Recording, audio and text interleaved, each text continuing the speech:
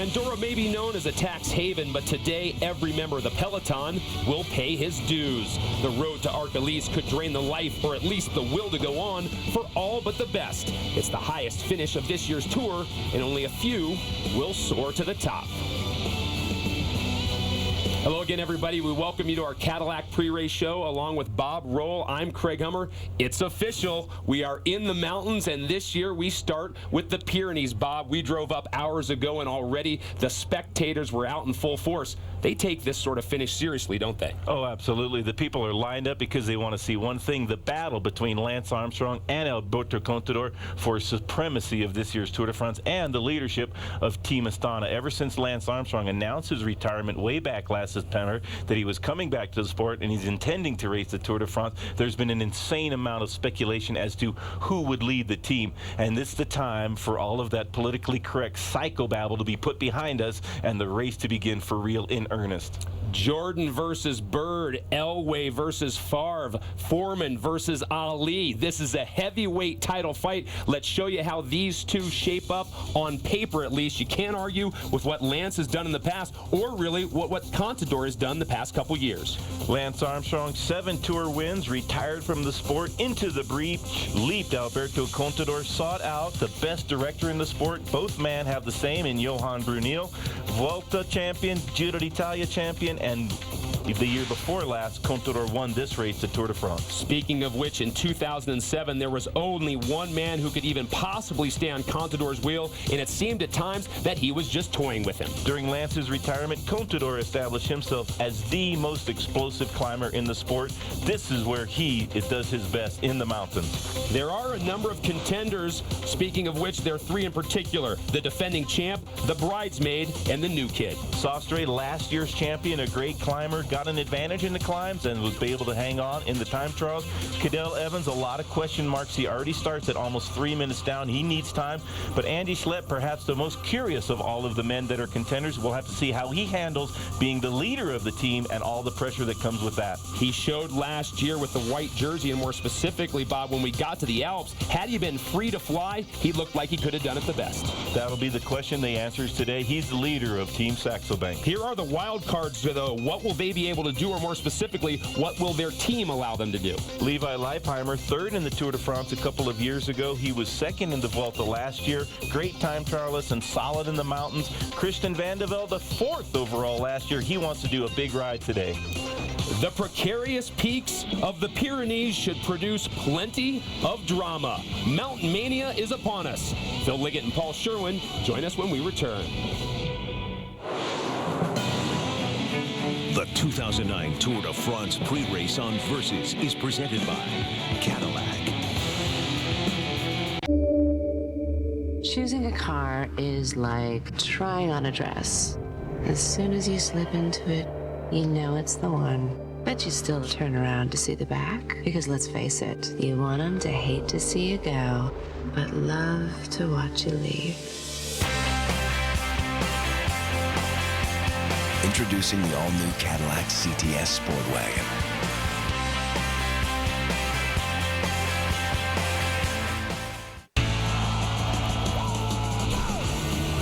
Growing up in a family with my dad winning the Indy 500, we take some heat. There's really no sport like it. We're inches apart, wheel to wheel, and one touch, you're gone. Did 19 last year, and it's kind of a crazy feeling. You got all these friends at college taking history exams, yet I'm sitting there going 230 miles an hour. It's a crazy lifestyle. That's how it goes. It's gotta be a new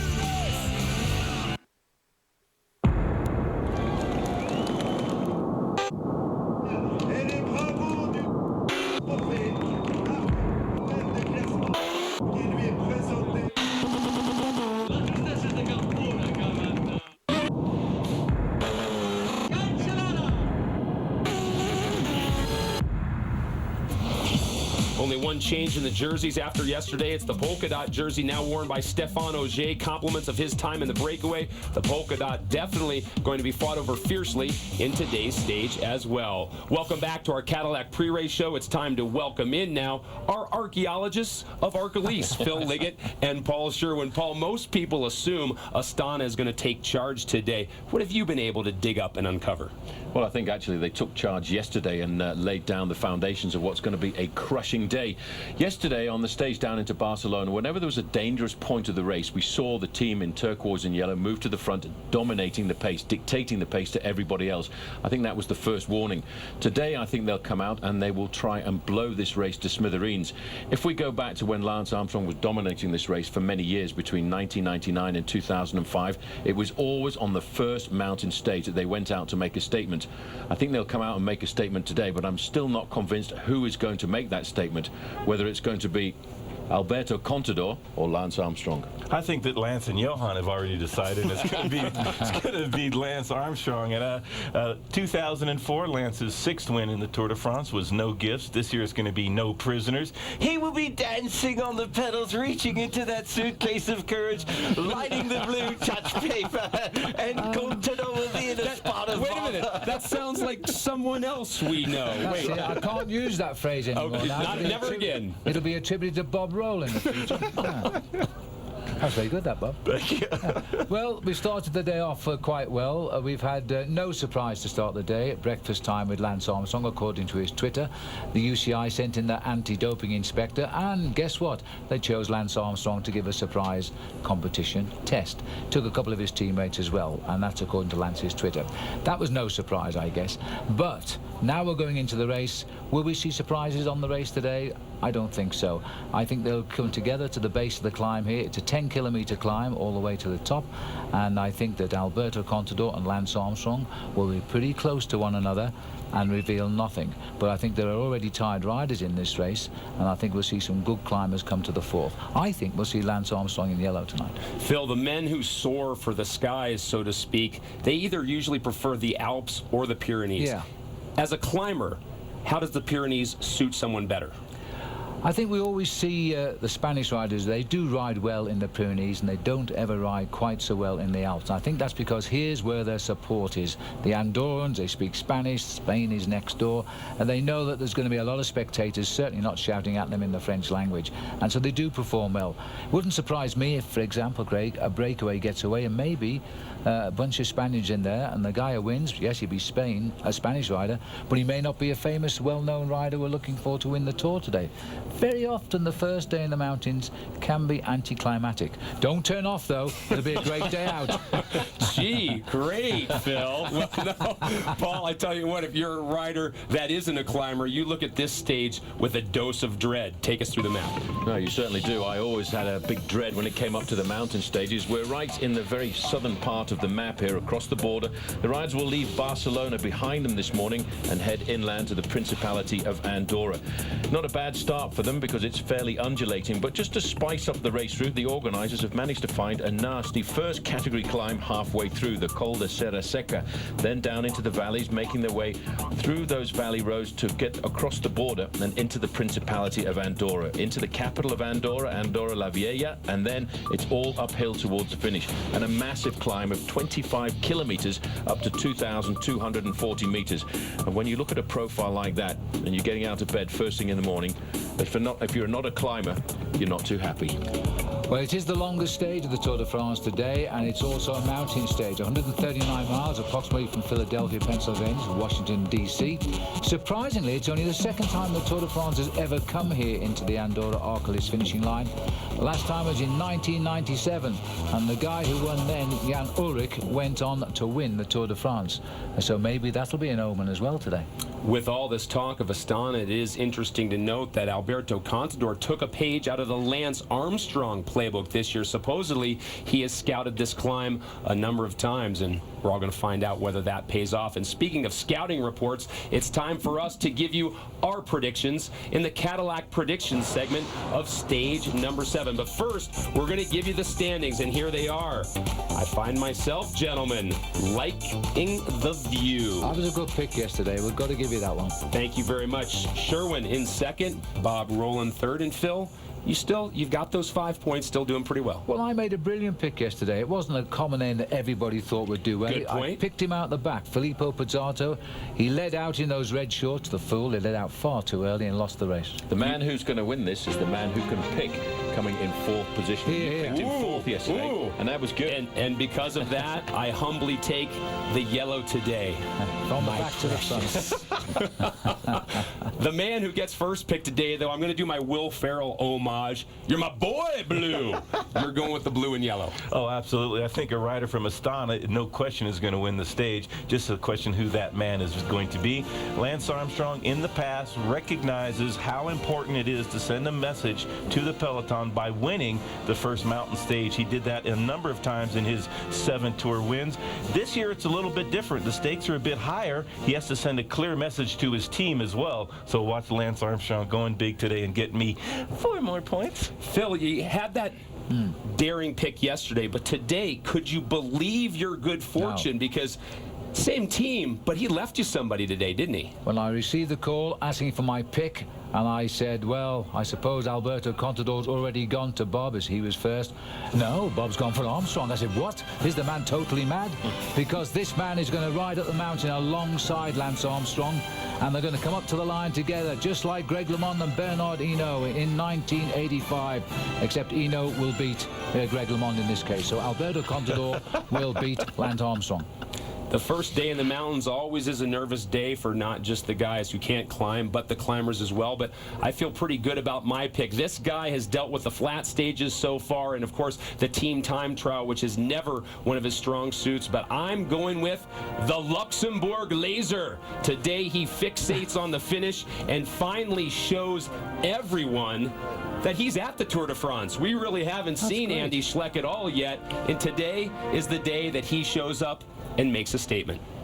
You guys have done great. In fact, you've taken all of my picks. I would have picked Armstrong, I would have picked Contador, and of course I would have picked Andy Schleck. You can only have one. You've not left me very many other guys in the field that I fancy, but I reckon today, mate, we got to go for our mate Cadell Evans, because he's going to come out fair dinkum, mate, on the slopes of this bloody climb.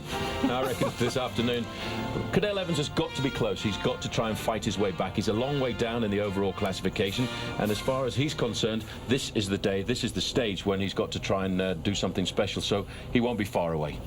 Well, one thing's for sure, whether it's one of our picks or another rider, by the end of the day, they all will have earned respect at the finish line. After 200 kilometers, the climb up Arcalis will be today's final showdown, a battle of both mind and body. The 2009 Tour de France pre-race on Versus is presented by Cadillac.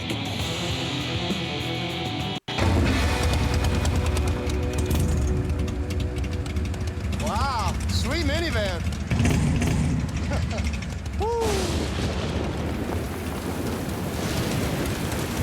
That's minivan A to you. It's raining! With the great taste of a McDonald's McCafe Mocha, a better day is possible. Freshly ground espresso, real steamed milk, and decadent chocolate. Go ahead, McCafe your day. Okay, at The General, it's really easy to buy auto insurance online. Just log on to thegeneral.com for an instant quote. You'll get a great low rate, a low monthly payment, and a down payment as low as $59. Don't get caught driving uninsured or paying for more insurance than you need. So, log on to thegeneral.com right now. Too big? Just a little. For the best car insurance rates online, go to The General and save some time. On eHarmony, I felt like I was meeting somebody that I already kind of knew. At eHarmony, our in-depth questionnaire lets us get to know the real you, so we can match you with other singles on far deeper levels than other dating sites. Review all your matches for free at eHarmony.com. Adaptive friction extinguishers? And hypertronic wear resistors? Seriously? I use one that offers an engine guarantee. Yeah. Only Valvoline guarantees your engine up to 300,000 miles. Get Valvoline. Get guaranteed. Captain Ferris Butler. Specialist Justin Clark. Sergeant Mike McNaughton. Each sustained different combat injuries. Cycling is an activity in which all wounded warriors can participate. Find out how you can get involved. Visit roadtorecovery.us.com. Thank you. What you want, baby, I got it. And what you need, and you know I got it. Cricket Wireless gives everybody's wallet respect. Ooh, your kisses, sweeter than honey. Because Cricket found the way to give unlimited talk, text, pics, and mobile web, plus our nationwide coverage for only $45 a month. With no contracts to sign or overages, it's America's most affordable 3G network. Just call 1-800-353-8486. Click on mycricket.com or get into a Cricket store. Come in now and get new web-capable phones starting at just $49.99. Now that's... Find out what it means to me. R-E-S-P-E-C-T. Take care of TC. Get all this for just $45 a month. So call 1-800-353-8486. Click or come in today. Get respect for your wallet. Cricket.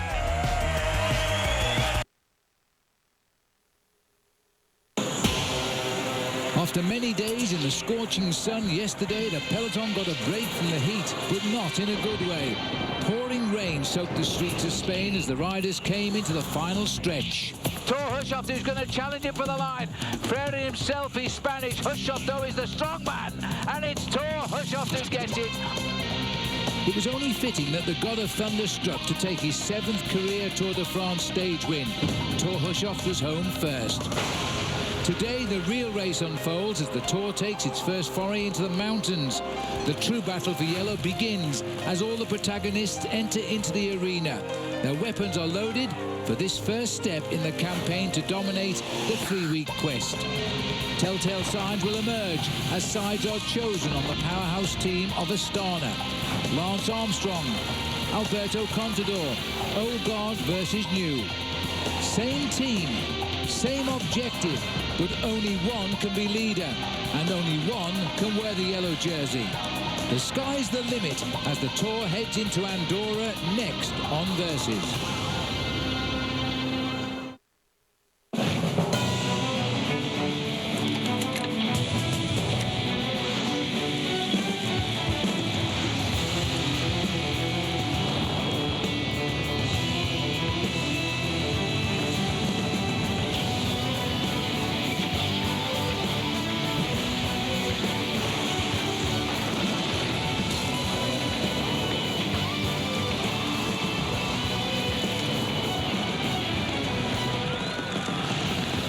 The good news is the sun is back. The bad news is the next challenges in this year's Tour de France are here.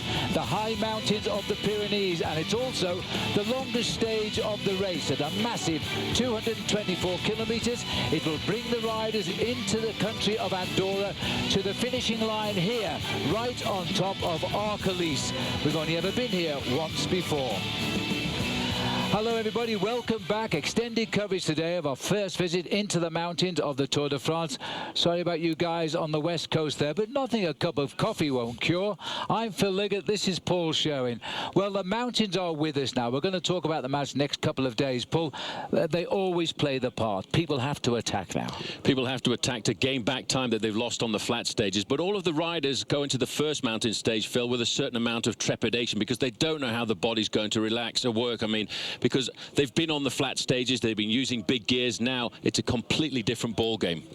All right, well, let's go straight to the chase. One man making his comeback after a 4-year layoff from the Tours de France is Lance Armstrong. Now, when he won his 7 Tours, he always hit the high spots on the very first mountaintop finish, didn't he? That was the important thing. That was his recipe, if you like. He went back in 1999 and laid down the foundations of his first victory on the slopes of Sestriere, pulling home a real hammer blow to knock everybody to 6. When he came up the next year, 2 years later in 2001, Phil, I have to say that was on the slopes of the Alpe d'Huez. That was the year we dubbed the Look. He looked back at Jan Ullrich and said, if you want to win this Tour, mate, you'd better follow me. 2002, of course, he won again. Again, it was the first mountaintop finish where Lance went up with a few rivals, but when he got to the top of stage number 11, he was winning alone. That was the story. Look at this throughout his winning period. He never got worse than 3rd at the top of the first mountaintop finish. Boy, does that put the pressure on him today. And to bring you up to date before the live action, let's have a look at our Nature Valley stage reset, which will take us back to the start in Barcelona. The green jersey of Cavendish, yellow Fabian Cancellara, new mountain to Stefan Ogier, and Alberto Contador saying thank you there to a couple of official well-wishers. Could be a big day for him in the mountains for Astana. The 0 kilometer, and as is by tradition almost, the attack start at the flag. Well, everybody knew that there's a big possibility on a long stage like this, 224 kilometers, that the break would succeed. And the first king of the mountains point at the Côte de Montserrat. This rider from AG2R, Christophe Roblan, was getting himself some maximum points. Yes, Roblan here, riding his second Tour de France, collecting points from Igor Martinez, the veteran of the breakaway at the moment, Gutierrez, a former time trial champion of Spain. Then we moved on to the Porto Solsona, which was a third category climb, so first 4 get points here. And a pretty good old tussle, but Christophe Roblan is really enjoying himself here because he goes away early and he holds off the sprinting liquid gas rider Alexander Kuzinski and again Igor Martinez. That's our Nature Valley stage reset for you. Now let's go to the action. There they all are. And don't they look colourful when they're in high definition? Because that's how we bring you the pictures here now on Versus.com from the Tour de France. And if you want to know more, please check your listings. Right, well, there's the peloton. The weather is glorious. A little bit chilly for the rise perhaps at the top of the mountain, but light winds today. Started off at 68 degrees Fahrenheit, but it'll finish a little bit warmer than that, I think. The breakaway at the moment is 11.5 minutes ahead. They've gone early. There are 9 of them, and don't forget that the riders are allowing plenty of run today because they're going to chase them down. On the pulse on stage 7, we've got 2 riders wired today to check how the hearts are beating. Stefan Ogier, yesterday's new leader in the King of the Mountains, and Barredo, who is a Spanish rider. So he'll be excited anyway, won't he, Paul?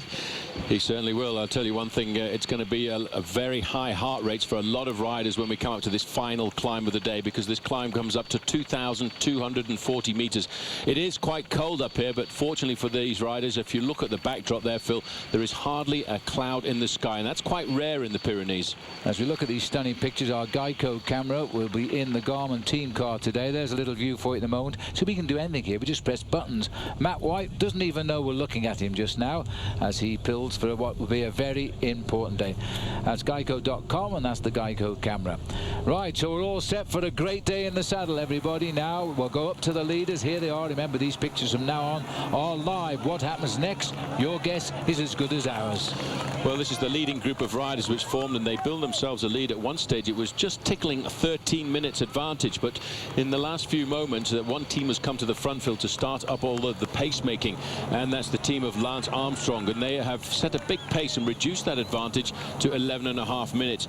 We're on the first real hors d'oeuvre of the day, the Col de Serra Seca. That summit is at 127 kilometers covered, and that, I think, is probably where we'll start to see that 11.5 minute gap come tumbling down.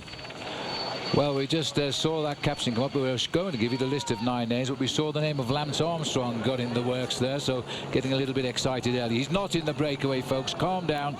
There are 9 riders. I'll quickly give you their names. Igor Martinez, Euskel Euskardi, Rinaldo Nocentini of AG2R with a teammate Reblon, Alexander Kuzinski of Liquid Gas, Ozai Ivan Gutierrez of Case Depon, Christophe Kern of Cofidis, Jerome Pino of Quickstep, Bryce Felu of AG2R as well, and Johannes Freudlinger of the Milran team. And Felu is Agri-Tubel, not Quickstep or whatever I said. So there is the correct list of riders for you now, and as you can see by the gaps, there's nobody at the moment going to worry the chase. We haven't had too many pictures of the peloton, but whenever we do see them, it's like a deja vu because it's Astana on the front. Well, Astana obviously want to make a big statement on this first mountain stage, which is why they don't really want to have a leading group of 9 riders clear by the time we come to the start of the climb up to Arcalis. I think they want to have a showdown, and they want to prove to everybody else in this bike race that they are the strongest team in the event and the strongest team in the world.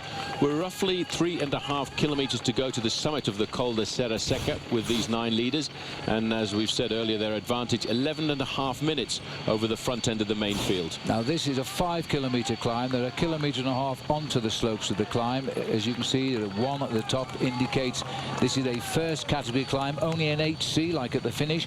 Outside category will decide will be steeper. So it's not very long, this first category climb, but it gets a little bit steep. So, but at the moment, these 9 guys are handling it pretty well. The peloton are getting on to the lower slopes here, and as you can see, narrow roads now as we course out of Spain. We're still in Spain, by the way, as we head towards the Principality of Andorra. The twists and turns, whenever you see the contours go like this, that you know that the topography is lifting the riders closer to the sky. And everybody started today, by the way, including Michael Rogers, who was in trouble yesterday with that crash. George Hincapie also fell, and so did Heinrich Hausler. A number of riders going out. 21 riders were attended to by the doctors in those final kilometers yesterday, but Rogers was the worst hurt.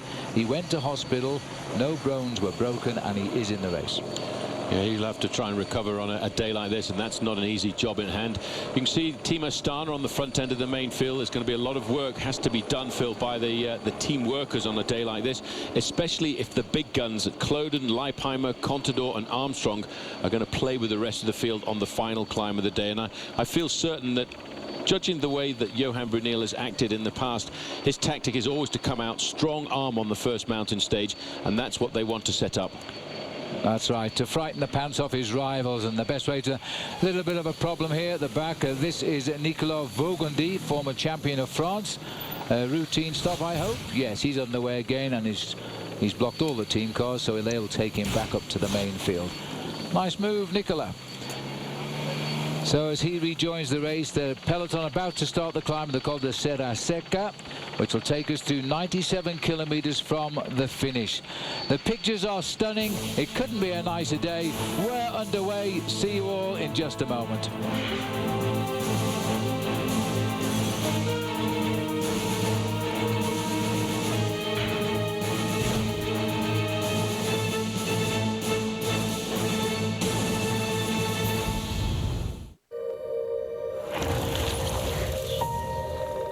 Kelly Saunders Nature Valley. The place that inspires her to go faster and slower. Elk Mountains, Colorado. Where's yours?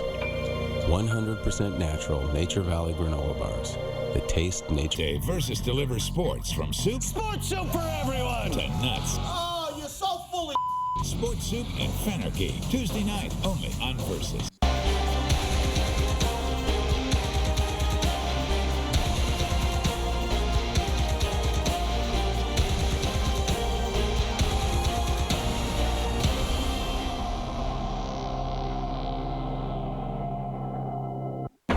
Every race is a battle, measured in fractions of a second, fought with a philosophy we call system integration. An approach to engineering where every motion of every rider, of every Super 6, is channeled into forward motion to maximize performance. Let the battle begin.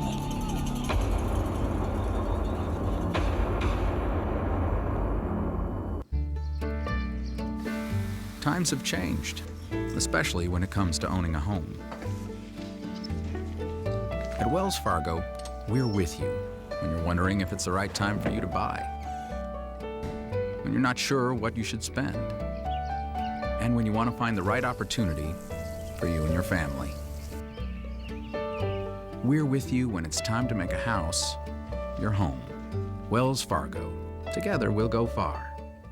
Well, I was shopping for a new car. Which one's me? A cool convertible or an SUV? Too bad I didn't know my credit was whack, cause now I'm driving off the lot in a used subcompact. F-R-E-E, that spells free. Creditreport.com, baby. Saw their ads on my TV. Thought about going but was too lazy. Now instead of looking fly and rolling fat, my legs are sticking to the vinyl and my posse's getting laughed at. F-R-E-E, that spells free. Creditreport.com, baby. Offer applies with enrollment and Triple Advantage.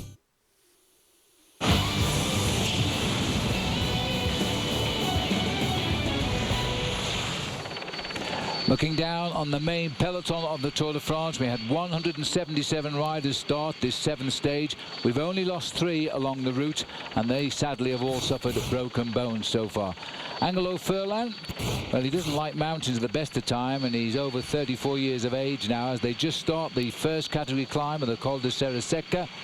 The leaders are almost at the summit of it. It's a 5 kilometer or 3 miles climb, and it looks as though Furlan is not going to enjoy his day to Arcalis if he's losing contact at this point.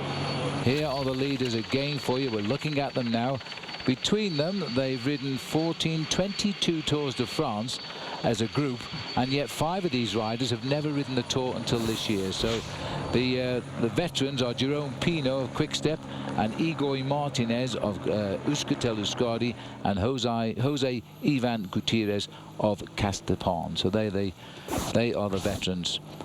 You see our line of jerseys down at the bottom. Well, they're all together at the moment. That's because all of the leaders of the Tour, plus the blue jersey there of Lance Armstrong, are sitting in the peloton. They're not going to run at this final climb of the day. I don't think this hill will play much of a part at all. The polka dot jersey there as rider 122. Stefan Ogier pulls it on for a 2nd time in his career, but I think it'll be a tough call to keep it by the end, because with the first category climb and the all category climb, big points in the competition there. And massive points on that final climb of the day for Lub to Arcalis, because that is an outside categorized climb. It is so big they can't even put a number on it. The leading group of 9 are at 1 kilometer to go to the summit of the first category climb, where there are 15 points available. And interesting to note that Igor Martinez has got himself into this breakaway, and for many years he was a teammate of Lance Armstrong at Discovery Channel, and now he's moved across to the BAS team. There he is, and he's a rider that if this breakaway does survive to the slopes of Arcalis, he could create the surprise today and make the Spanish fans quite happy. Well, we knew the Spanish rider would try to get in the early break and hopefully stay away to the finish. It is possible, of course. They have got over 11 minutes. And it just depends how quickly the infighting starts, because it's from this peloton here for sure the next yellow jersey will arrive, and so they're waiting for the final rush at Arcalis today. You can see Fabian Cancellara on the right, and Astana 100% of the time so far the computer is saying they are working at the head of the peloton. This is for the last 10 minutes. We update it every 10 minutes, our computer readout. And again, I keep emphasizing this, Paul, it's like the days of Armstrong's Discovery Channel team. Well, as we look at the peloton here, the leaders are just 1 kilometer from the summit of the Col de Serra Secca. The peloton are around about 4 kilometers then behind the leaders on the road. This is Montpol, which is San Miguel Church. We're still on Spanish roads here. It's a little while yet before we cross into the Principality of Andorra. Now they've had a good day out so far. Now the Tour's gone by, they can really get serious down there. Leading group of 9 riders here, and they're inside of 500 meters to go to the summit of the climb. They are staying together as a solid pack because they know that once they've gone over the top of this climb, Phil, there's still a fairly long way to go before we start the big final climb of the day, and we meander through the valley roads to get us into the Principality of Andorra. And there is, in fact, almost immediately after this climb, another climb which is only ranked 3rd category, and that is the Puerto de Conte. Well, before we start the final climb of Arcalis today, we go through the main town of Andorra itself, La Vielle, and then we turn through that very narrow streeted town onto the climb of the Arcalis. Here come the scenes now that we'll see while we stay in the Pyrenees. We're still in the Pyrenees tomorrow. We'll leave them the next day. Just 60 miles still to go. I wonder if we can hear anything being said in the team car. Here we go. Oh, he's having lunch, Matt White. At the top of this climb, guys, you go barrel downhill. It's quite a tricky descent, and then you go immediately up the Cat 3 before we have the long descent with the tunnels, and they're very, very fast. So it's much safer if you can move up a little bit over the top of this Cat 1 for the next Category 3 and a big descent. Gosh, I always wonder what they'll do if all the team managers say the same things. We'd have a traffic jam on our hands, wouldn't we? But it certainly is a great insight into the race for us. Well, descent onto the Porte d'Alcon is the next one, and then we go through all of those nasty tunnels. There are plenty of them around here because the only way to get through the Pyrenees was to actually bore a hole right through the granite. And for the riders, of course, a change of lighting and it can really throw you. We have had some horrible crashes in tunnels, but hopefully today there won't be any of those. Look at the scenes here, Paul. As we head up towards the top of the Col de Seca, it's a 5-kilometer climb. Those bikes better move. That's Kuzinski, who's gone over the top ahead of Igor Martinez. No sign of Riblon on this steeper sprint. He's dropped back a little bit. He won the previous... Oh, I beg his pardon. He was ahead there around those motorbikes. So Riblon gets the win there ahead of Kuzinski and Igor Martinez. Well, he was very attentive there. He was helped by his teammate Nocentini to lead him out up to the summit of that climb, but it was great to see the crowds that have turned out and create the atmosphere on this first big mountain stage of the Tour. But those crowds there, Phil, are nothing compared to what is waiting for the riders here at the summit of the climb in Arcalis, right down towards the end. In fact, a lot of people have come up on the ski seats over the top of the mountain. They've left their cars in the valley below, come up on the telesiège, right up to the top of the mountain above us, and then they've dropped down into the valley. Then they're walking down the hill to find a good venue to sit and enjoy the rest of the afternoon.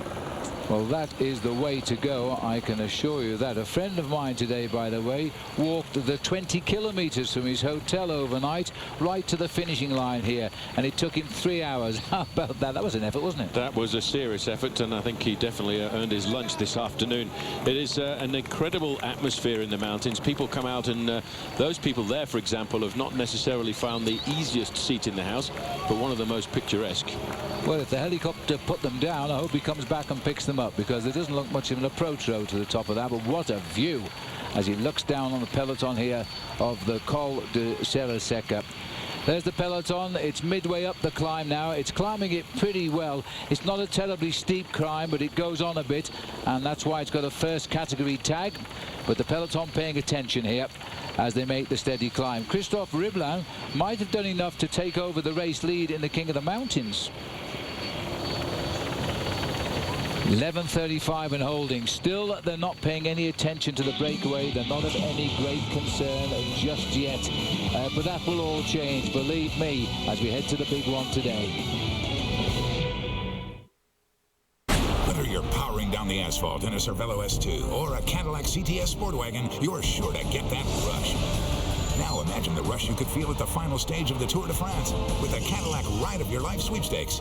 Just watch the Tour de France on Versus and look for the on-screen code. Then log on to Versus.com/rideofyourlife to enter. You could win a Cervelo S2 and a VIP trip to Paris to watch the 2010 Tour. The Cadillac Ride of Your Life sweepstakes, and watch the Tour de France right here on Versus.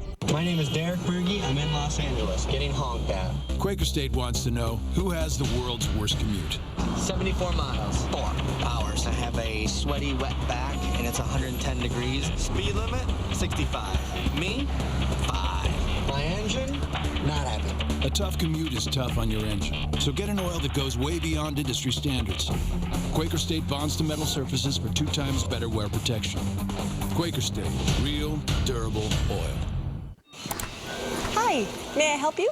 Yeah, I'm looking for car insurance that isn't going to break the bank. You're in the right place. Only Progressive gives you the option to name your price. Here. A price gun? Mm-hmm. So I tell you what I want to pay. And we build you a policy to fit your budget. That's cool. Feel so empowered. Power to the people. The option to name your price. New and only from Progressive. Call or click today.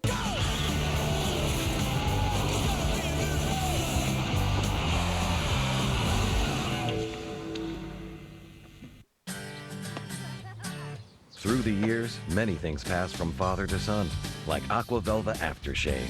Smells great, cools, firms, and tones. Cool. Aqua Velva, men get it. Wake up your whiskers with Electric Shave.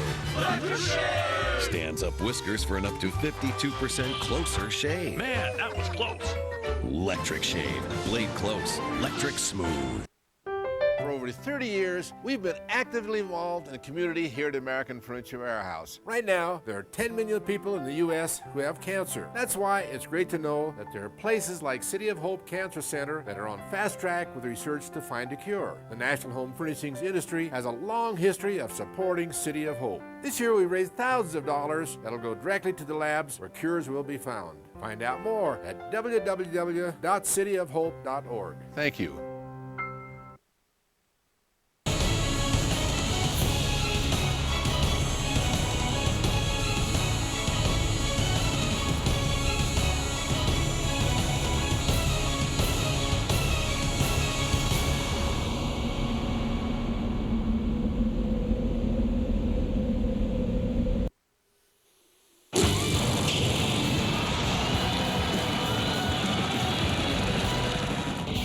Welcome back. We're looking at the beauty of the Pyrenees. If you are just joining us, not realizing we've come on air half an hour earlier today, this is stage 7 of the Tour de France. On its longest day, we're going deep into the throat of the Pyrenean mountains. We finish at the top of Arcalis in the Principality of Andorra.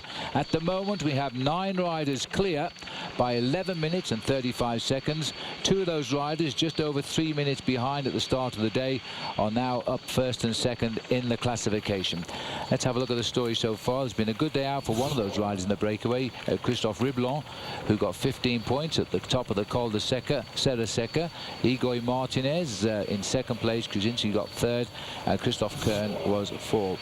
So the situation there is that Riblon is now the new leader in the King of the Mountains when he gets to the finish today, although there's maximum points on the last climb. He's ahead of Igor Martinez. Stefan Ogier was the leader for one day. Down in the bunch there. Cofferty's team car up alongside Christophe Kern, number 126, first Tour de France for him. In fact, 5 of these 9 riders are riding their first Tour de France. Christophe about just over 15 minutes and 40 seconds behind. The big experience is Igor Martinez. He has ridden 6 tours, a lot of them alongside Lance Armstrong. Christophe Riblon has done a couple. Jose Ivan Gutierrez has done 6 as well. And the veteran is Jérôme Pinot, who rides here in the French Quick-Step team. He's a Frenchman, though, on the Belgian Quick-Step team, rather. He's ridden 8 tours. Well, although Igor Martinez, who's just 2 riders from the back there, Phil, has been a professional since 2002. He's not won a lot of races, but everyone expected him to be a great star, because one of the races that he did win in the early part of his career was the Tour de l'Avenir, or the Tour of the Hopefuls, the riders of the future. And so many people expected him to be one day a Tour de France contender. But today's stage is really very much all about this final climb of the day. Once the riders eventually get themselves into the Principality of Andorra, they face up to, although the final climb, Phil, is only measured at 10 kilometers, I make it a good 20-kilometer climb, because it drags up all the way from Andorra la Vieja to the start of the climb just down in the valley below. Narrow road. It's 1 kilometer to the summit now for the peloton. They're still on the Col de la Serra Seca, while the leaders are descending the mountain now, heading to the Port del Con, which is coming at 87 kilometers from the finish. That's the next challenge and the last one before the final climb to the finish. All the blue jerseys of Astana are down there, pushing the yellow jersey of Fabian Cancellara into the pack. Remember that they are locked together, Armstrong and Cancellara, by that 22/100ths of a second. Also 8 minutes since the leaders went over the top. Yeah, also note, Phil, that Garmin Slipstream have got a good little organisation at the front of that pack as well. Their man Bradley Wiggins is currently lying fairly well up in the overall standing. Starts the day in 6th place. Probably their big hope and the big question today will be Christian Vande Velde, who finished 4th overall in the Tour last year. Had a very nasty injury in the Tour of Italy, although I've been impressed by the form that he showed so far to fight back from that injury. But for him, it's also a big question mark today. A big test, because he's ridden very, very well. He's holding a fairly high position in the overall classification, Christian. So he's just got to prove to himself now the form is coming back after his unfortunate fall very early on in the Giro d'Italia. It was in May when he actually crashed. The race itself finished in June. Well, just looking at the peloton, the leaders are, they're picking the way down. It's a tortuous descent, and once down there, there's a little bit of an operation at the back with Jérôme Pinot. Oh, my goodness me. Well, if you want to get in the car, Jerome, you should open the door first. I think the team manager was actually trying to get onto the bike, because most of these team managers themselves have been professional bike riders. But that just gives you an idea there, Phil, of the agility of a professional bike rider. You've got to be alert all of the time. You've got to be ready to make a move. And Jérôme Pinot there didn't do too badly at all. On this descent here, as we come away from the first category climb, we're probably pushing a speed fairly close to 45, 50 miles an hour, because they're not taking too many risks. It's not really a major technical descent. On some of these descents, though, when you get into a straight line, I've known riders exceed 100 kilometers an hour or 62 miles, 100 kilometers an hour or 62 miles an hour.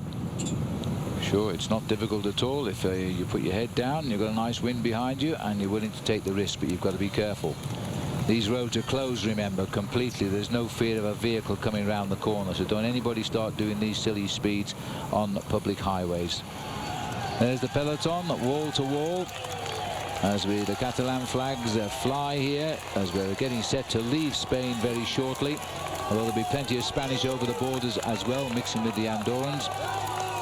Everybody just getting on with the job, heads bobbing all over the place. They've not crucified themselves on this climb, but that's typical of a first day in the mountains. They're all leaving this for showdown on the Arcalis, which is what we really expect, isn't it? That's where the big hammer will come down, because it's a very long climb, very steep in certain parts of it as it comes up towards the summit in Arcalis, the ski resort here.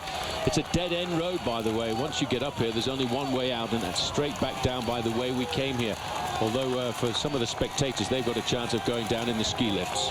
Very wise choice of travelling up to the summit today, not bringing your car, I think.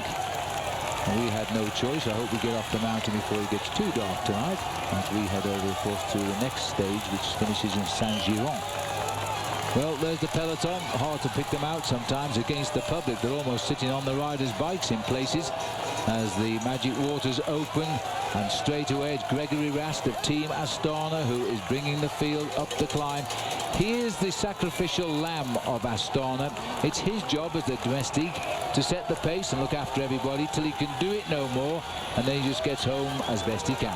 Phil, just looking at these crowds here at the top of this climb, I wonder what's going through Lance Armstrong's mind. He's seen the crowds on the flat stages, but now, after 4 years away from the Tour de France, he's once again experiencing the atmosphere of the mountains. Yeah. And whatever you think about the flat stages, I enjoy the sprints, I enjoy the dashes for the line. It's really in the mountains. It looks like there's been a little bit of a crash here. The road has been blocked by one or two, probably somebody's fallen down. Well, number 6 on the left here is Thor Hushovd, who won so well yesterday. Nice gesture at the start this morning. He was congratulated by the guy who won the previous day, the Frenchman Tom Voigtler. Well, these boys have carried on. Don't worry about the stoppage. They'll all get back together again. Wouldn't have surprised me if somebody stopped to give an autograph at this stage, because they haven't really raced this climb. Nicky Terpstra at the back there in the Milram jersey, the pale blue jersey. He's got bandages on his legs. He was one of the many riders who crashed yesterday on the run into Barcelona. The finish was made quite treacherous by that last little bit of rain that came in.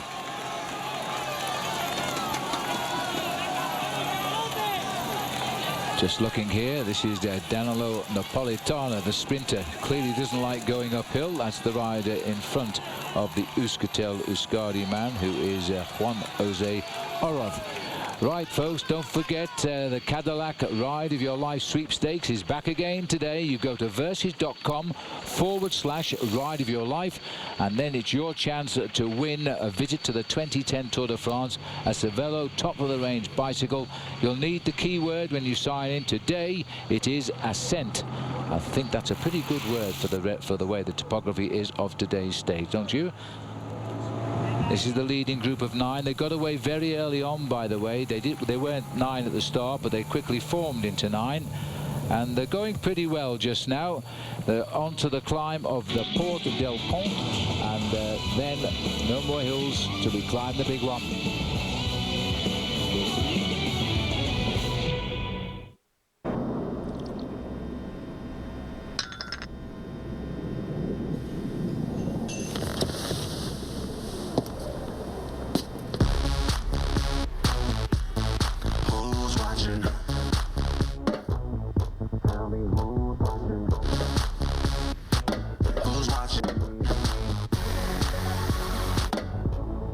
It's right here. It's easy. It's the money you could be saving with Geico. Here's Ryan getting ready to make his approach to the men's room. Looks like he needs to go urgently. True. And there's Casey about to drive, also to the men's room. He has been going over and over. They ought to see their doctors. Could be male urinary symptoms due to BPH and enlarged prostate. For many guys, prescription Flomax reduces their urinary symptoms due to BPH in 1 week. And if their doctors do prescribe Flomax, they could get up to $40 off new or refill prescriptions. So guys already on Flomax can also save. Only your doctor can tell if you have BPH, not a more serious condition like prostate cancer. Avoid driving or hazardous tasks for 12 hours after your first dose or increase in dose, as a sudden drop in blood pressure may occur, rarely resulting in fainting. If considering cataract surgery, tell your eye surgeon you've taken Flomax. Common side effects are runny nose, dizziness, and decrease in semen. Ask your doctor if Flomax is right for you. And call 877-4FLOMAX for more information and to see if you qualify for up to $40 off new or refill prescriptions. For many men, Flomax can make a difference in 1 week. Before the start of the race, I can feel my heartbeat in my hands, in my throat, in my eyes, everywhere. Fear and the stress, it makes me better. What do I see at 230 miles an hour? It's tunnel vision, and you have one goal, the checker flag. Speed is about winning races, breaking records, and making history. Speed is my drug. One thing about this race is that you're hitting the most extreme conditions you ever hit in a race. I can't even describe how bad it is. It is the roughest road you could ever imagine riding a bike over. The bikes are unbelievable. I don't know how I raced through Roubaix before without it. We think it's nice to have stock bikes in the races so people can see how good those bikes really are. Exceptional. They've surprised me again.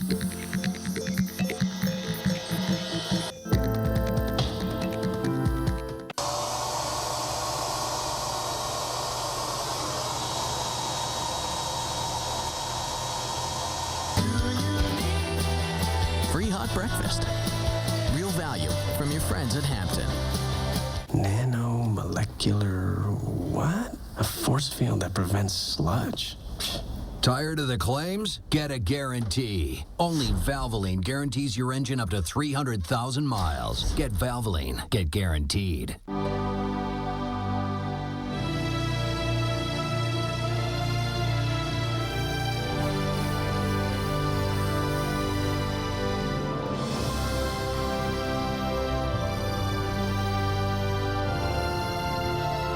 Tuesdays, host Anthony Anderson and an award-winning cast of sports journalists take you on a journey straight to the heart of golf in America.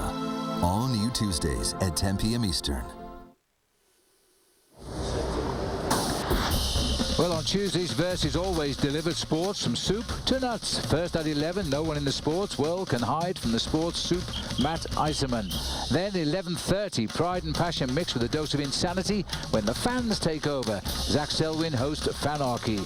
Sports soup and Fanarchy back-to-back Tuesday, always here on Versus.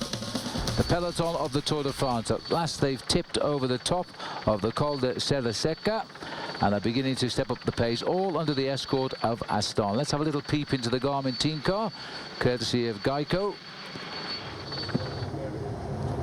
Alright guys, we go down here and there's the Cat 3, top is 136.5, 136.5, then we have the long descent, Thank you, Matt. 136.5, that is the kilometres covered at the top of the third category climb, leaving 87 still to race. And these are those leaders now. Of course, Matt is talking to the peloton there because the Garmin has nobody in this leading group.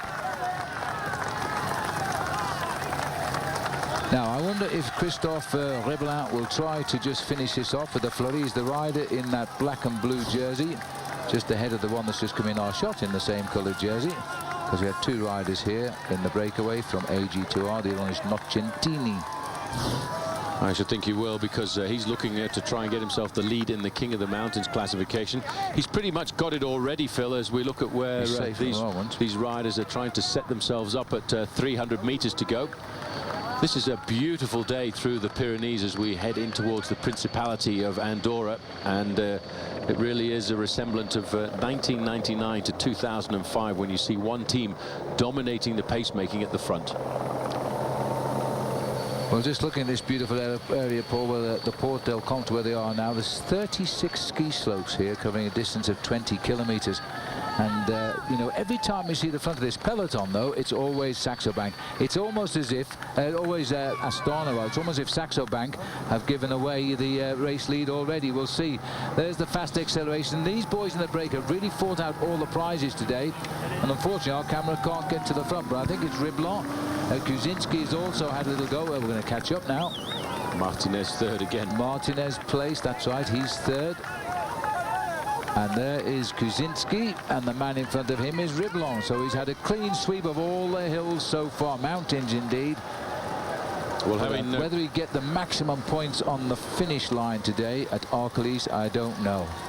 I have a feeling that's not going to be the scenario. That would be a fairy tale ending for this breakaway, but unfortunately when you put big mountains in the way of a breakaway group like this, fairy tales don't very often happen.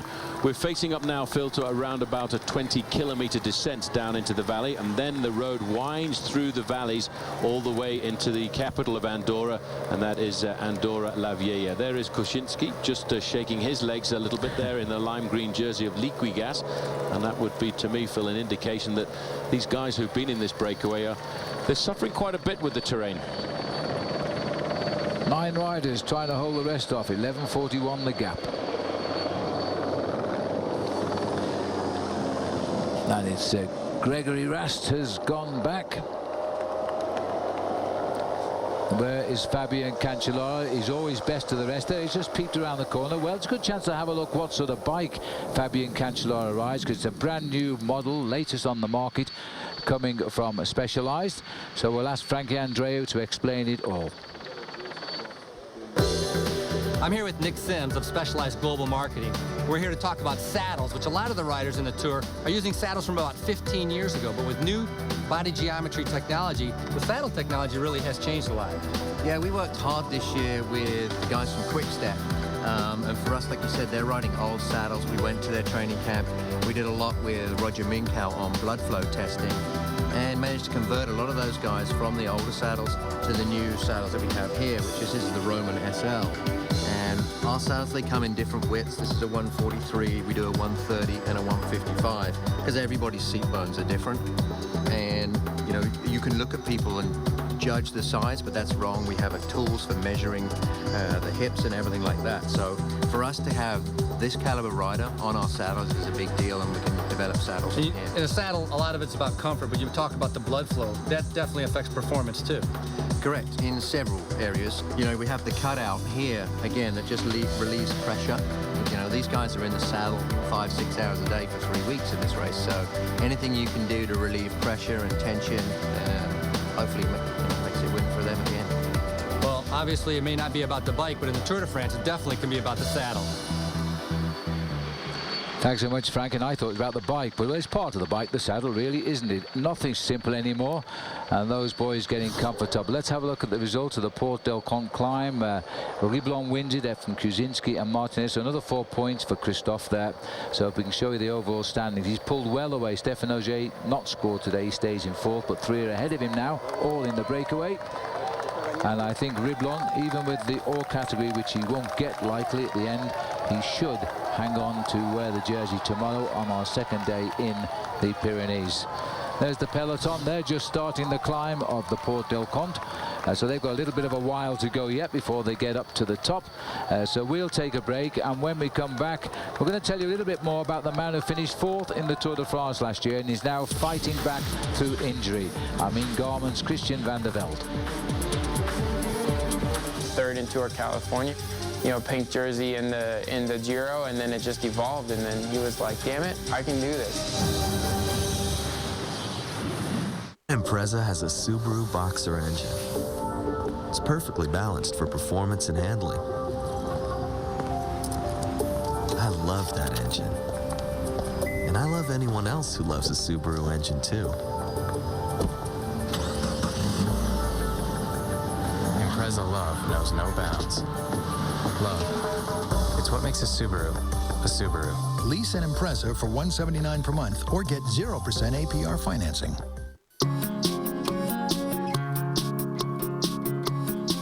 It seems like prices just keep getting higher. But at Vonage, we've always charged $24.99 a month for unlimited local and long-distance calling. So even though the cable and phone companies have been busy raising their rates year after year, we've been charging the same $24.99.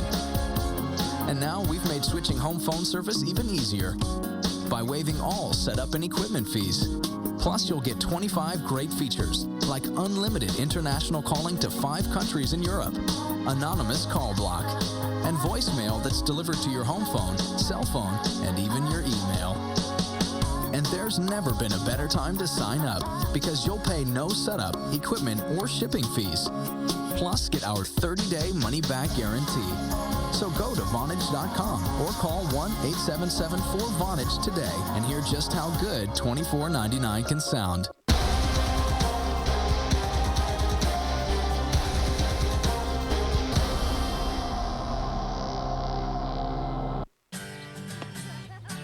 Through the years, many things pass from father to son, like Aqua Velva Aftershave. Smells great, cools, firms, and tones. Cool. Aqua Velva, men get it. Wake up your whiskers with Electric Shave. Electric Shave! Stands up whiskers for an up to 52% closer shave. Man, that was close. Electric Shave. Blade close, electric smooth. It's the symbol of superiority for which they all fight. But every tournament only has one champion. 2009 will take a select few to legendary heights and bring others to their knees. But they continue the fight with some fresh faces entering the fray. Because it's what they know. It's what they do best. Watch the Champions Tour all season long on Golf Channel. Versus delivers sports from soup. Sports soup for everyone! To nuts. First at 11. No one in the sports world can hide from Sports Soup's Matt Eisman. Then, pride and passion mix with a dose of insanity when the fans take over on Fanarchy. I'm gonna eat this cat! Sports Soup and Fanarchy. Tuesday night, only on Versus.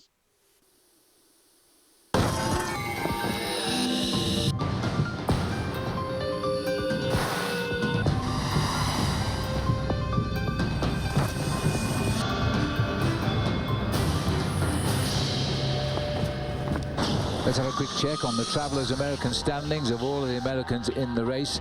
Armstrong, is he going to be in yellow tonight? He's on 0 time with Fabian Cancellara. Leipheimer at 31 seconds. Christian Vande Velde, more on him in a moment. Minute 16. George Hincapie, who fell yesterday, but it's okay. He's at 1:36. Let's learn now a little bit more about Christian Vande Velde, who finished 4th in last year's Tour.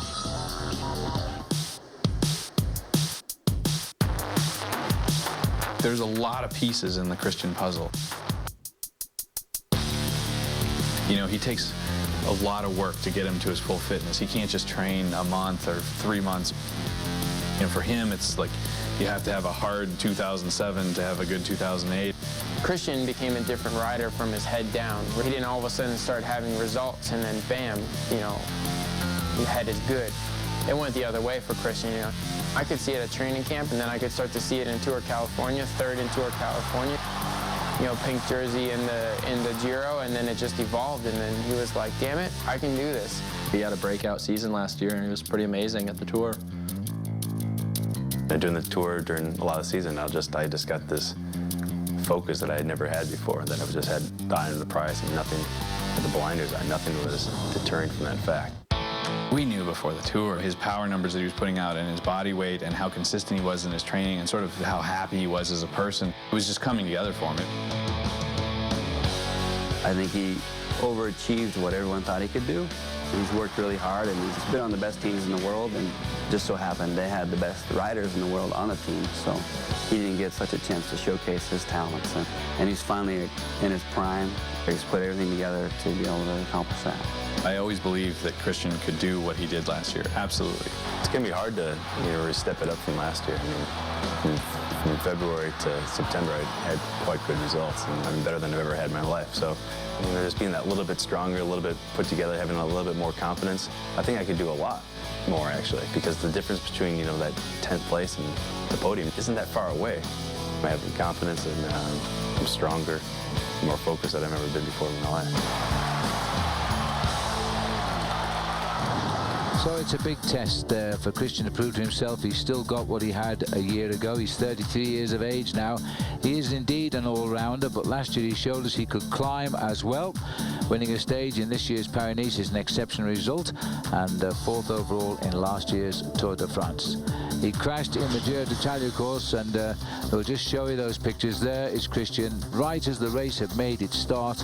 He was lying on the floor there, and he was seriously injured. At first it wasn't realised that he had broken bones in the lower part of his body.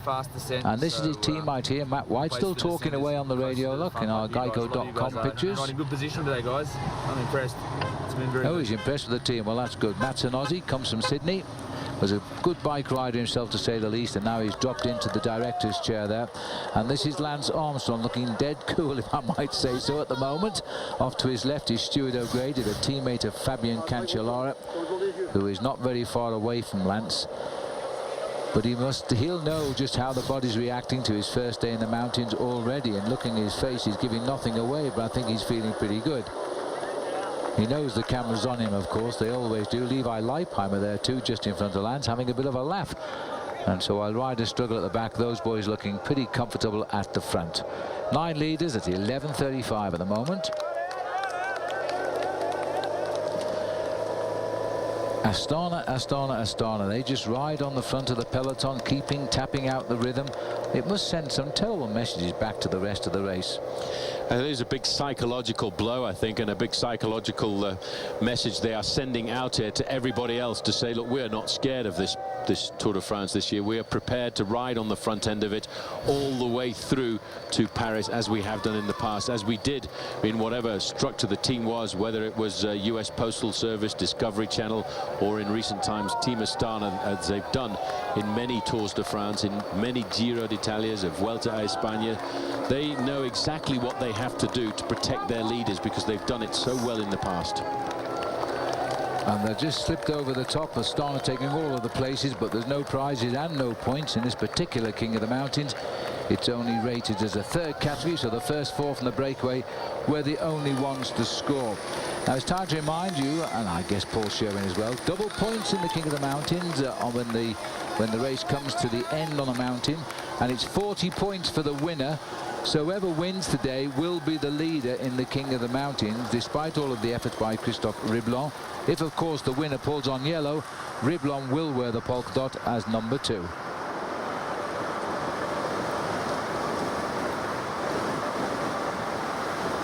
The long descent now. This would be the most favourable part of the Tour de France. From here, I reckon, is going downhill. Astana aren't really chasing, you see. They're just keeping their noses clean. We're getting closer to the big climb of Arcalis, and then the fireworks will happen. We'll take another break. We weren't just looking for someone to date. We were looking for someone to spend the rest of our life with. It's one of the most important decisions in your life, and you don't just want to leave it to chance. If you're ready to meet the love of your life, try eHarmony. At eHarmony, we thoroughly pre-screen your matches for you based on 29 dimensions of deep, meaningful compatibility, like intellect, values, and character. We had so much in common. It was natural. Experience the eHarmony difference for yourself. Review all your matches for free at eHarmony.com. I gotta get my car insured. Just point and click, point and click, point and click, point and click. When you need auto insurance right now, log on to thegeneral.com. You'll get an instant quote with no personal information required and a down payment as low as $59. You can also print your own proof of insurance form, all online in just a few minutes. Piece of cake.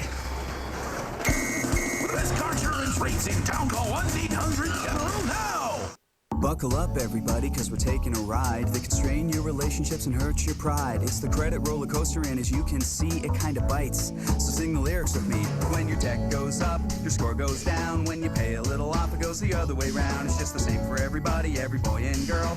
The credit roller coaster makes you want to hurl. So throw your hands in the air and wave them around like a wannabe frat boy trying to get down and bring them right back to where your laptop's at. Log on to freecreditreport.com. Free credit score and report with enrollment and triple advantage.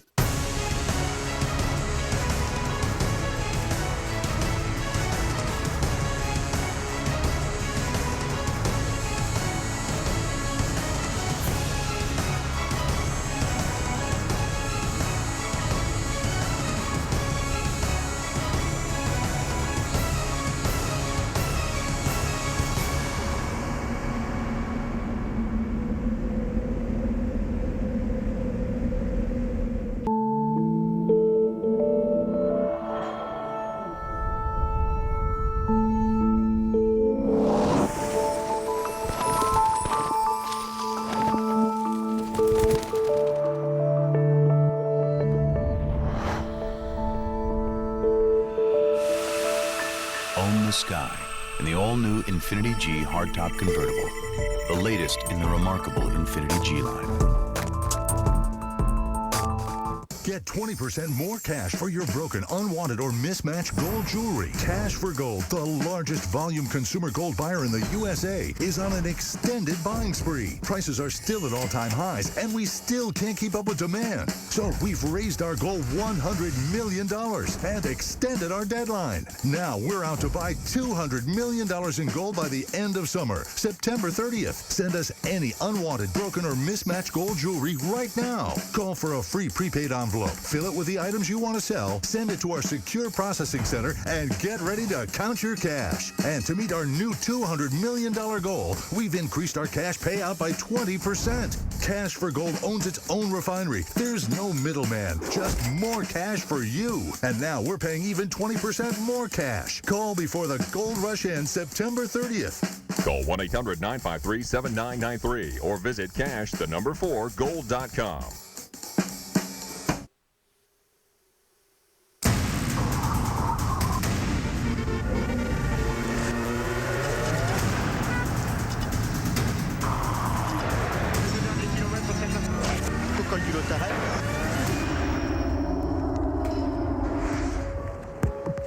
Let's have a look where our contenders at the start of the tour are sitting on this day. Second, Lance Armstrong. Third, Alberto Contador. All Astana.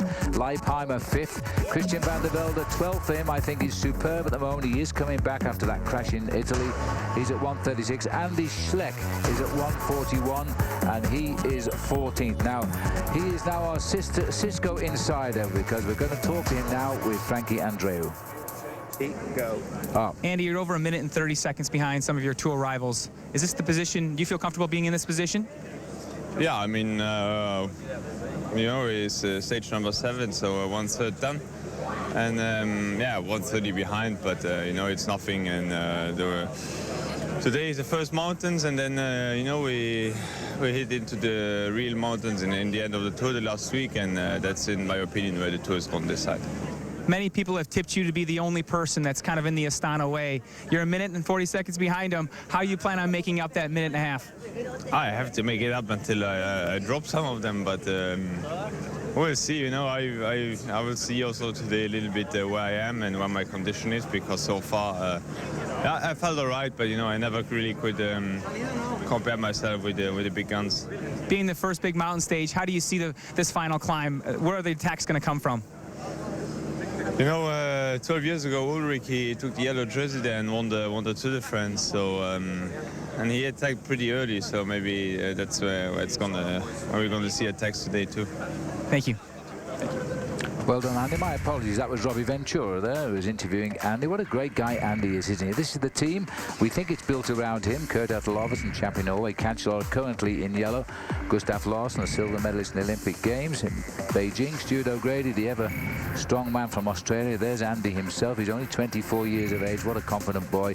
That's brother Frank, who'll be there alongside him, you bet. Chris Anker Sorensen, he's the workhorse when anybody gets into trouble. Nicky Sorensen, the same can be said to him. They're not related, by the way, those two. And Jens Voigt, he'll work for anybody as long as he's on the attack. It's a good team, no doubt about it. Here he is. He's got his wheel changed now. I think it was a back wheel in the end that they slotted in for him.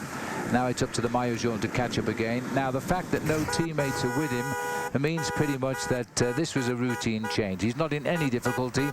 He's just going to pedal his way downhill and back through the cars.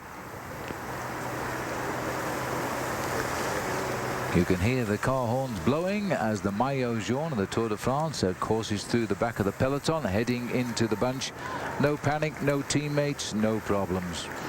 I think the way the team have acted this afternoon, Phil, they're not really concerned about Fabian Cancellara holding on to the overall lead this afternoon.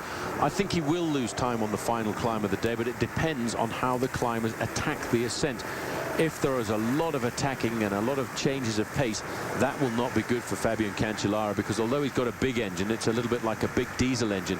He can get it up to high speed and keep it at that one rhythm for a very long time. But climbers like Alberto Contador, they like to go uphill by accelerating and slowing down, accelerating and slowing down, and that actually assassinates a rider like Fabian Cancellara.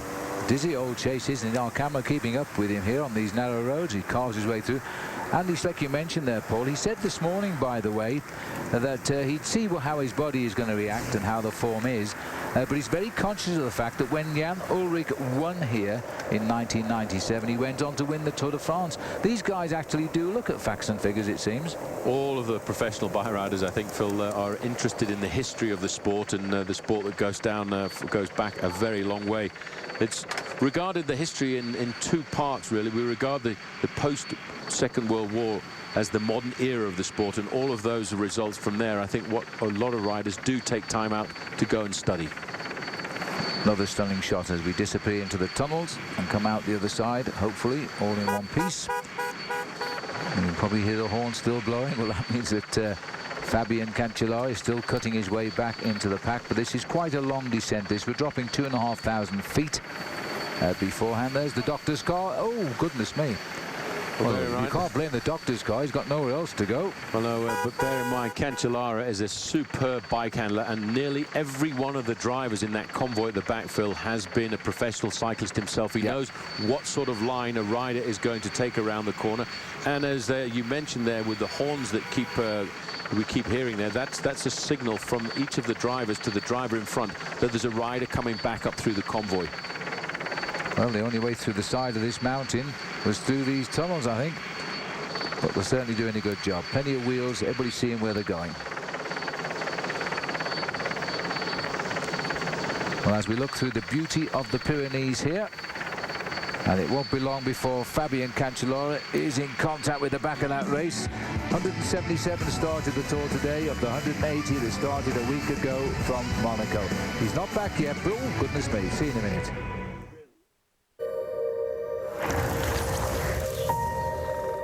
Kelly Saunders Nature Valley. The place that inspires her to go faster and slower. Elk Mountains, Colorado. Where's yours? 100% natural Nature Valley granola bars. The taste nature intended. Just another perfect day. I think I'll walk this way where the trees do sing. I'm feeling part of everything. And all my troubles seem to fade away. And skies look brighter. The hybrid for everyone is here. The Insight, designed and priced for us all from Honda. Welcome to Progressive.com. Are you all right? A ferocious white whale wrecked my boat. Well, I'm sure we can help you, Captain Ahab. Well, it looks like you haven't had a claim in over 4 years, so you don't have to pay a deductible. That means you saved $500. $500? I could get an electronic fish finder. That's the spirit. Saving you money on boat insurance. Now that's Progressive. Call or click today.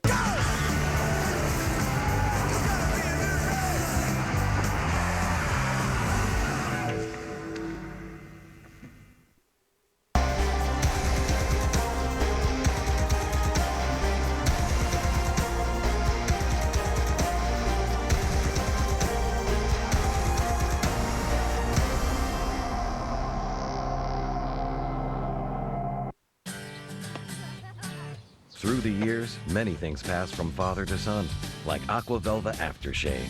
Smells great, cools, firms, and tones. Cool. Aqua Velva, men get it. Wake up your whiskers with Electric Shave. Electric Shave! Stands up whiskers for an up to 52% closer shave. Man, that was close. Electric Shave. Blade close, electric smooth. There's more excitement coming to Blackhawk. Are you ready for Blackhawk's 24-hour fun? Blackhawk, bet up to $100. Are you ready for the thrill of craps and roulette? Same Blackhawk, more ways to win. Now playing.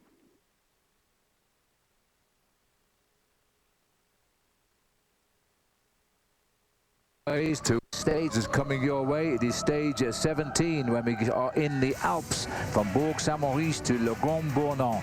This will be a great day, and it's when the GC hopefuls have got to come out to play again. Visit bicycling.com, exclusive daily tour commentary and analysis from cycling's biggest names, interactive stage maps and more. Well, Fabian Cancellara, moments ago quite literally, has made contact with the tail of the field, I believe. As we look at the helicopter here, skirt over the top of the peaks. One man who's got a bit of time to make up now, he's lost almost 3 minutes, is the Canadian runner-up for the past two, or rather the Australian runner-up, Cadel Evans. Here he is now with Robbie. Cadel, you're in a position where you're 3 minutes down, heading into the first mountain stage. I'm sure you're disappointed in the spot you're in, but are we going to see some fireworks out of you today? Well, hopefully we'll see. We'll see how. I think you know, Astana obviously indicated they're here with a seriously strong team, and Contender in Spain is going to be something special today. Thank you, Cadel. Actually, that was our Cisco Insider interview, and I must say he never does tell us much, Cadel Evans, but he lets his legs do the talking. It was interesting to note that yesterday he actually took part in that finishing sprint, and he crossed the line in 9th place, tight up on the back wheel there of the winner, Thor Hushoff. And I thought he was probably testing himself out on the climb yesterday to see just how he might go in the big mountains today. He is, of course, a big climber, and he is well aware he's got 2 minutes and 59 seconds to recoup somewhere. And really, you can't afford to give people like Contador that sort of a time gap at all. Still 9 riders in the lead, only 40 miles left to race. 65 kilometers to go, but unfortunately for most, once we get down to the basement, we're on steady climbing until the last 10 kick into the sky. Average gradient of over 7% will bring them up to the finishing line here. They will have the benefit of ahead. Well, they won't have the benefit. It's a steady tailwind as they come off the shadow of the mountain. Yes, but it's a long, fast approach here into Andorra-la-Vella. And once they start to head up towards Andorra-la-Vella at about 40 kilometers to go, it's a long ascent all the way to the foot of this climb here, and that's when the speed will start to change. There's Gutierrez. These breakaways, 2 riders from Team AG2 are here, Christophe Riblon and Ronaldo Nocentini. He will figure well in the mountains because he scored well today, but he won't be the leader tonight. Too many points on offer for the winner of the stage today. 64 kilometers to go. You see it's steadily climbing now all the time. Won't be always apparent on our cameras, but really there's no more downhills now apart from the odd kick. Until we get right to the high point of the day, and the high point of the tour really at 2,240 meters. That is a long way into the sky. It is, and looking at the main field, you can see now that Astana is slowly starting to take up the tempo. They're stretching the peloton out into a long line, and that's an indication they're taking this stage very seriously. They want to make a showdown, I think, today. There's another little problem at the back here for Cancellara. Well, he's just done all that wonderful chasing back, clearly, and it's another wheel come out of the car, I think. So he's had the back wheel, now he's got a front wheel in. Bad luck. That's amazing. How does this affect you, Paul? Because you're the leader of the tour and you're busying yourself just trying to keep with the leaders in the bunch. Well, when it's at a time like this, when there's not really very much going on, you don't really panic at all. And a man like Cancellara would be rather happy to have a flat tire at this point in the game rather than on the early slopes of the climb up to Arcalis. But it's a bit of a psychological blow for him. But, you know, he's a strong character. He's been in the yellow jersey since the very start of this race. And I'm wondering if, in this occasion, the team may well come back and send 1 or 2 riders to assist him, because he did, in fact, have a fairly long chase to get back into the peloton. No prisoners at all as he comes through there up the inside to say, right, guys, you want to get back to the main field, you might as well stick with me. Well, that's Kenny Van Hummel, who's in the little group there, and the rider who's with him and not enjoying his day out is Angelo Furlan, who is just trying to come back from being dropped on the previous climb. If he could hang on to Cancellara, he would take him back. Well, a couple of days ago, Furlan was involved in a very nasty accident. He's been fighting to stay in contact with the Tour. And I've said this a number of times, Phil, since the start of the Tour de France. When you have a bad crash in any other event in the world, you don't really feel too bad climbing off and taking the early plane home. But in the Tour de France, it's something different. You want to get to the end of this race. It's like if you wanted to conquer Mount Everest, you wouldn't get up to base camp and say, oh, well, I'm not feeling too good today, I think I'll go home. This is the French-Spanish river, the River Segre. 265 kilometers long, that river. As you look at that lovely picture of the race turning across the River Segre now. And then it'll be a right turn. It comes battling out of the Pyrenees, that river. It'll be pretty cold, that water. What a beautiful setting today. Autobots or Decepticons. Choose a side of the Transform Your Way game at PK and you can win an all-new Chevy Camaro, LG home theater system, and other prime prizes. Even $1 million. Every game piece has a chance to win, only at Burger King. First, I was afraid. I was petrified. Kept thinking that each meeting meant that I would have to fly. But then I spent so many nights reading emails way too long. that I grew strong. Network video came along, and so I'm back. No time to waste. Just click the mouse and get things done. See people face to face. I should have changed things long ago. This technology saved the day. More collaboration, less complication. That's the human network effect. Learn more at cisco.com/newways. We all need people who will be there for us in life. People who say, we're with you, no matter what. At Wachovia and Wells Fargo, we're with you. When a house turns into a home. Excuse me, Rufus. When a passion becomes a career. When a relationship turns into a lifetime. And when times are tough, but life presses on. We're with you when you need someone to stand by you. Wachovia, Wells Fargo, and you. Together, we'll go far. Adaptive friction extinguishers? And hypertronic wear resistors? Seriously? I use one that offers an engine guarantee. Yeah. Only Valvoline guarantees your engine up to 300,000 miles. Get Valvoline. Get guaranteed.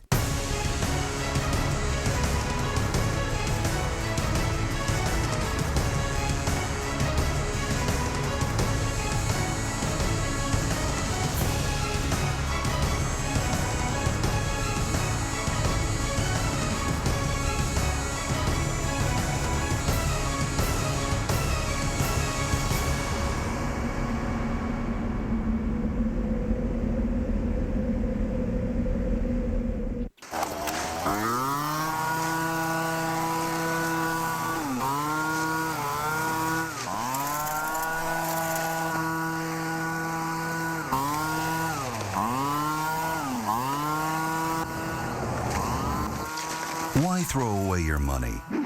Switch to Sprint. Save $360 a year with the Everything Data Family Plan and get the BlackBerry Curve 8330 smartphone for just $49.99.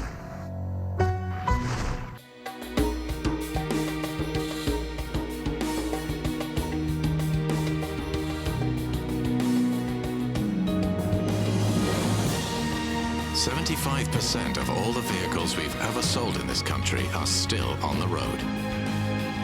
Now that's a long-term investment. Range Rover, the luxury that's more than a luxury. For special deals, visit a Land Rover Center today. I'm a Tour de France stage winner. I'm a Tour of California winner. I'm an Olympic medalist. I'm a son. I am a husband. And because I'm all of these, I ride with my road ID. Accidents happen. In an emergency, wearing road ID can help ensure proper medical treatment and immediate contact of family. It could even save your life. Road ID. It's who I am.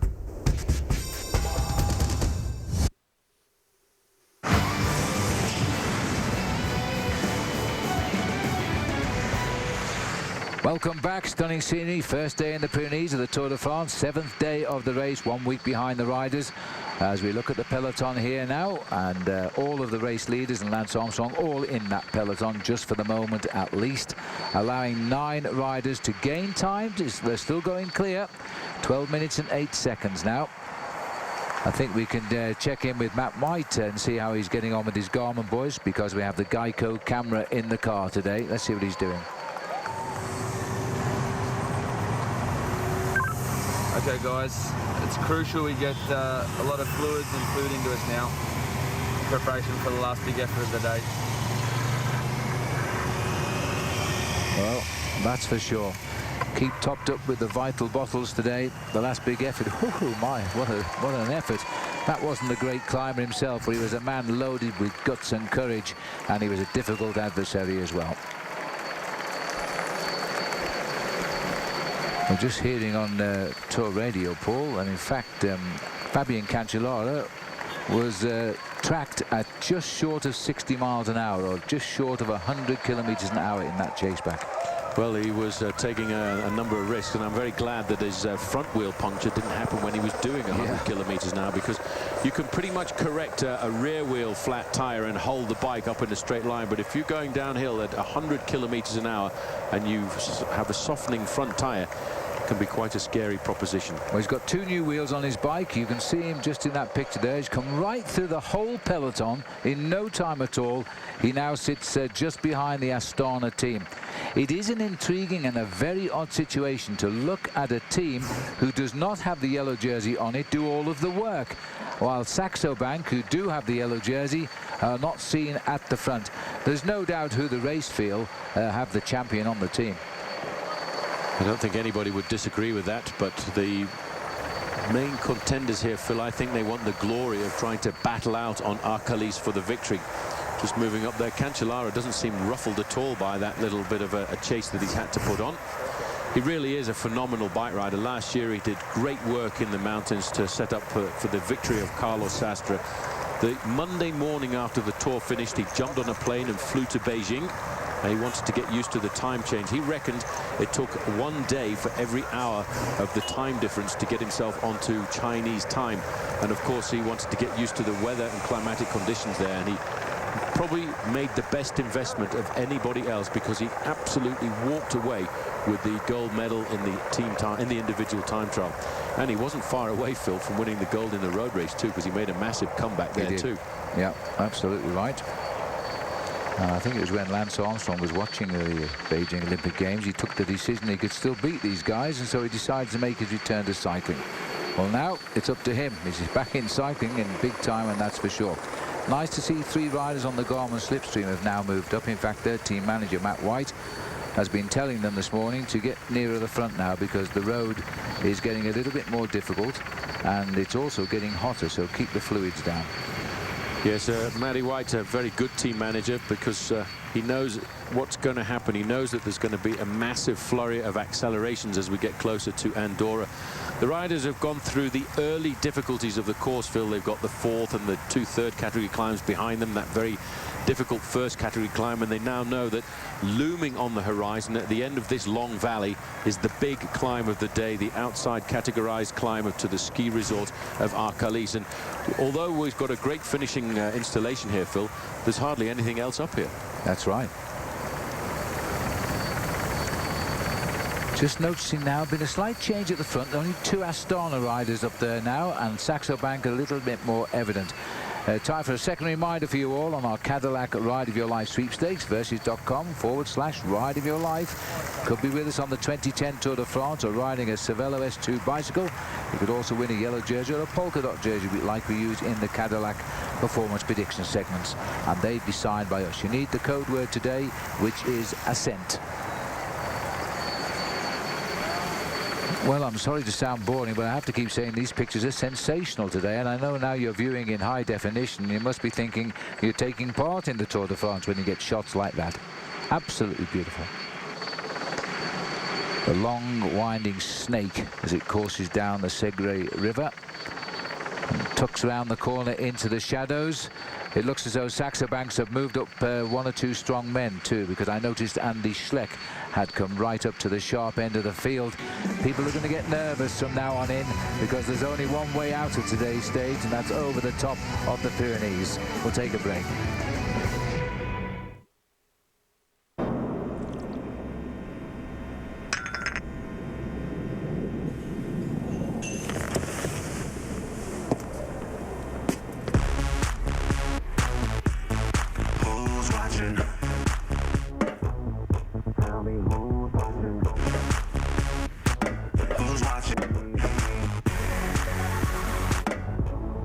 It's right here. It's easy. It's the money you could be saving with Geico. When it comes to going bald, you now have a choice. Advances in medical science have resulted in the world's first and only permanent solution to hair loss. It is your real hair. It's your natural hair.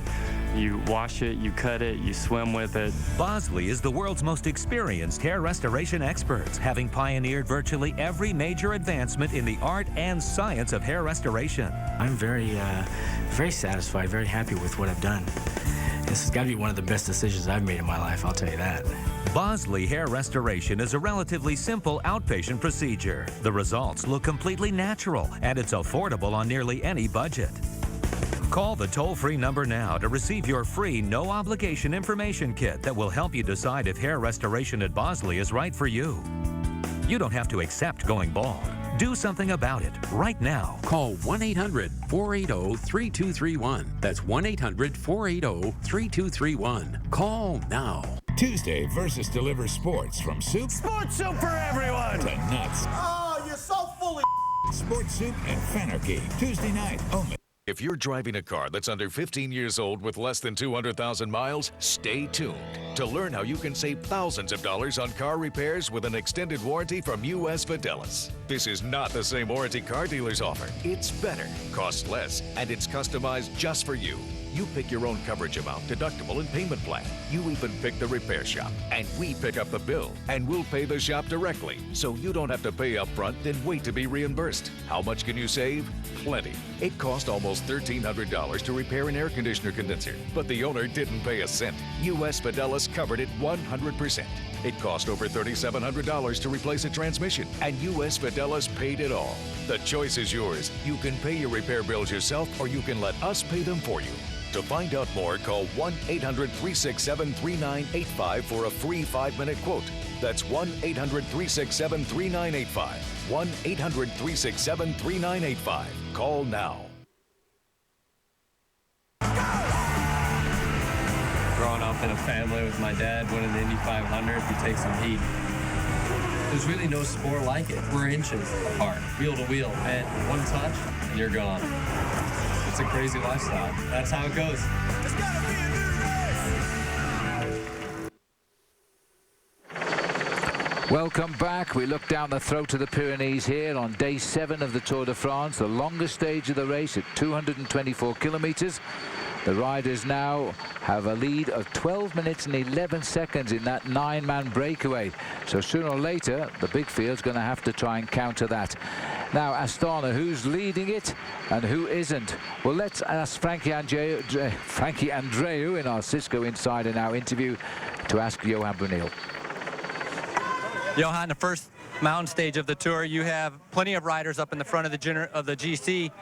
At the finish, do you expect to be in yellow? I think there's a good possibility. You know, there's a lot of speculation on Cancellara. You know, after his win in the Tour of Switzerland, some say he might keep the yellow because he was climbing very good. I think it would be a surprise because the Tour of Switzerland is not the Tour de France, and the mountains in the Tour of Switzerland were definitely not as hard as Arcalis. But you never know, you know. I mean, I think for us it's noisy here. It is a good position, you know. We are in a position where the other favorites have to attack us and try to take back time, and so we will be waiting for that, and we will try to maintain our collective strength. And only when we see that it's really a big benefit for one of our riders or for several of them, we will decide on the road. We don't have a specific plan today of attacking and sending somebody on the last climb really up the road. So I think it's a comfortable position. I think the 4 of them can be there with anybody else of the other favorites. So we'll try to maintain that as long as possible, and only when we see that it's really interesting for us, we will decide. With the finish in Andorra being the only mountaintop finish in the Pyrenees, do you find this stage to be the most critical of the 3 mountaintops, of the 3 mountain stages? It is. You know, mountain finish is always, but Arcalis is not very hard. You know, it's steep at the beginning, then there's a steep part in the middle, but the end is it's not so difficult, and you know, it's not a climb where I expect that there's going to be big differences, because you can always keep the tempo, and it's a climb where you are with 3 or 4 riders in the Benefit towards somebody by himself. So this Tour de France is actually designed that way, that the difficult and the most critical stages might be stages where there's not a mountaintop finish. And I think about, for example, the stage to Le Grand Bornand and then the one in Bourg-Saint-Maurice. It's not a mountaintop finish, but the climbs are very hard. So that's more difficult to control for a team than when, you know, it's just straightforward and mountaintop finish and then the best are up there. All right, thank you. Thank you very much. Thank you. Well done. Thanks very much indeed, Frankie and Johan. Great tactician, isn't he? All that chanting, by the way, was for Alberto Contador, who just stepped out of the team bus, and he's on the same team, as we know, of Lance Armstrong, because we're in Barcelona for the start earlier today, and a lot of Spanish people were cheering for their favourite man. Top sportsman in Spain, as winner of all 3 Grand Tours so far.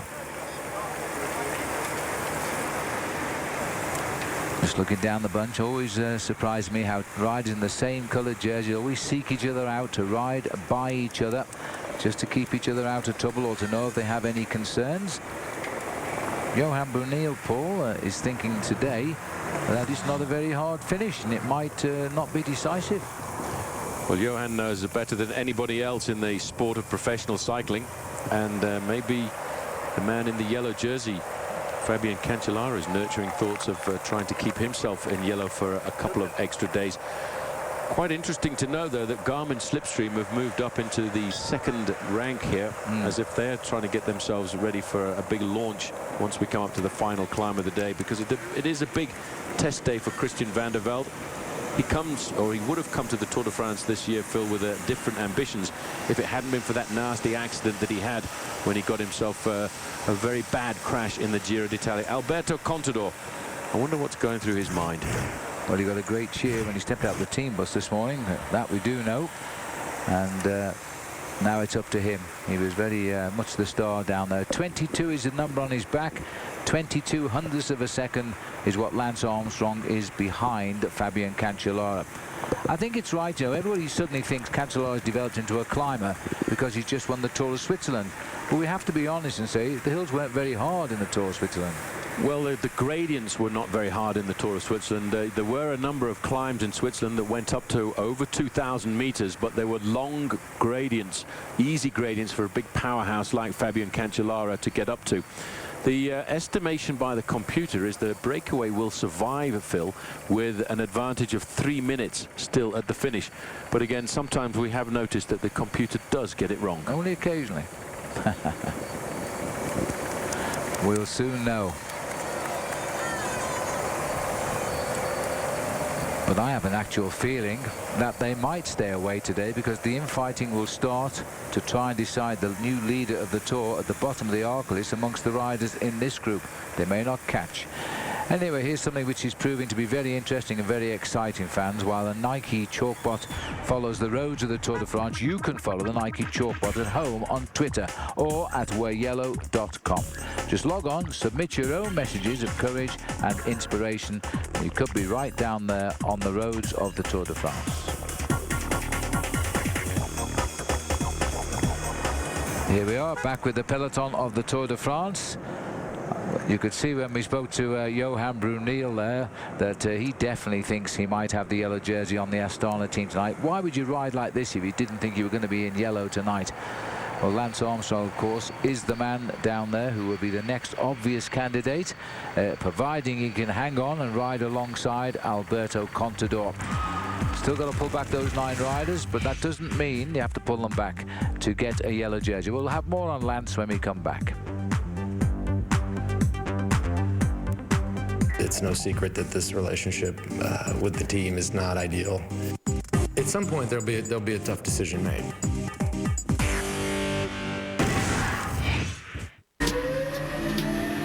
Cervelo has one goal: to engineer the fastest bikes on the planet.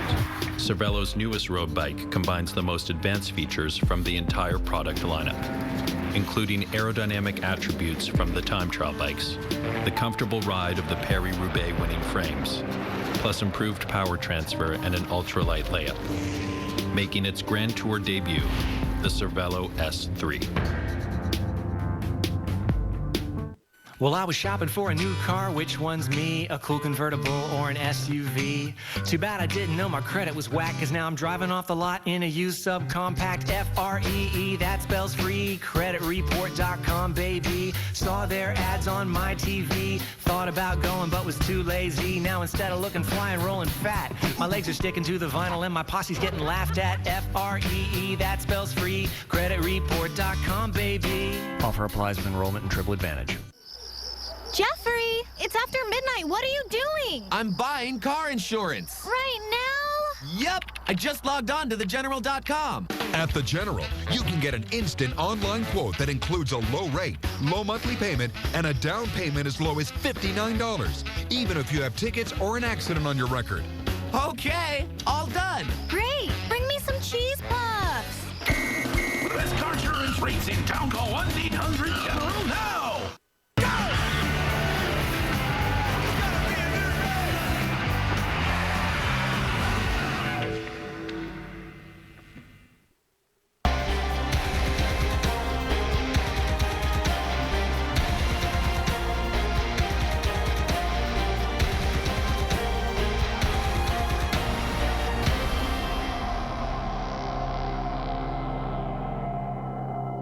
So, Katie kicked off the conference call, but we missed the first half trying to download the docs. It's turned out to be the old new docs rather than the new docs. And Bob dialed in from home and his dog starts barking. So Jen jumped in with her 2 cents. Which Katie missed because she was buying shoes online. Then I hit mute to talk timelines with my team. Getting lots of dirty looks through the phone in the process. Overall, a great call. Great call. Yeah.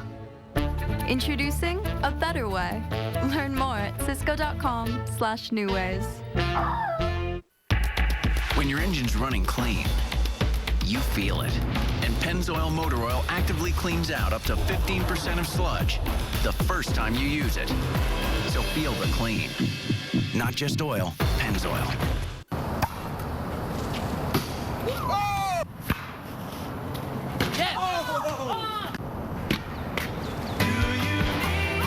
Get 1,000 Hilton Honors bonus points when you stay with us. Real value from your friends at Hampton. I was matched with Dave. When I pulled up his profile, I just remember going, wow. It was almost like you could sense her energy through her profile. At eHarmony, our in-depth questionnaire lets us get to know the real you, so we can match you with other singles on far deeper levels than other dating sites. It was different in the fact that we were very connected. I felt like I was meeting somebody that I already kind of knew. It was almost like we knew each other, but we just hadn't seen each other. Let eHarmony help find the love of your life. Get started today with your free personality profile at eHarmony.com.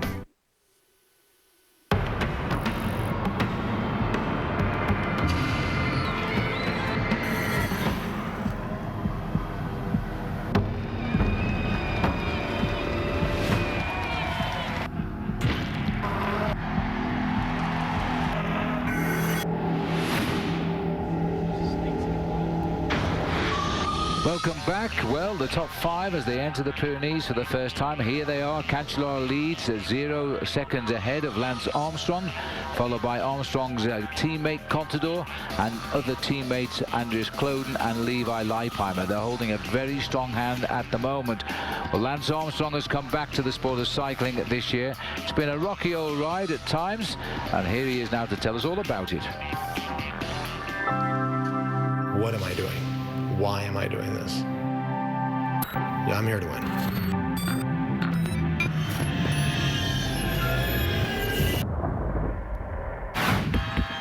In 98 and 99, there was no attention. This one's not like that. I mean, this has been a big news story. To me, it feels like those final years, 2004, 2005, where it was a real frenzy. With that comes a lack of peace, a lack of quiet, and it makes life more challenging, but at the same time, I think it has its benefits. I think obviously being on the bike, being competitive, being on the tour, elevates things. It'd be very hard to deny that. It's no secret that this relationship with the team is not ideal. If you look at our team, we've got 5 guys that have been top 5 in the tour. That makes things even more complicated. At some point, there'll be a tough decision made. That's clear. Johan will make that decision, and either I won't like it or Alberto won't like it. It's actually something that we raced against before, and exploit it. But I think going into this, we all just have to say, look, I'm going to do what I have to do. Not for myself, but for the team. We're all going to race hard, and we're all going to try to do the best result we can, and that will inevitably set some sort of hierarchy within the team. You got to do it. Well, I must say the whole team is riding well at the moment, exactly as they seem to have planned it. This is how Lance's tour has gone so far. 10th in Monaco on the first day's time trial, 40 seconds off Cancellara. The second day he was third, and on the third day he moved. This is the overall, by the way, and on the third stage he finished second overall, and that was a big surprise. He gained big time there. On stage 4 in the team time trial, they certainly gained. He won with his team in the team time trial, and so he's consolidated overall. He's now just 22 hundredths of a second off yellow. He's the next obvious leader of the tour. So as we look down there, we just caught a glimpse of Michael Rogers, and I'm glad he's back in the race. He had a rough ride in 2007 when he crashed out of the tour, and I thought he'd gone again yesterday. He's certainly gone as far as any possible overall win is concerned. He lost far too much time, but happily he went for an x-ray last night on his arm. All is well, no broken bones reported, although his wife has contacted us and said, but he's going to feel pretty sore and could be walking with a limp for a few days because he got knocked around quite a bit. They are tough, aren't they? So let's have a little look and see how Matty White is getting on. I'm good friends with Matty White. He's a really nice guy. So let's see how he's getting on driving the car with our Geico cam. Mate, that's the finish, the next climb. Mate, it's pretty much when we get into Andorra, but after 177 kilometres, so another 10k, it just sort of gradually goes uphill all the way into Andorra, into the city, and then when you get into the city, it goes up again. But the categorised climb is only the last little bit, but it's pretty much uphill after 10 more kilometres. Not so much until we get it right into the city of Andorra. Thank you, Matt. I must say, yes, Andorra is really a valley city as we crash through it, and then we just climb our roads out of it.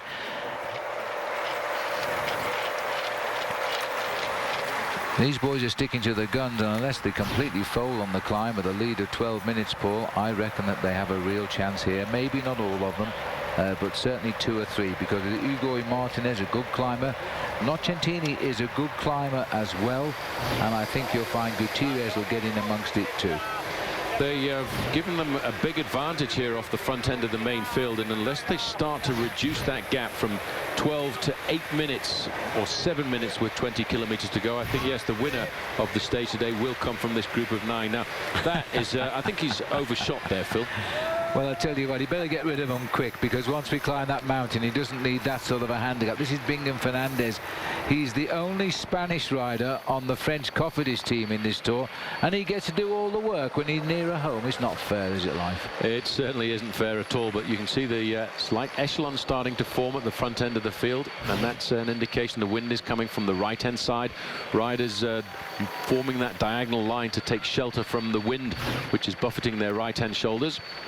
Organisation, yeah. You see all the jerseys of similar colour moving together, moving their leaders up to the front end of the pack for what they expect to be the start of the climb.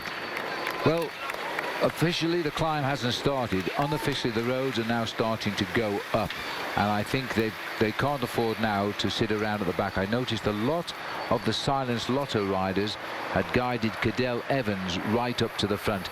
I think he learned his lesson down by Montpellier. Well, he certainly did, and I think today he's rallying the team around. He knows he's got to do a top performance today. He climbed up a couple of places yesterday, though, Phil, by being extremely attentive, and finished in the top 10 at the end of the day. He moved up to 26th place, but he's still looking for 2 minutes and 59 seconds. And that's the key thing. He gained no time. He just leapfrogged a few riders.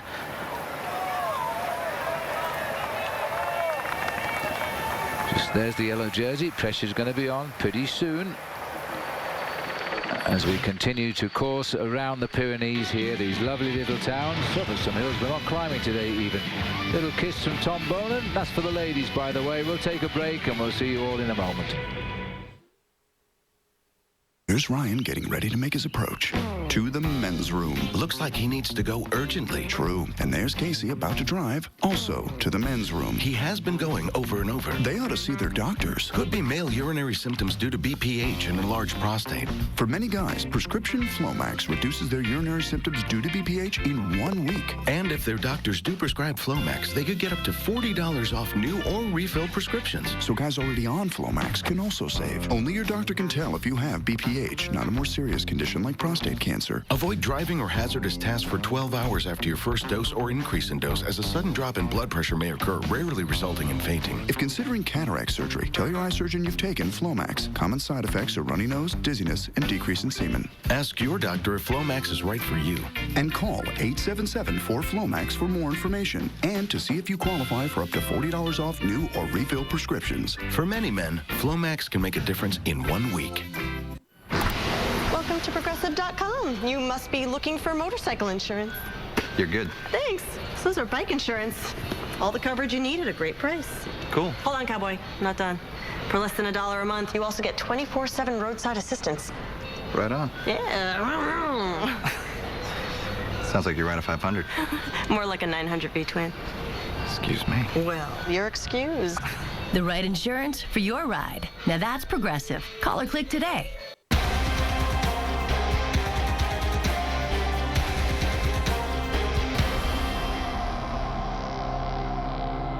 Welcome to Empire, Colorado, the gateway to Rocky Mountain National Park, Winter Park, and Grand Lake. Empire is a small, friendly town steeped in history and nature. See the original Hard Rock Cafe. Experience unique shops, award-winning restaurants, and local artists. Or stay at the Peck House, the oldest operating hotel in the state. There's great hiking, biking, four-wheeling, and the extreme sport of mountain boarding. Empire, Colorado, in the heart of Clear Creek County. Nearby and near perfect. Through the years, many things pass from father to son, like Aqua Velva Aftershave. Smells great, cools, firms, and tones. Cool. Aqua Velva, men get it. Wake up your whiskers with Electric Shave. Electric Shave! Stands up whiskers for an up to 52% closer shave. Man, that was close. Electric Shave. Blade close, electric smooth. Speed is about winning races, breaking records, and making history. What do I see at 230 miles an hour? It's tunnel vision, and you have one goal in the checker flag. Speed is my drug. It's gotta be a new race!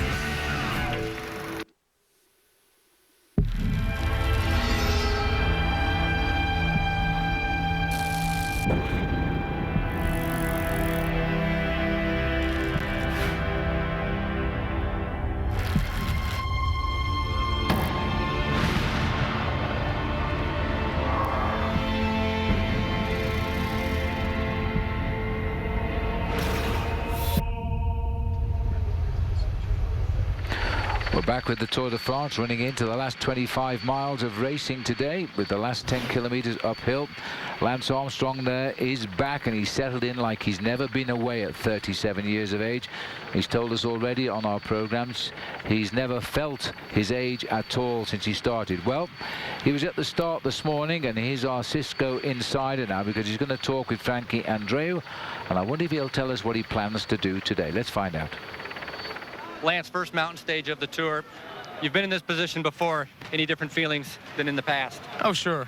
Yeah, this is totally different. I mean, well, I think we're in a good situation after the TTT. It's you know, we've got 4 guys in that position, so I think tactically it's gonna look and feel different than what any of the other 7 were like. So, you know, we'll wait and see. I think Sastre and Evans and, you know, maybe the Schlecks, but I think they'll wait for Cancellara a little bit, but it'll be an interesting stage. I think everybody agrees with that. What do you expect at the finish for yourself?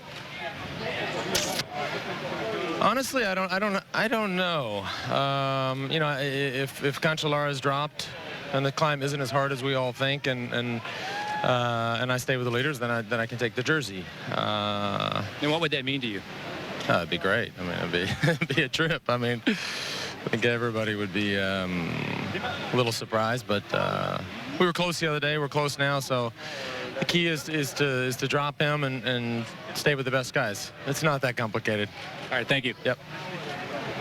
Oh, what an incredible bike ride. Yes, it would be like a dream come true, wouldn't it, for Lance Armstrong to pull on yellow in his comeback year in the Tour de France 2009. Just a reminder of those leaders' jerseys at the moment. Lance Armstrong's our blue one on the left. They're all in the group together, by the way. The polka dot being worn by Stefan Ogier, but he's already lost the lead in that competition today. The white is being worn by Tony Martin of Germany on Columbia HTC. The green by Mark Cavendish by a single point only, ahead of Thor Hushoff. That's the sprinter's jersey. The yellow, of course, that's what Lance is talking about, currently on the shoulders of Fabian Cancellara of Switzerland. Can he climb or can't he? We're going to know in the next 10 miles or so, that's for sure. There's the bunch, all keeping on one side of the road, the wind pinning them there. Slowly nibbling away, 11:47. No way they're going to catch all of that breakaway now. There's going to be two races today, the race to win the stage and the race to wear the next yellow jersey. Stefan Ogier, by the way, Paul, who lost the lead in the King of the Mountains, he's beating a nice steady 130 beats a minute on our computer. Not too much to worry about there. He's probably working at about 60%. That's an indication that he's comfortably in the main pack, and also a fact is, Phil, that he's recovered from the breakaway ride that he did the other day when he got himself all of those points. That heart rate will change when we get to the final climb of the day, because it will jump from probably 130 beats a minute up to around about 175. Right, nice image here of Dmitry Muravyev. As these are the workhorses of Astana. They keep driving the pace along under the instructions of Armstrong, Contador, Leipheimer. They keep out of the way, let them get on with it, hoping they can finish it all off on the climbs. Garmin have got a plan here, Paul. How many rides have they got here? 5 by the looks of the orange tops to them. They probably will be looking after Christian Vande Velde, although I have heard that Bradley Wiggins feels that he's got great form this year, Phil, and he would certainly like to try and get himself a top 10 or 15 position in the Tour. Well, Vande Velde, in fact, is riding first of that group of riders. Andorra on the right. That is the country. I think that's the actual entrance there, the frontier of Andorra. Bit of a tight fit because they still have an official post here as they come through. It's 11:43. Well, here they come, the 9 leaders, 11 minutes 43 seconds ahead of the red light at the Andorra frontier, but they won't be stopping now. All of the officials of the gendarmerie and the police of Andorra, and indeed the Spanish police, seeing the Tour de France continue on in Europe. And these 9 riders have now got 37 kilometers to go. One of them, I'm pretty sure, will win today. Well, they've still got a very fine advantage of 11 minutes and 43 seconds over the front end of the main field, and still nobody's really turned up the hammer a lot. They've kept the distance at a reasonable gap. They know it's very dangerous to allow a group like this get a massive advantage on the first mountain stage, because we've seen in the past riders like Thomas Voeckler has got into a breakaway and kept the yellow jersey for many days. They won't conserve a huge portion of that 11:43, and I'm sure they'll lose at least half of it over the next 20 kilometers. I think as soon as the climb of Arcalis starts, they'll attack each other, and the climbers will try to go clear of the rest and split them all asunder. Very difficult to know if they start picking them up just how many will be left at the front. This is the Cofidis rider, Christophe Kern, in his first Tour de France.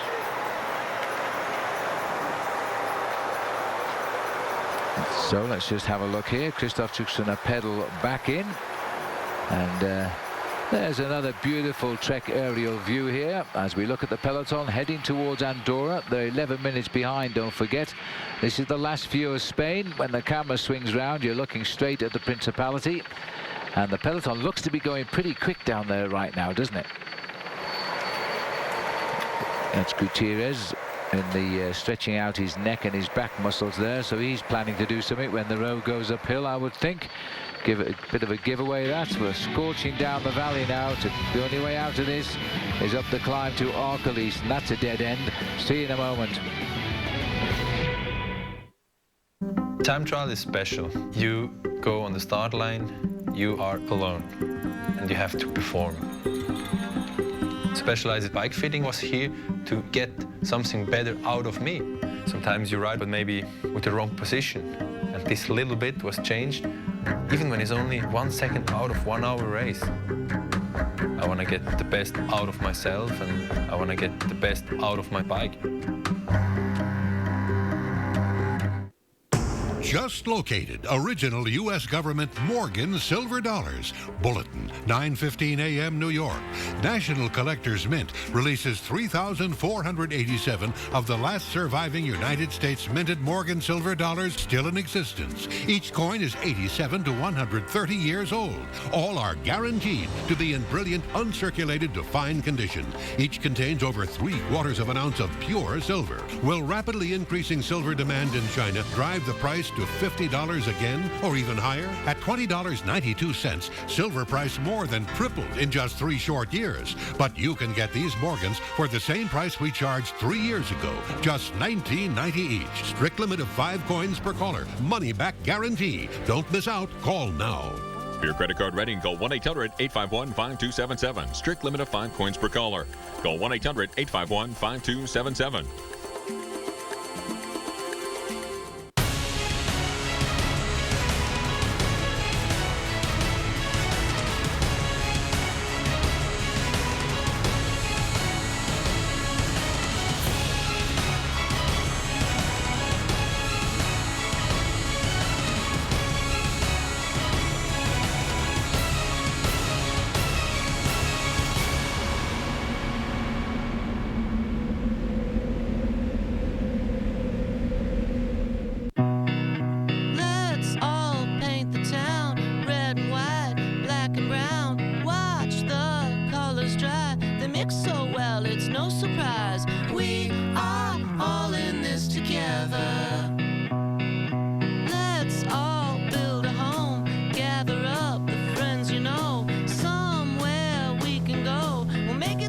For everyone is here. The Insight, designed and priced for us all, from Honda.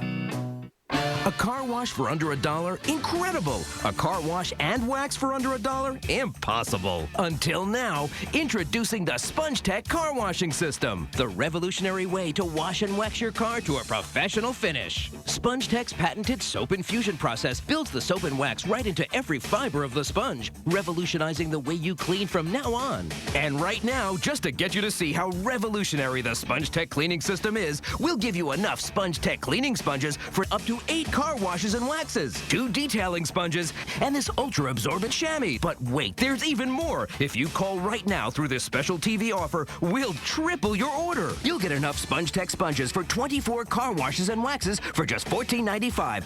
To order your SpongeTech car wash system, call 1-800-844-2198. That's 1-800-844-2198. Call now and we'll triple your order for only $14.95. That's 24 car washes and waxes.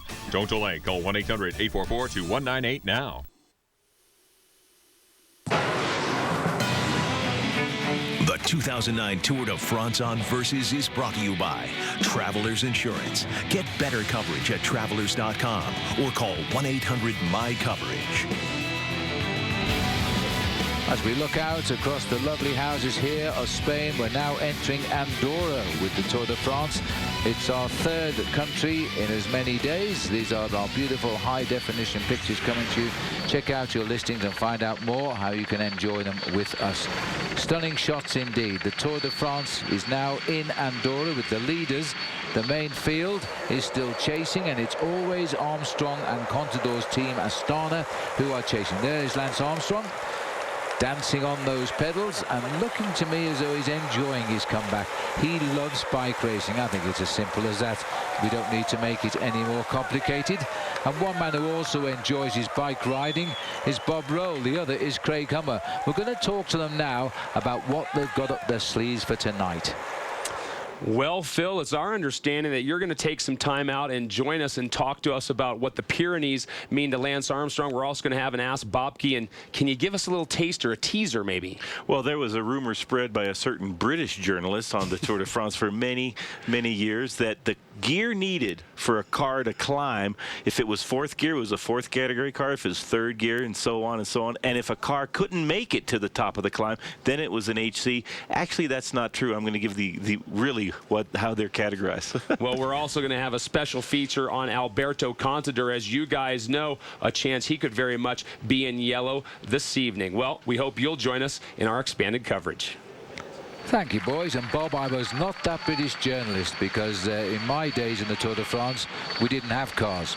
Looking down then at the leaders down there, rather the peloton down there being led by Astana. Tempo is definitely good, there's no question of that, but it's not having any effect on the breakaway.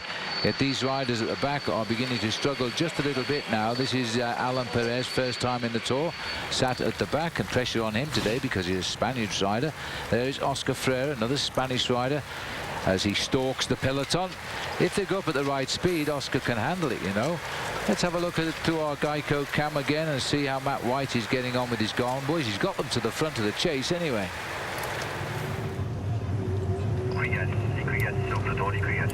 Is he going to speak? Yes. Guys, reports from Josep is the wind on the climb. It must be the same direction as you did the other day in reconnaissance. It's going to be a lot of headwind. Obviously changing directions on the climb, but the majority of the climb is headwind, so it's going to be a slower one today until it gets a bit open there near the top. Yep, quite right, Matt, and in fact it's getting stronger too, mate, because it's now almost straight flags up here for the riders coming up to the finishing sprint, so they've got to watch out for that. Well, it looks like Oscar Freire here. Somebody's told him to go to the front and ask him to slow down. He's gone straight from the back and he's moving steady, eh? Well, Oscar Freire won't be too concerned about a victory on today's stage. He just wants to start the climb at the front end of the main field.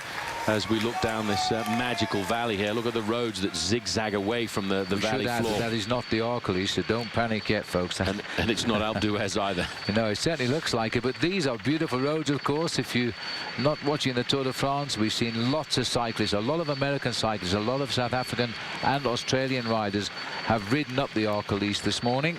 And they've come up, and I must say, one or two have looked a little bit red-faced when they've got up here. But there are so many abound around here that you can have a great time when the Tour's moved on. Well, the main field now, Phil, have pretty much left the small town of La Soeur-d'Urgell just behind them, and that's where the whitewater canoe and kayak was at the Olympic Games back in 1992. In fact, an American by the name of Joe Jacoby got himself a very fine performance there and a gold medal. And in fact, he so much enjoyed his performances there that he named his daughter after the town, Sir Jane, and she's a great Lance Armstrong fan. Well, maybe getting a result for her today, but the breakaways include, by the way, a new name on the books, which is Bryce Feliu. We talked about Roman Feliu. He was up in the hunt again yesterday. He's had a third already. He's a very good sprinter, but his younger brother Bryce is in his first Tour de France.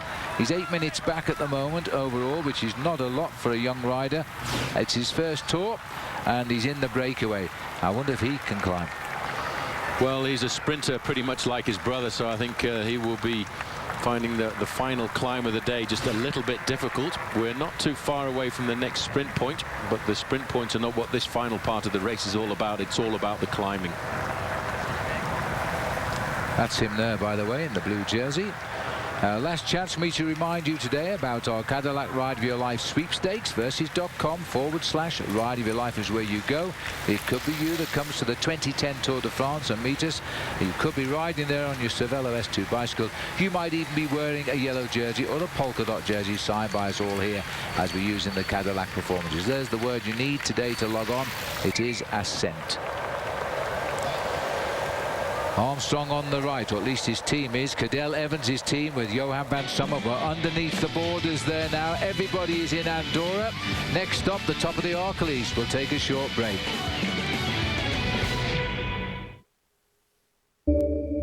Choosing a car is like trying on a dress.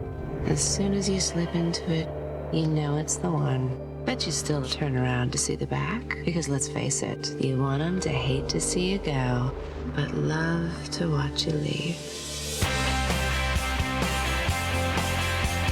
Introducing the all-new Cadillac CTS Sport Wagon.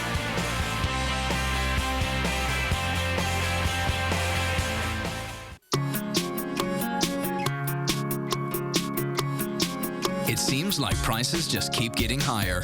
But at Vonage, we've always charged $24.99 a month for unlimited local and long-distance calling. So even though the cable and phone companies have been busy raising their rates year after year, we've been charging the same $24.99.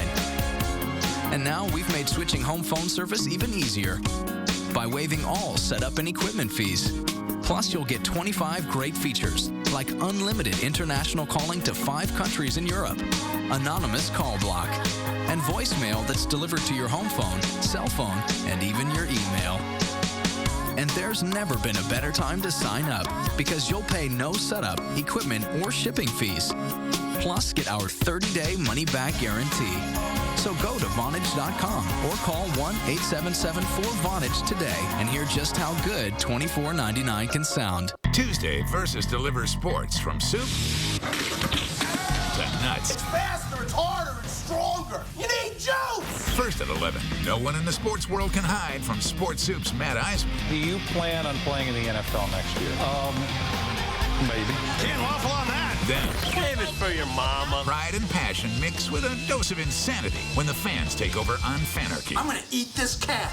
Sports Soup and Fanarchy. Tuesday night, only on Ver. At First Bank, we do not clone nor endorse the cloning of U.S. currency. Would be against international law and a breach of banking ethics. The $50 you receive upon opening a free checking account is real money and has not been duplicated in a covert genetics laboratory. So at your earliest convenience, go to First Bank or visit us online and get $50 that has never been cloned.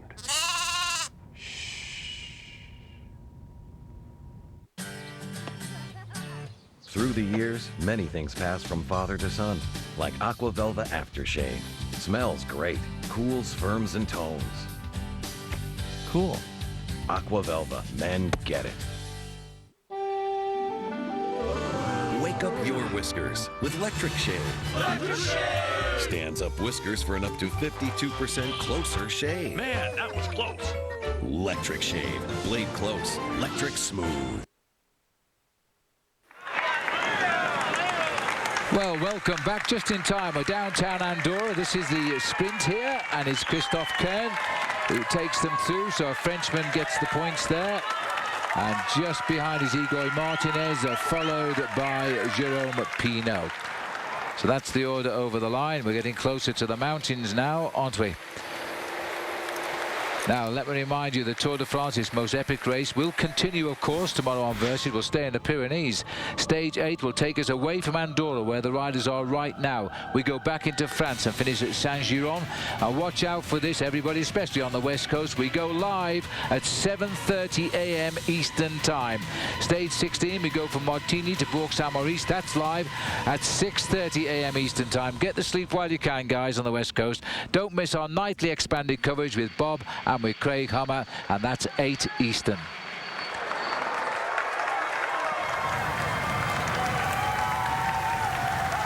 $10.20. It is coming down rather quickly now, so there is quite a reaction for that. I can't believe they'll close 10 minutes, but I think now 2 races, one for the win and the in battle to crack the boys, the big favourites in the chase pack.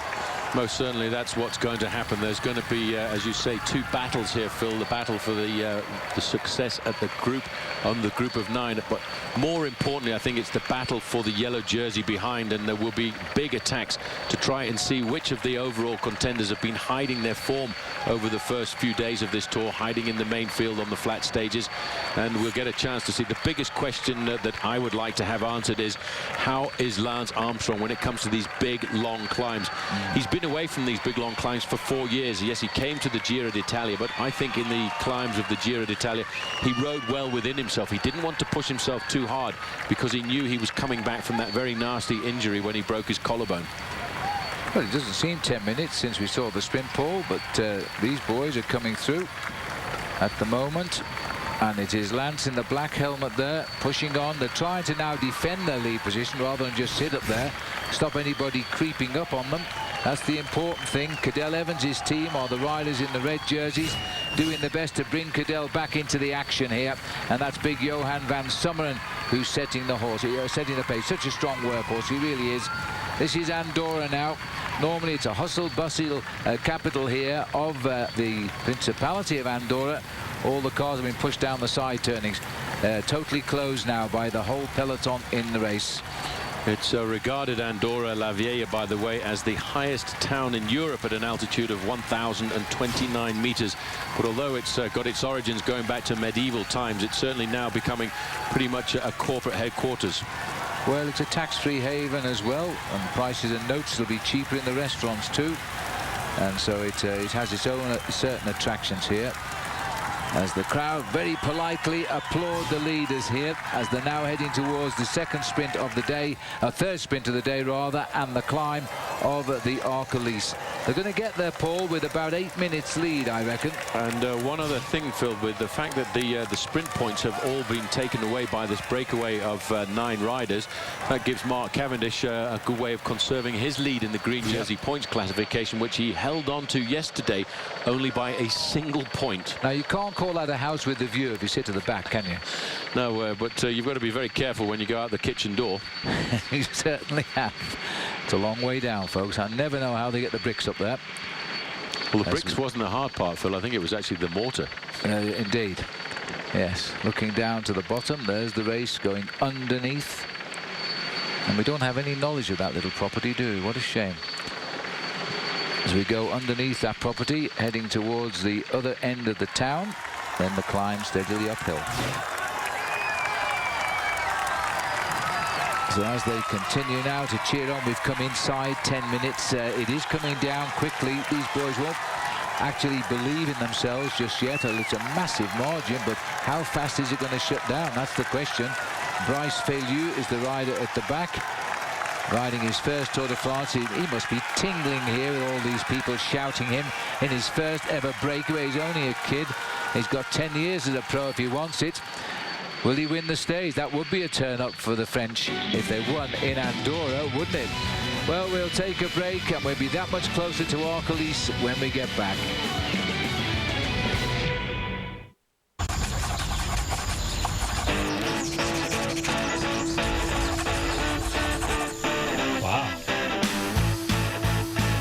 Buckle up, everybody, because we're taking a ride that can strain your relationships and hurt your pride. It's the credit roller coaster, and as you can see, it kind of bites. So sing the lyrics with me.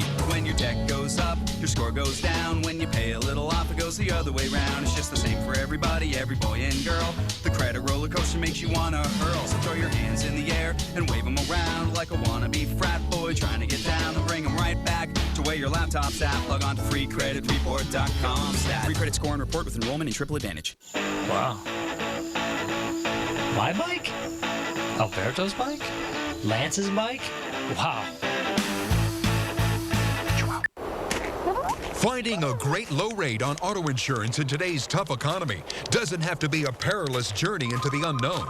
Just call the General right now for an instant quote. You'll get a great low rate, a low monthly payment, and a down payment as low as $59. Don't get caught driving uninsured or paying more for insurance than you need. Call or log on to the General now for immediate proof of insurance. Best car insurance rates in town. Call 1-800-GENERAL now. With my bike. Yo necesito mi bicicleta para el tour. With Lance's bike. With Levi's bike. Wow.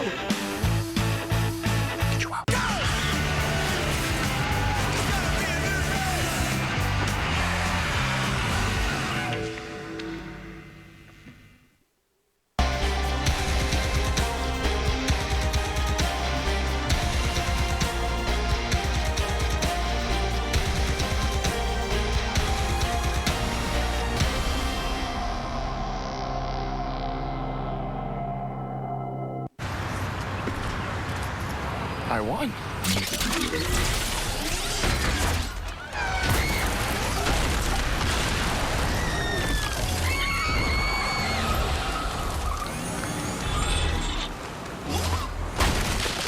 Whoa, $1 million. That's about how much it's gonna take for me to fix this mess. This counts as your break, you know that, right? Let the king change your life. Play Transform Your Way at Burger King now for a chance to win $1 million. Hi, there aren't any towels in my room. Continue.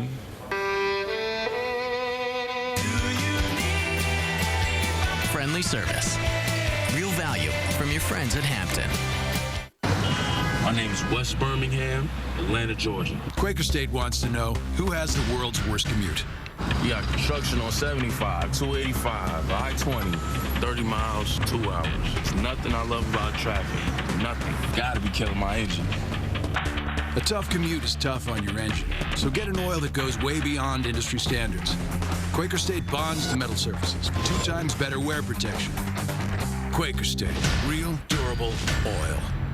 Going to bars and going to clubs, that really is a passive way of meeting people. eHarmony really is an active thing. It's I'm ready, I want this. eHarmony is a tool in that choice. eHarmony.com. Review all your matches for free.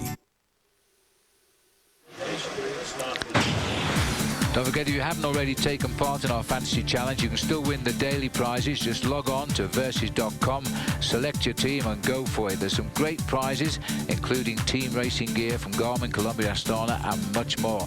That's the Fantasy Cycling Challenge, only on versus.com.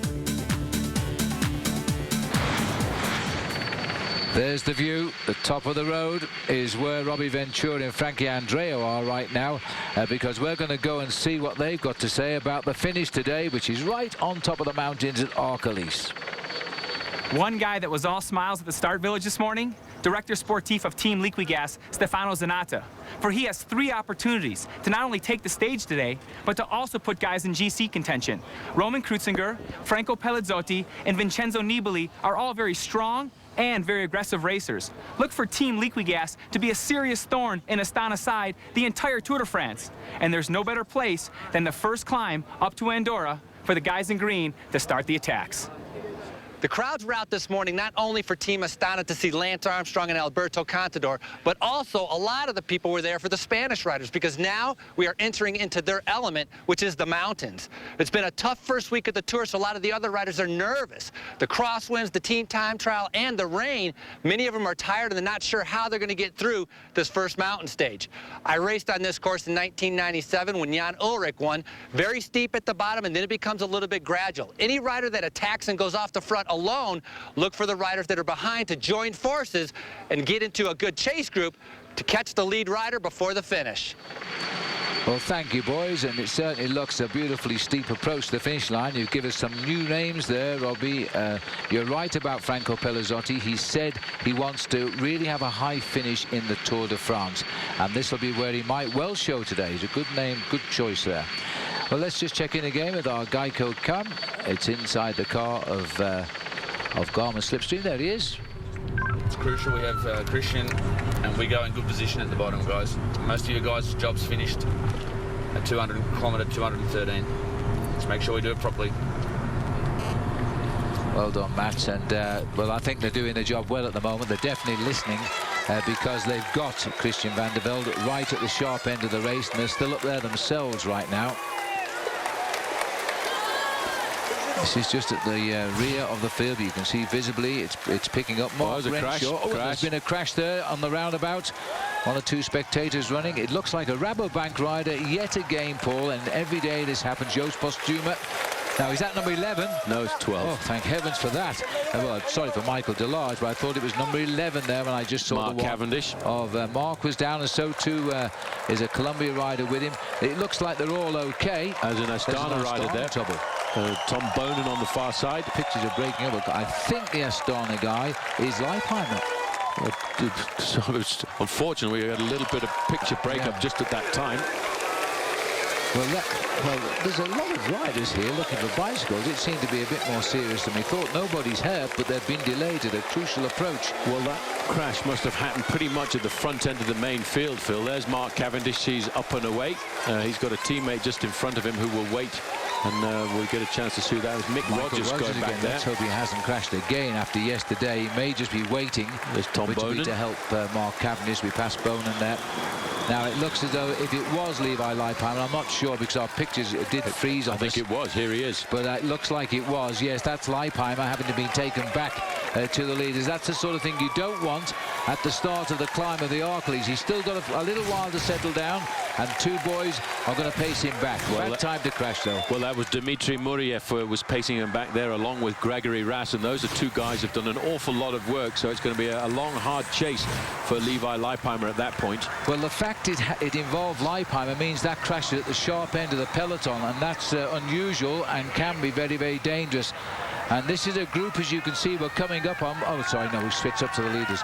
I thought the field is split to pieces for a moment. But no, these are the 9 riders in the lead, and they're not worried about the crash behind.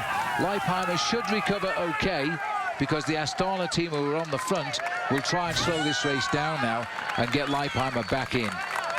Well, if most of the pacemaking was being done by Team Astana, Phil, they will slow down quite a fraction. We're just looking down here at this thermological spa. There's a very hot spa there. The water is up to 60 degrees Celsius, and I would say the temperature is pretty high in the main field because of the excitement of that crash. Here is Leipheimer just in getting himself onto the back end of the main field, but he's left his 2 teammates behind him, and not surprising because Muriev and, of course, Gregory Rast have done a lot of pacemaking on the flatter part of this course. But they've done their job. They've helped him get back, and he's in the pack, and he's not going to hang around Igor Anton at the back here. I'm a bit surprised number 62 is actually back here at this stage of the game. Well, he was involved in one of those crashes yesterday on the road into Barcelona. You see a lot of riders bandaged up, and more than 20 riders went to see the doctor last night to get themselves cleaned up and repaired after the incredible charge into Barcelona. Now, who's on the front now? You can see the more steady tempo. Armstrong dead centre in the black helmet here. The Liquigas boys have moved forward for Kreuziger, Nibali, and indeed Pelazzotti. They want to launch those fellas on the attack today. So Leipheimer's got back, and he wants to get up to the front quickly. So you must never go to sleep in the Tour de France, must you? Now Leipheimer's recovered, though. Should be all okay. We'll see in a moment. The 2009 Tour de France on Versus is brought to you by Land Rover, designed for the extraordinary, and by Road ID. Visit roadid.com for a full line of customizable ID gear to help outdoor athletes stay safe. Has been saving people money on car insurance for over 70 years. And who doesn't want value for their dollar? Been true since the day I made my first dollar. Where is that dollar? I got it out to show you. Was it rather old and wrinkly? Yeah, you saw it?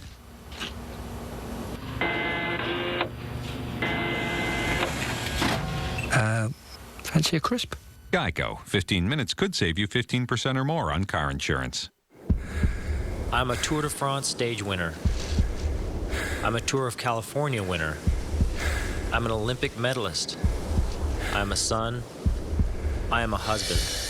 And because I'm all of these, I ride with my Road ID. Accidents happen. In an emergency, wearing Road ID can help ensure proper medical treatment and immediate contact of family.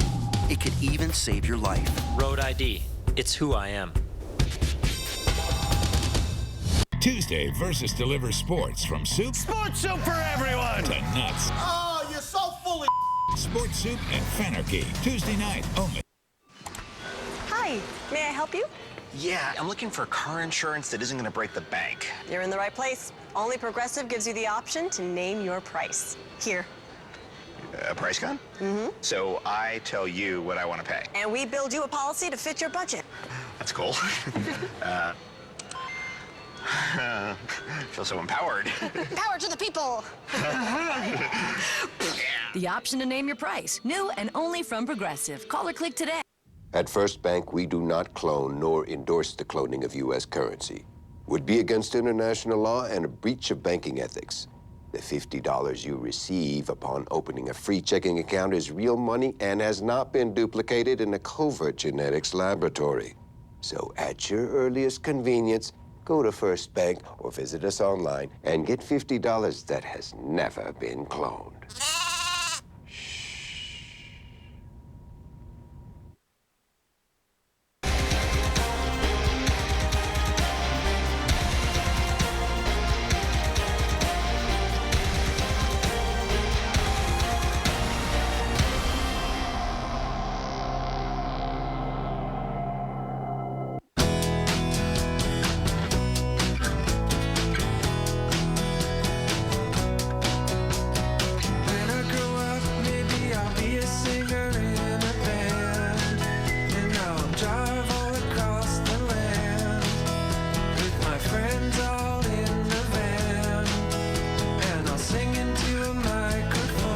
hybrid for everyone is here.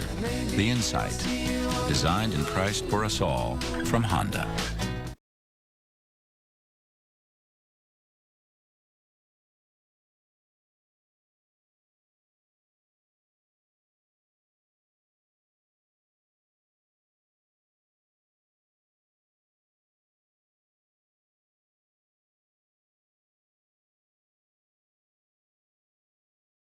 Welcome back. Just to bring you up to date, stage 7 today, 9 men ahead for most of it. Riblon has won all of the climbs. He's now the new leader in the polka dot jersey.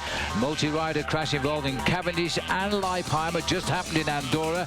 They've all rejoined the field. Noscentini, the likely next leader of the Tour.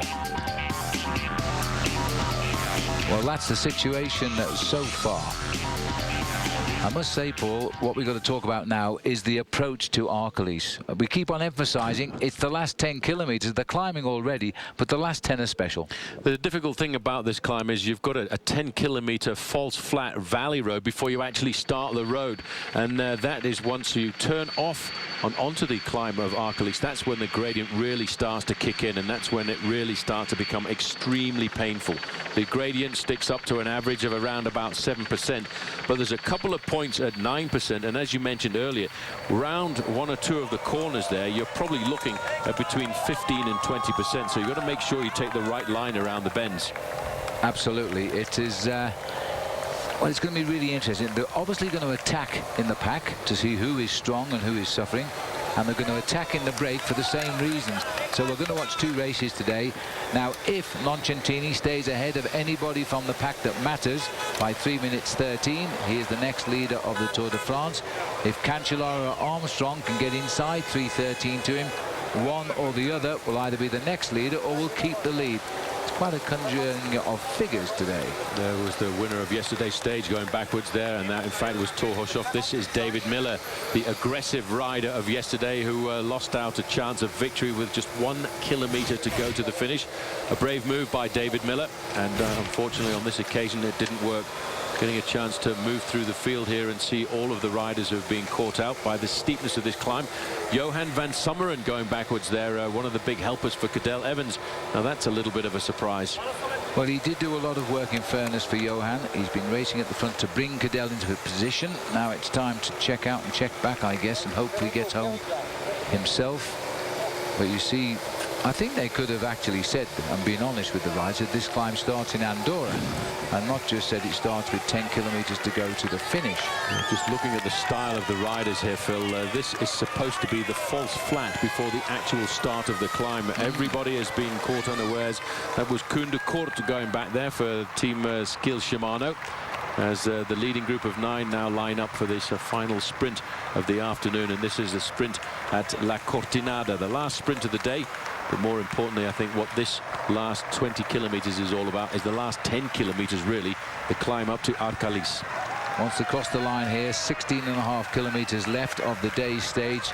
The gap continues to tumble down, 7:48 now. So they're going to reach those last 10 kilometers with maybe 6 minutes lead. Begin to think 6 minutes may not be enough.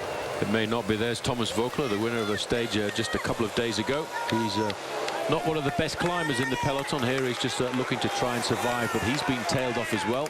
You know, when you make a big effort in a breakaway like Thomas Voeckler did a couple of days ago, it takes you a little while to recuperate and get back to some form. Philippe Pozzato also tried to win yesterday. He's also unhitched from the group. We've gone back up to the leading group here as they head up towards La Cortinada, and it's here where, whether they sprint or not, I don't know, because now they're getting a little bit more preoccupied with the big win. Is that Bryce Feliu going to have a little attack? Has he got? No, he's just keeping up with wheels. I think he's just happy to be in the group. Alexander Kuczynski at the back there in the lime green jersey of Liquigas. A lot of the work now being done by the former time trial champion of Spain, and that's Jose Ivan Gutierrez. He's probably thinking about the possibility of a return to the front of the race by Oscar Pereiro or even Luis Leon Sanchez.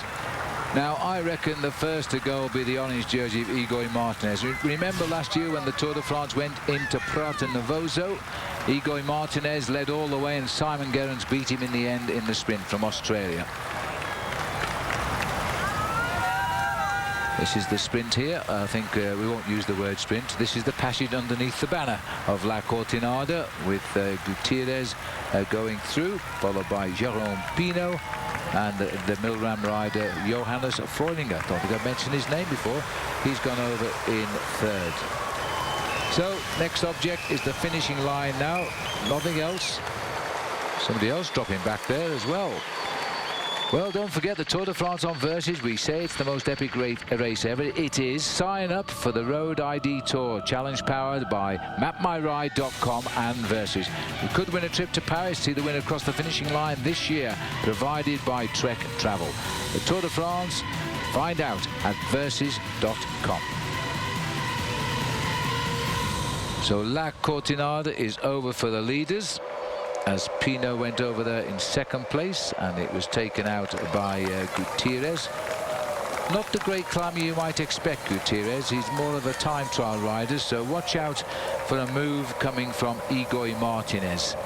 This is back to the main field, which is trying to repair itself from the shakeout downtown. Leipheimer is back up in this group, but a lot of riders seem to have thinned themselves out of it already. Long day, isn't it? 5.5 hours in the saddle just now, and we're still at least half an hour from the finishing line, maybe slightly more. Over a 6-hour day for the riders today in the Pyrenees for the first day. Very small peloton all of a sudden. One or two might get back to it as they sweep out of town, heading towards La Cortinada themselves. Not a very big peloton, Paul. That crash has dealt a blow to some riders. We just need to scan this peloton and make sure the stars are here. There's Contador peeking through. Lance Armstrong in front of him. Now, as far as we know, has Leipheimer got it back here? Yeah, Leipheimer got to the back end of the group. I'm not sure if he rode himself up to the front end of the main field. The computer has changed its tune completely now, Phil, because our onboard computer here is saying that the breakaway will get caught at 2 kilometers to go. You see, even the computer can't make its mind up. Here in the group is number Sastre. 1, Carlos Sastre, so he's comfortably there. And if we could have another look at the back end of that group, we'd get a chance to see whether Levi Leipheimer had the time to get himself up through the field and to make contact. The leading group of 9 now, there seems to have lost a certain amount of their impetus, Phil. Well, the 15 kilometers to go, I think they haven't really slowed down. It's just that the peloton, they've got a high tempo going here now in an attempt to crack the field. The field has thinned out dramatically. Now, Carlos Sastre finished the Tour of Italy in terrific form. And if he's held on to that form, it'll come good right now, because this is his playground, the mountains. Although for me, he's riding way too back down that peloton.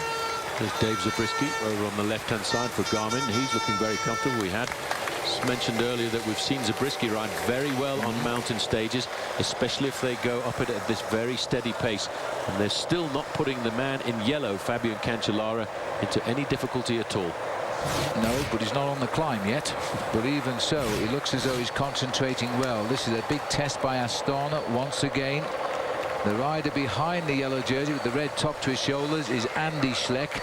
And Andy, I fear, will try to gain time today because he's lost a little bit en route. And Leipheimer is there, the yellow number in our vision now to the left of our picture. So he's just recovering from the fall. So Astana at full strength again. But that field, I have to say, has thinned out a lot. So as we look here at the chase peloton, remember, they might well bring back those breakaways. Now, that's how you take a bottle, and when he's spotted, he'll face a fine for that, because he's inside the zone. He's throwing it off anyway. Now, just to remind you where the leaders of the race are, we indicate them by those jerseys, which we keep showing you. The blue jersey represents Lance Armstrong. He's in this group. The polka dot jersey of Stefan Ogier indicated he has fallen behind this group now. The green jersey of Mark Cavendish, I think, is also behind the group because he's fallen. And also, we've got the white jersey, which is in this group, of Tony Martin. So that's the situation at the moment. I don't see no red jersey down there, so Cavendish is out of this group. These are the men of Astana. It's a test today. They've now tried to psych everybody out with their strength. Now, can they launch attacks? We're going to have some tremendous cycling over the next half hour or so now. And we invite you to stay with us because we are going to go for the next half hour commercial free here on Versus as we take the riders to the summit of the Pyrenees. We're heading to the Arcalis now, and it's going to be a battle royale. See you in just a moment. Here's Ryan getting ready to make his approach to the men's room. Looks like he needs to go urgently. True. And there's Casey about to drive also to the men's room. He has been going over and over. They ought to see their doctors. Could be male urinary symptoms due to BPH and enlarged prostate. For many guys, prescription Flomax reduces their urinary symptoms due to BPH in 1 week. And if their doctors do prescribe Flomax, they could get up to $40 off new or refilled prescriptions. So guys already on Flomax can also save. Only your doctor can tell if you have BPH, not a more serious condition like prostate cancer. Avoid driving or hazardous tasks for 12 hours after your first dose or increase in dose, as a sudden drop in blood pressure may occur, rarely resulting in fainting. If considering cataract surgery, tell your eye surgeon you've taken Flomax. Common side effects are runny nose, dizziness, and decrease in semen. Ask your doctor if Flomax is right for you. And call 877-4FLOMAX for more information and to see if you qualify for up to $40 off new or refilled prescriptions. For many men, Flomax can make a difference in 1 week. Welcome to Progressive.com. Are you all right? A ferocious white whale wrecked my boat. Well, I'm sure we can help you, Captain Ahab. Well, it looks like you haven't had a claim in over 4 years, so you don't have to pay a deductible. That means you saved $500. $500? I could get an electronic fish finder. That's the spirit. Saving you money on boat insurance. Now that's Progressive. Call or click today.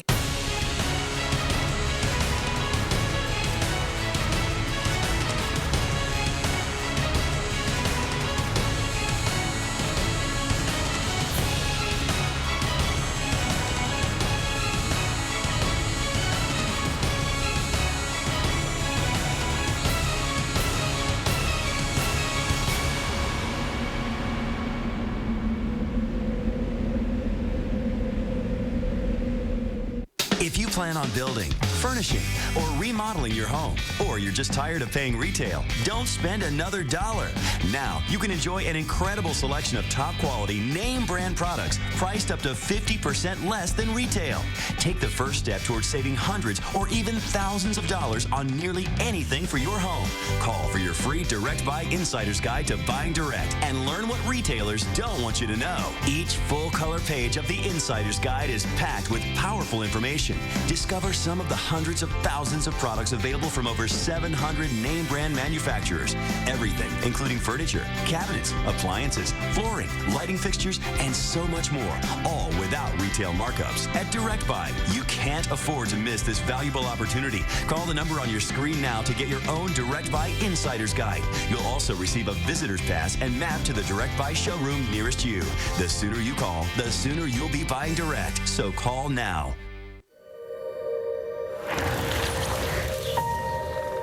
Kelly Saunders Nature Valley. The place that inspires her to go faster and slower. Elk Mountains, Colorado. Where's yours? 100% natural Nature Valley granola bars that taste nature intended. The following half-hour commercial-free coverage of Stage 7 is brought to you by Nature Valley Granola Bars, the taste nature intended.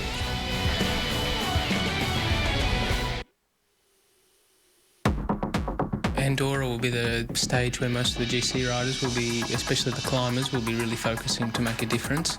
So it's going to be a long stage and you're on a long climb. Arcalis is difficult. It has a lot of switchbacks and it's very steep in the beginning, and it's going to be the first big climb of the Tour de France. You're really going to see what the tone of Tour de France is going to be. Welcome back. We're looking at the peak here. This piece of rock just looks over the finishing line at Arcalis as the riders are now about to start the climb here. It'll be a big showdown day today because quite literally every second will count. Let's just have a look at the profile of this mountain. There's the whole course of the day, and there's the scoop out at the end where we gradually go up. The riders are on the lower slopes now. We go up to a massive climb of 7,349 feet. Andorra-Arcalis is the name. We've only climbed it once before. We've been over the Col de Sella Seca, first category climb. Ah, baby, at 3,800 feet. It's the Arcalis we want, at 7,349.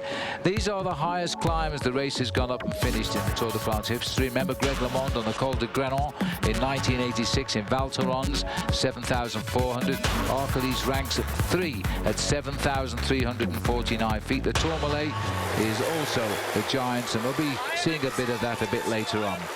This is a bit of mechanical problems being sorted out here in our Nature Valley commercial free section now.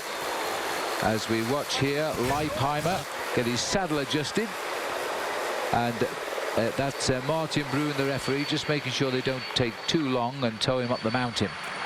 The race referee. We're looking at the 9 leaders here. Will they stay away? The computer is beginning to say they'll get caught now. I don't like somebody that can't make a decision, do you? They said they wouldn't before. Well, we'll see now, that's for sure. Now, super riding here as they continue. There's a lot of gain here, especially for Christophe Riblon in the front group. He's won every climb of the day. If he could just get points at the top, then he would be pulling on the leader's jersey. But there's 40 points for the man that wins today in the King of the Mountains. And so whoever wins will get that leader's jersey. Looking as we pan down the riders here now, they are not quite on the lower slopes yet of the climb of Arcalis, but they're not far away either. The gap is down to just 7 minutes. It's going to be very much touch and go. It all depends, Paul, on who attacks from the peloton and when. And it also depends on whether they've still got energy in the legs after an extremely long breakaway, because when you hit the wall on the slopes of a climb, you can lose a minute for every 1 kilometer of ascension. If you're a good climber, though, you can get into a rhythm and you can survive.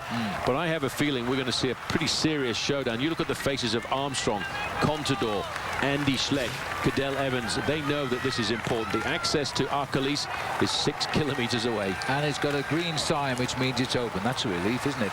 As we now, it's still not the lower slopes. We get through the town first before we start the real climb. We're still going uphill. El Serrat is the town, and as we leave it, you might catch a glimpse of the barriers, which they normally drop down when the snow makes the road impassable. Well, we just went past the sign there, which indicated that the real start of this ascent, 10.6 kilometers to go to the summit, and still no move from this leading group of 9 riders, and they are hanging tough together here. But as soon as they get to the steeper part, somebody is likely to make a move, and I wouldn't be surprised with your tip, Phil, of the man in the orange jersey, Egoy Martinez, because he's a great climber. They may feel they may have to attack early here, and we've gone back to the bunch. This is Juan Antonio Fletcher, who's dropping back now from Rabobank. Denny Menchoff, who lost time and he fell off on the team time trial. Well, A, he's got to stay with that group, but B, he really should move ahead and gain a bit of time today. It's a long road back for Dennis Menchoff. He's going to feature on the podium in Paris. Nobody's come to the front yet to relay Sergio Paolino of Team Astana. He's very happy just to set the pace-making until they get to the steeper part of this climb. A little bit more trouble. This is Kaczynski. Now he's the first rider to crack in that leading group. He's been up in the prizes throughout the day, even on the hills we've had, but now he's paying for it. It's been a long breakaway on the longest day of the stage of the race, don't forget. As now it looks Christophe Kern is also just gritting his teeth and trying to hold on to the back wheel there of Bryce Faylieu. I should imagine by now Matt White is getting excited. Ryder and Martin, you've done a super job so far. Let's keep Christian and Wigo right up near the front of the bottom of this climb. 213 it starts. Checking where he is. Job's finished as soon as we hit the bottom, guys. Let's make sure Wigo and Christian are in very, very good position at the bottom. Now, what that means, their job's finished. He's talking to the helpers, the domestiques, and of course, when they've got Christian in the lead, they can drop off. Well, the peloton now really are dancing on the pedals. 9.8 kilometers to climb. Kuzinski has just cracked and slipped off, so we're left with 8 men at the front. Astana are still controlling the front of the race. 6 minutes 34 the gap, and Astana still controlling the head of the peloton. Everybody now is on the climb of the Arcalis. Yes, and it's still on the front end, Phil. Sergio Paulino doing all of the pacemaking and starting to queue up behind him, though. There are 1 or 2 other teams you can see just on the right-hand side. Garmin, Slipstream, they're ready to take over. The gap is 6 minutes 34 as they come to grips now with the mountain Andorra-Arcalis. 9.7 kilometers for the leaders, who are now down to 8 men. They've just dropped Alexander Kuzinski, and it looks as though they're going to have to work hard to hold off the whole field that's left here. Well, you've got to put your mind into the mind of a worker in a situation like this. Sergio Paulino is not thinking about himself this afternoon. He is thinking about getting himself onto the threshold of pain, onto the real edge of the maximum of his ability, and keeping it there for as long as possible, because he knows that the longer he can ride at the front, the easier it's going to be for his teammates and his team leaders to do the pacemaking in the end of this race. That's exactly what they're doing. They are just controlling the pace here. It's up to the other riders to attack. Otherwise, this is the way the race will finish today for Contador and Armstrong. I wonder if Armstrong would try to nip out the pack and grab a second so he would get yellow. Bear in mind that Lance Armstrong is only looking for 22/100ths of a second over Fabian Cancellara, and riding at a steady pace like this currently actually plays into the hands of Cancellara. What will assassinate Cancellara is a lot of accelerations and decelerations. He can't take that kind of change in rhythm. Yeah, well, that's true. He is only 22/100ths, but that's on countback. He must get a whole second on the road race to take the yellow jersey away. They only use those countbacks of tenths in the event of a dead heat, as it was the other day when Cancellara in the team time trial. It was an amazing race indeed. Cadel Evans is number 11, if you can see him, the rider who's finished second the last 2 years in the Tour de France. He's got to make a move. He's starting the day 2 minutes 59 seconds behind Cancellara. He needs to show he can make up a little bit of that time. Quick glimpse at the back there. You might have just seen number 2. That's Inigo Cuesta. He's the oldest man in the bike race, Phil, at 40 years of age. He's been a professional for 16 years, and he's here to look after the interests of Carlos Sastre, who currently is riding a little bit too far back in this main group for my liking. Sergei Ivanov is the rider in the white Katusha jersey there, the champion of Russia. Somebody's just pushing the pace up a little bit. This is the Case Dupont team flying the flag for Spain on Andorra territory.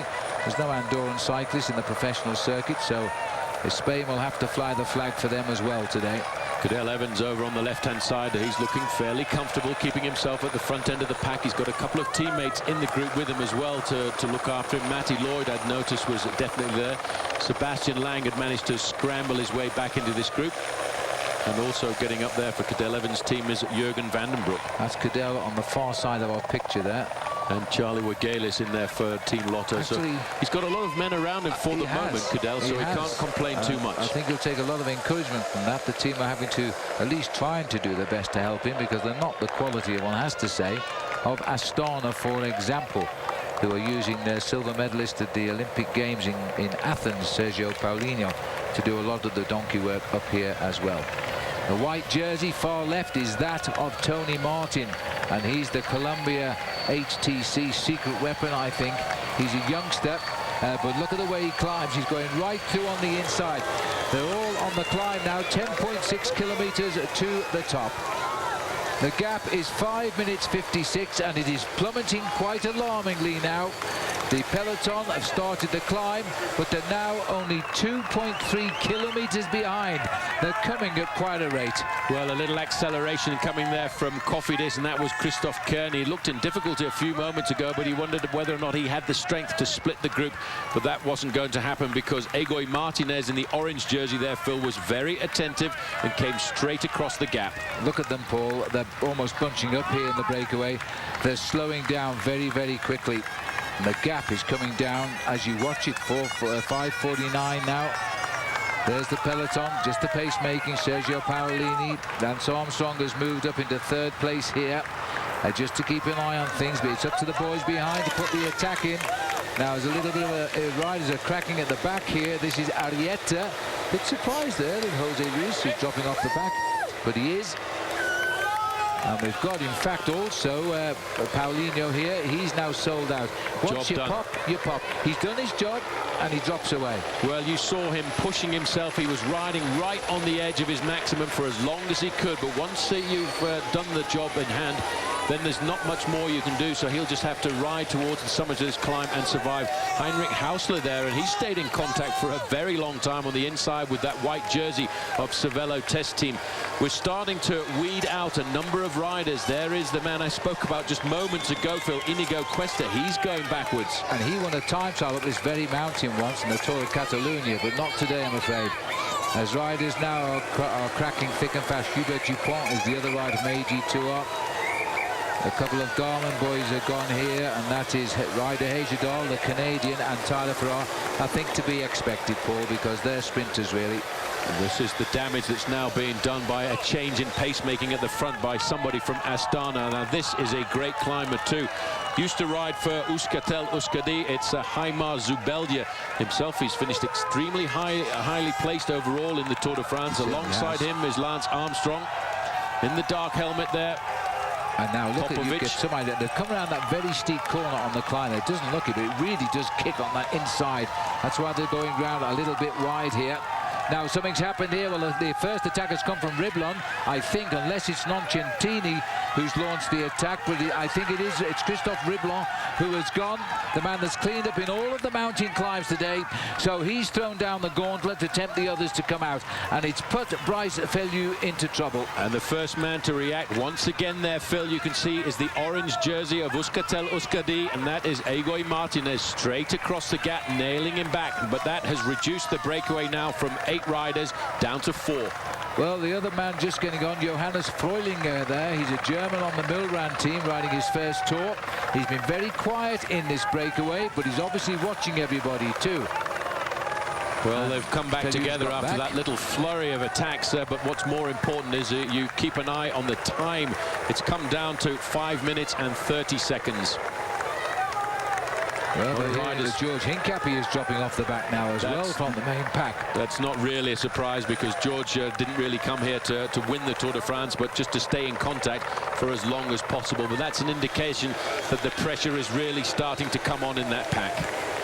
Well, Marcus everybody is starting to drop back now, and our computer is suggesting a catch at 2 kilometers from the summit of the climb. Yes, that was Marcus Foten who has dropped off. We're just giving you views from the rear of the peloton right now. Charlie Wegelius, the UK rider, he also is a good climber, Paul. Yeah, he's clearly there he is. He's clearly in trouble today. Sergei Ivanov has cracked as well. He was right at the front moments ago. Jens Voigt has also disappeared from this group, from the yellow jerseys group, from the yellow jerseys team. Moving further forward now, you can see this is Nicolas Vaugondi. He was on the ground a little earlier. Again, a little acceleration from the leading group by Christopher Kern. He's trying to move off the group if he can, joined still by that rider from Milram. Well, Freulinger is looking as though he's a bit of a surprise here. He's marked every attack so far, and he hasn't been that active in winning the prizes all day. But he's got across to Christophe Kern. Here comes Jose Ivan Gutierrez. And I don't think there's much left in the legs of poor old Jerome Pino, the 8-times Tour rider. He looks as though he's not going to react to that one. Neither Gutierrez as well. Well, Freulinger decided there. You can see the yellow jersey on the shoulders of Fabian Cancellara. He's under a little bit of pressure now, Phil. He's lost a number of teammates, but he's still hanging tough in there, staying in contact with the group. He will try and ride at his own pace for as long as possible. Well, he's got a grimace on his face, but he's looking strong. He's still fighting. Right down there in the white jersey behind Lance Armstrong. What does that face tell you? Not a man in trouble for sure. Oh, that one of Alberto Contador. These boys are tapping out a rhythm, and the rest can get on with it. They're not in any trouble at all, and neither is the youngster Tony Martin just behind them. There was George Hincapie going backwards. There you can see Christophe Moreau finished 4th overall in the Tour a number of years ago, but these are riders who are in the groups being left behind by the acceleration and the work being done by Team Astana. Well, it's made a big difference, hasn't it, this tempo riding? The flick of the arm there is to call the next rider through. Who's going to come? Christoph Kern can't go. He wants Martinez to go.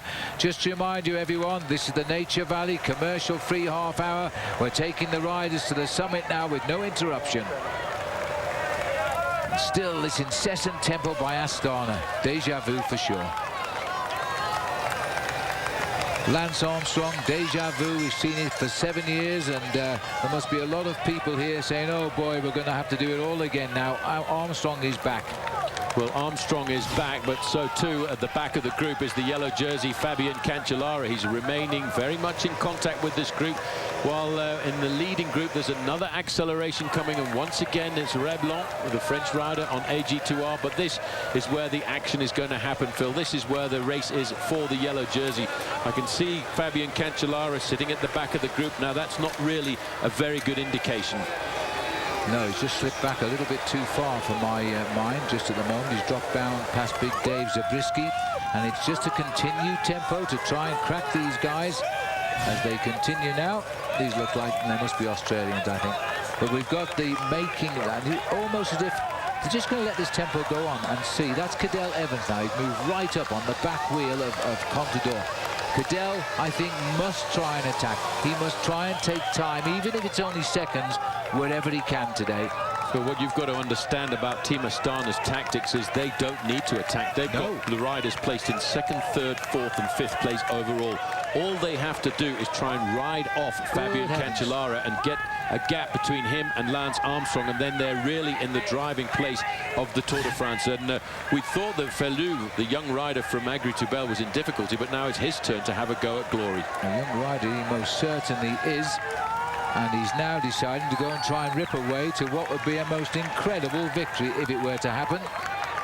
And there's no reaction from the field yet, because it looks as though Reblon looks round at Nocentini, his teammate, and so they've decided if they chase him, they're going to have to pick up the speed slowly but surely, because they can't answer to this acceleration.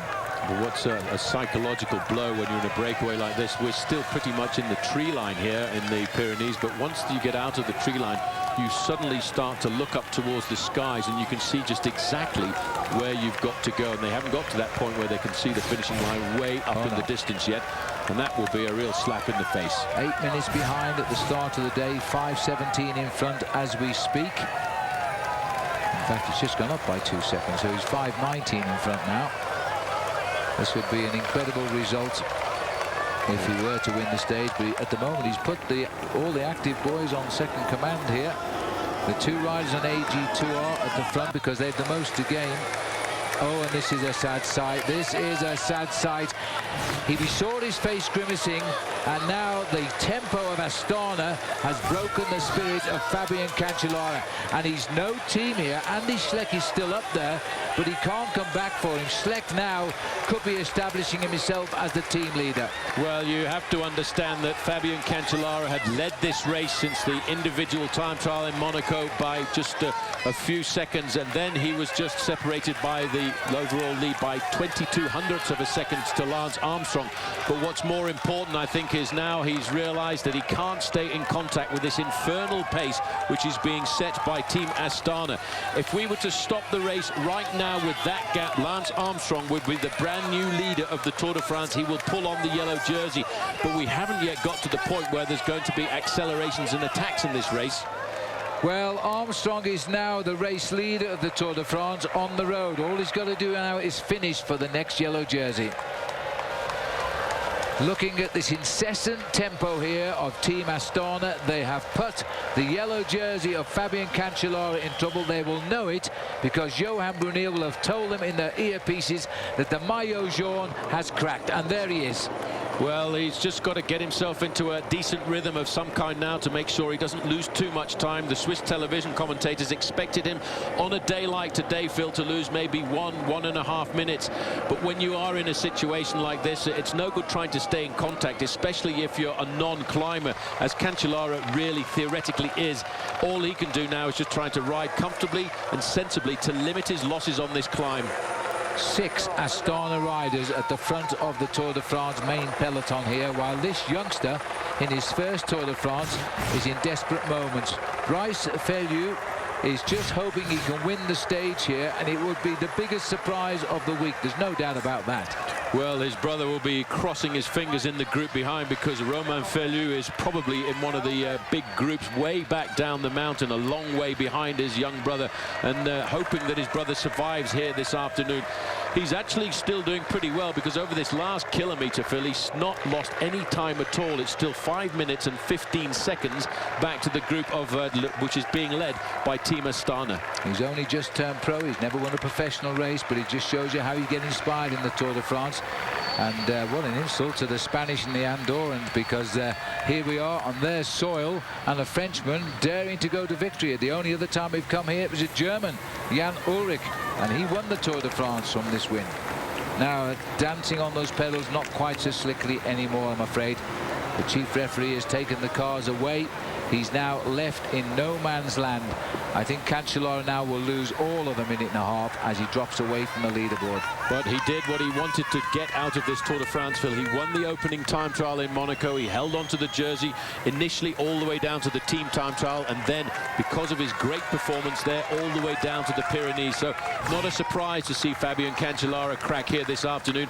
Now he's going to have to turn around and become a domestique or a helper for his team leader, Andy Schleck. Freilinger stepping on the gas down there at the moment. He's trying to stretch the breakaway. Mastered by Christophe Kern, Nocentini, or Igor Martinez. They're the four riders there.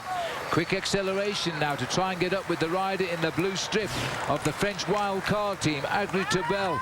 And this is one of the youngest guys in the race as he tries now to ride to the top of the Arcalis. What a result if he could make it. Well, he's only got around about a 15 seconds. He's got a 15-second advantage. And again, it's Christophe Kern from Cofidis is going forward, and always marked, always covered by the man in orange there, Egoy Martinez, hoping that it all comes back together and he can get some glory for Spain and, of course, for his Basque team. Well, that was a Frenchman actually cheering up Rice for Feliu just there, as he continues now to try and hold everybody off. 3.6 kilometers to go. It's not very far, is it? But the roads, I'm afraid, don't get any easier. At 5 minutes and 8 seconds, that's where you'll find the King of the Mountains leader, Auger, Mark Cavendish, and the Maillot Jaune. I haven't seen Mark Cavendish, I must confess, since he fell off down at the bottom of the climb in Andorra. Well, one teammate here alongside Fabian Cancellara, just pacing him up towards the summit of this climb, and that's Gustav Larsen. He was a silver medalist. Funnily enough, we've got the gold and silver medalist from the individual time trial in Beijing here, side by side on the slopes of this monster mountain in the Pyrenees. Well, he's going to rely heavily now on being nursed to the summit, the Maillot Jaune. If he doesn't lose too much time, who knows? But I think as this is only day one in the Pyrenees, there'll be more bad luck or more bad time tomorrow for him. But Andy Schleck is up here, and he is the next obvious candidate to lead the Saxo Bank team. But again, it is all Astana. The policy of the day was to ride at the front and crack the enemy within. And that was the enemy that they wanted to beat, the man who has dominated this race over the first week of racing. Fabian Cancellara, Phil, now has lost a huge chunk of time. He was in exactly the same time as Lance Armstrong since the team time trial just days ago, and now he's lost himself. It's going to be more than a minute by the time he gets to the climb. It is so difficult when you've been the yellow jersey to lose that, but today I think the two flat tires were maybe an indication of the bad luck that was waiting for him. That was very unlucky. He used energy to get back. He made it look easy, but he used energy. The peloton are through 5 kilometers. They are still 2 kilometers behind the front runners. There's a chance those front runners might just make it, but just look at this incessant tempo here. This is so hard. This is Gregory Rast, I think. No, it's Zubeldia who's gone now, so he's done his work as well. And Raimon Zubeldia is a climber, as he is now dropped off the back of the peloton. We are looking at 3 kilometers precisely to the summit of Arcalis, and a young Frenchman is out in front here and trying to clean up. And this is Bryce Feliu. He attacked from the breakaway. He was the most unlikely guy to attack. We saw him struggling at the start of the climb. Not a bit of it. Well, now he's got himself into a fairly good rhythm, and he doesn't look as if he's under all kinds of difficulties. Riding sensibly. Nice to see a little sign at the side of the road there, Phil, from the Isle of Man, and I'm sure those are supporters for Mark Cavendish, but Cavendish will be a long way back in this race this afternoon. The two riders from AG2R there, you can see Nocentini and Riblon trying to keep the pressure, trying to get the organisation to pull that young rider from Agri-Toubel back into the fold. But I think this afternoon that young man, Bryce Ferlou, is doing a storming ride. Well, it'll be a dream come true, and nobody could have believed that. They certainly kept this one a secret. He's such a good young climber. But already, Cancellara has virtually lost 1 minute on the Armstrong group now, so Lance Armstrong only has to ride to the finishing line and see nobody in that group gets in front of him and snatch it any time to be the next leader of the Tour de France. And in fact, Alberto Contador will have to finish 18 seconds ahead of Lance to claim the yellow jersey, and he won't try to do that. So it's looking very, very good that the dream will be completed. The dream comeback by an American. He could be in yellow tonight. In fact, I'll go as far as to say he'll almost certainly be in yellow. Yes, I don't think Alberto Contador will lay down an attack here, especially when he knows that his team has got the yellow jersey currently in their midst, in their fold. And Contador just sitting there behind Lance Armstrong, looking at the man who won the Tour de France on 7 occasions. And there's no need at all, and as I've said just earlier, Phil, there's no need at all for Astana to attack. It's the other teams who have to attack if they want to take the lead in this bike race. Nice to notice there that Bradley Wiggins of Garmin Slipstream and of Great Britain was also sitting comfortably in 4th spot. And looks good. Bradley is saying that he hopes to finish in the top 15. He set himself a very realistic target at the Tour de France, and if he does, that would be a terrific result for the man who's been 3 times a gold medalist at the Pursuit World Champion and the World Championships as well. Well, 5:10 to the white jersey, 6+ to this man here. He's dropping out of it today. He's going to come up, I think, maybe 2 minutes behind the Lance Armstrong Alberto Contador group. That's Bryce Ferlou we're looking at there, a young man for Agri-Toubel, riding the Tour de France for the first time. He's got about a 30-second advantage over a 5-man chasing group. There are 2 riders in there from AG2R. That's Nocentini and Riblon doing the pacemaking behind him, but he's still 2 kilometers to go to the summit. And battle on with his blue jersey fully unzipped here, taking in the wind. Remember, he's riding into a headwind most of the time here. It does kick around a little bit. It's not always a block headwind, but he will be as he climbs up to the finishing line right on the top of Arcalis. But he's inside 2 kilometers from the finish now. His tempo is good enough to hold off the chase. There is the main field. They are also there. There are 32 seconds, the group he has left behind. Armstrong, Cancellara's gone now, but Leipheimer, Van der Velde and Contador are still in that group. I hate to be the bringer of bad tidings, but let's not forget that, in fact, Lance Armstrong has not yet ridden himself into the yellow jersey position, Phil, because he still needs to pull himself back inside to Nocentini, because Nocentini was 3 minutes and 13 seconds behind Armstrong at the start of the day. So it could be a very close calculation once we get to the finish line if that group with Nocentini conserves more than 3 minutes and 15 seconds on the line. Well, at the moment, they've got 4.5 minutes. That's Armstrong's group behind Nocentini. And is this Cadel Evans who's launched an attack? Because I think he had to do it today, and he's going to test them. Well, this will cause the reaction, Paul, that will close this gap down. Well, Evans has moved there straight up into 3rd position is Alberto Contador. Straight onto Contador's wheel is Lance Armstrong in 4th. Cadel knows that he has to do something special here this afternoon to get rid of as many contenders as possible and start to climb back up the overall classification. Look at Armstrong there. Armstrong's pushed himself right up behind there. This is the old Lance Armstrong. This is the man that did win the Tour 7 times. He is back, and he's back with the same form. Straight onto the back wheel of the rider who has finished 2nd in this race the past 2 years. Contador queuing up to grab hold of Evans as well. Poor old Cadel. He's outnumbered 2-1 again. Well, moving up there now, it's Andreas Claude, and what a team this is that Team Astana have got. A little bit of difficulty here for at the back there. Zabriskie couldn't take that acceleration, but he stayed in contact for an awful long time. This is Kim Kirken now going backwards from the group. And again, it is the young Tony Martin who's still in this group. The white jersey wearer for Columbia HTC, in no trouble at 24 years of age. We race back up towards the leaders again. This isn't Menchoff, is it? This is the next big split. No, that isn't Menchoff. Menchoff's a little bit further up the road round there, but looking at the face there, Phil, of Armstrong, this is a man who really wants to get the yellow jersey here this afternoon, and they have got such an incredible squad. Levi Leipheimer is still in contact over there to the right-hand side, and it's Cloden now doing the pacemaking. Armstrong doesn't look like a man in difficulty, and there's another move coming here from Team Lotto. They're trying to set something up for Cadel Evans this afternoon. Cadel Evans knows that he has to go on every climb if he wants to try and win this bike race. Well, I think this is Jurgen Van den Broek who's launched an attack there. And that is a bit of a surprise, but that's the 1 kilometre marker for Bryce Felu.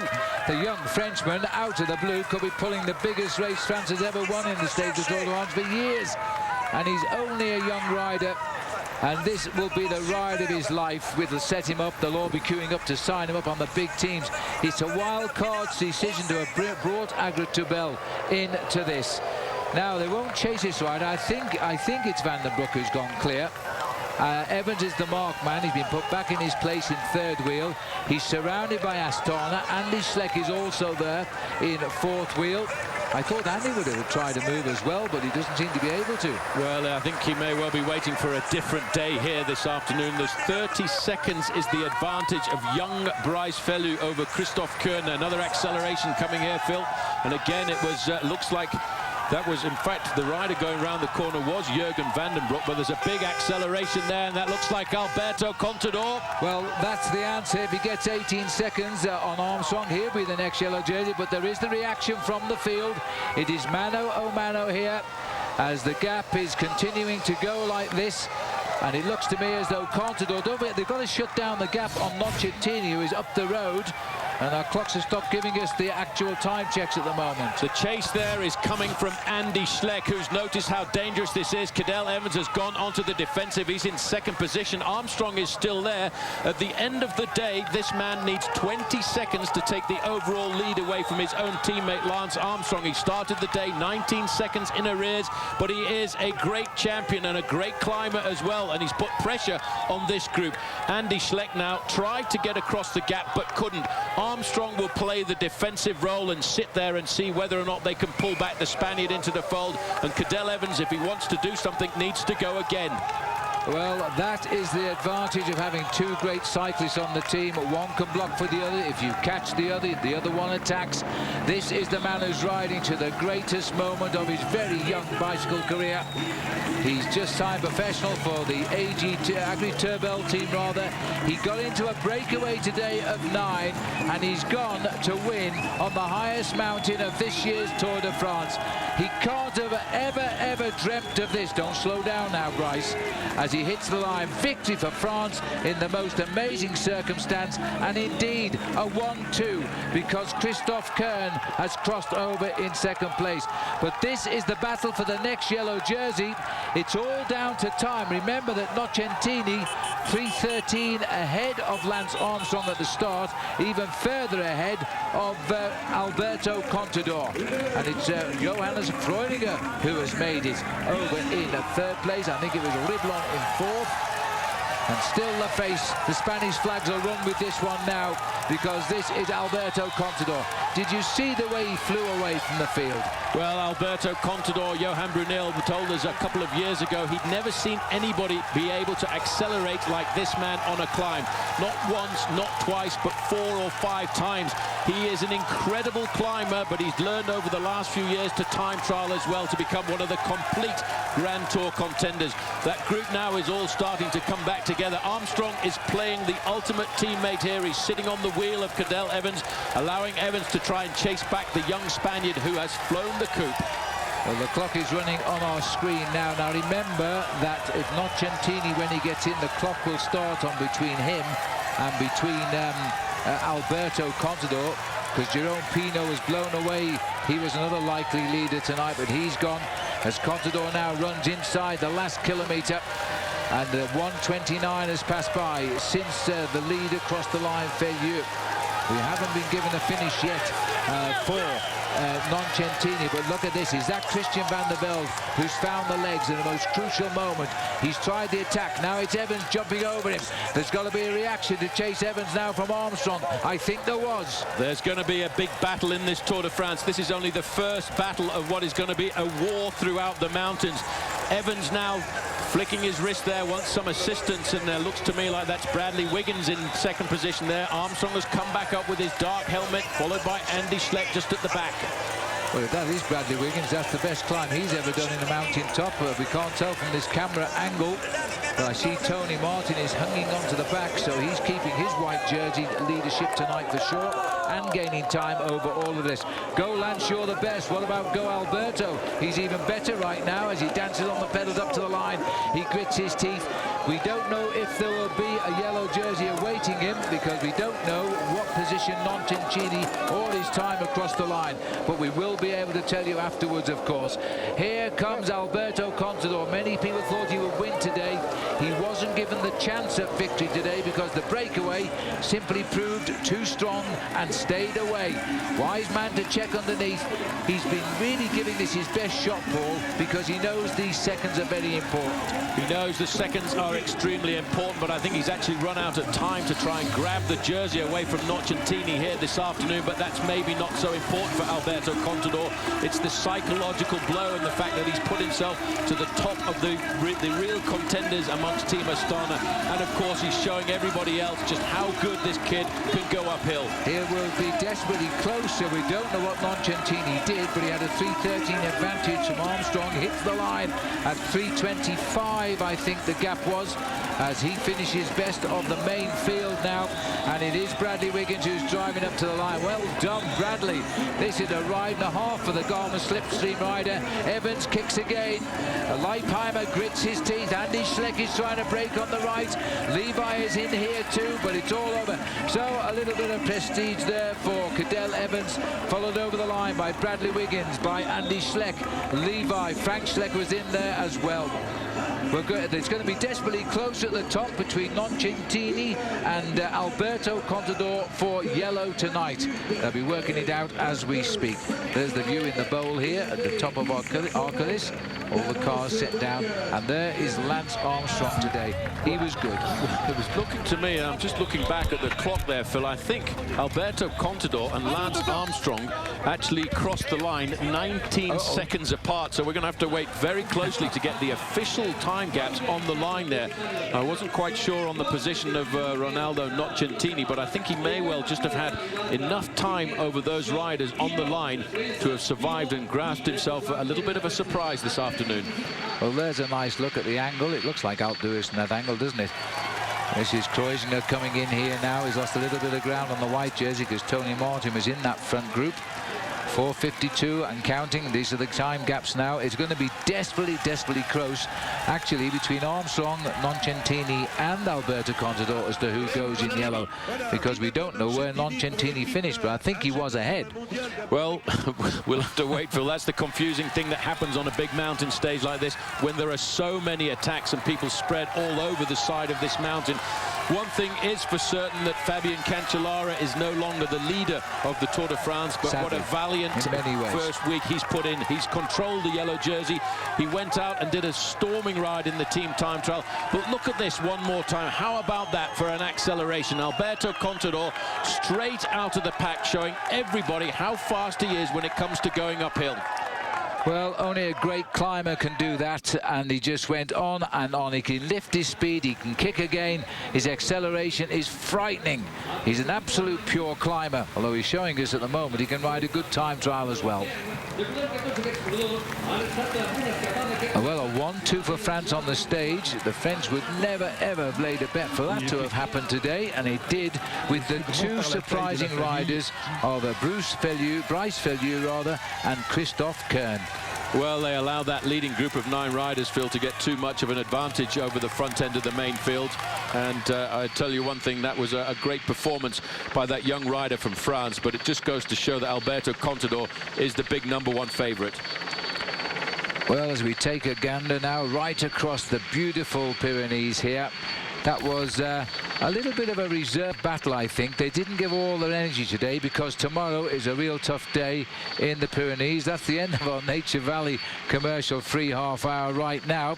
We're going to go to break, but don't go away because we're going to take a little while just to work out who is the next leader of the Tour de France. It won't be Velde, but it could be Lance Armstrong, it could be Contador, or it could be Nocentini. We'll be back in a minute.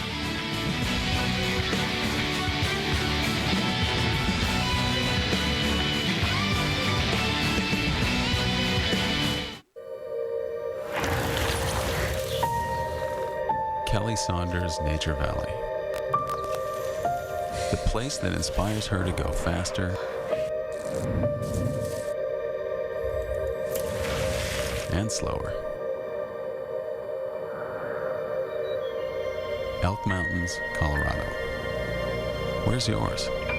100% natural Nature Valley granola bars. The taste nature intended.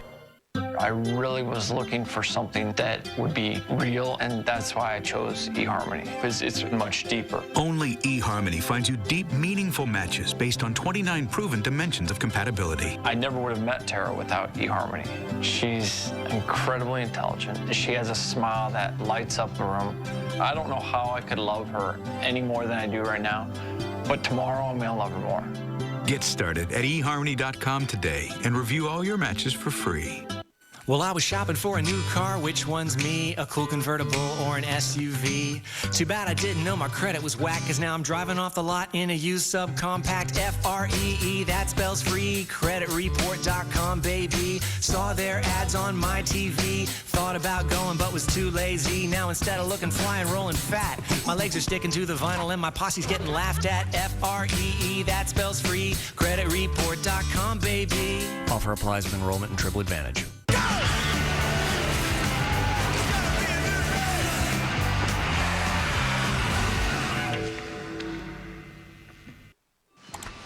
Hi, may I help you?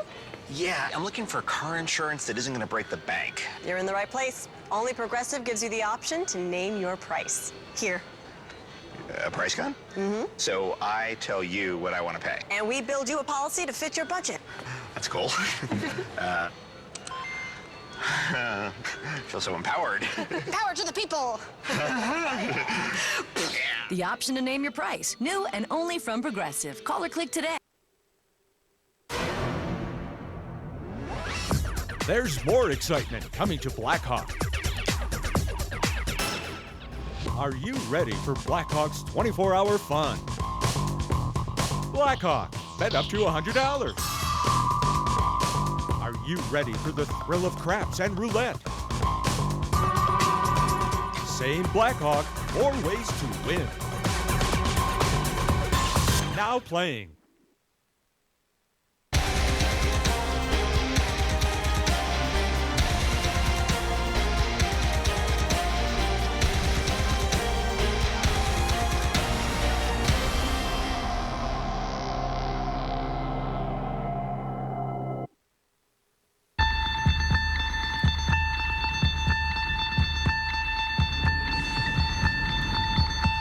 Here's the thing that makes life so interesting.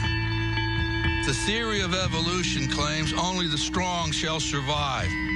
But the theory of competition says just because they're the strong doesn't mean they can't get their asses kicked. That's right. See, what every long shot come from behind underdog will tell you is this. The other guy may in fact be the favorite. The odds may be stacked against you, fair enough. But what the odds don't know is this isn't a math test. This is a completely different kind of test. Don't be surprised if somebody decides to flip the script and take a pass on yelling uncle. And then suddenly, as the old saying goes, we got ourselves a game.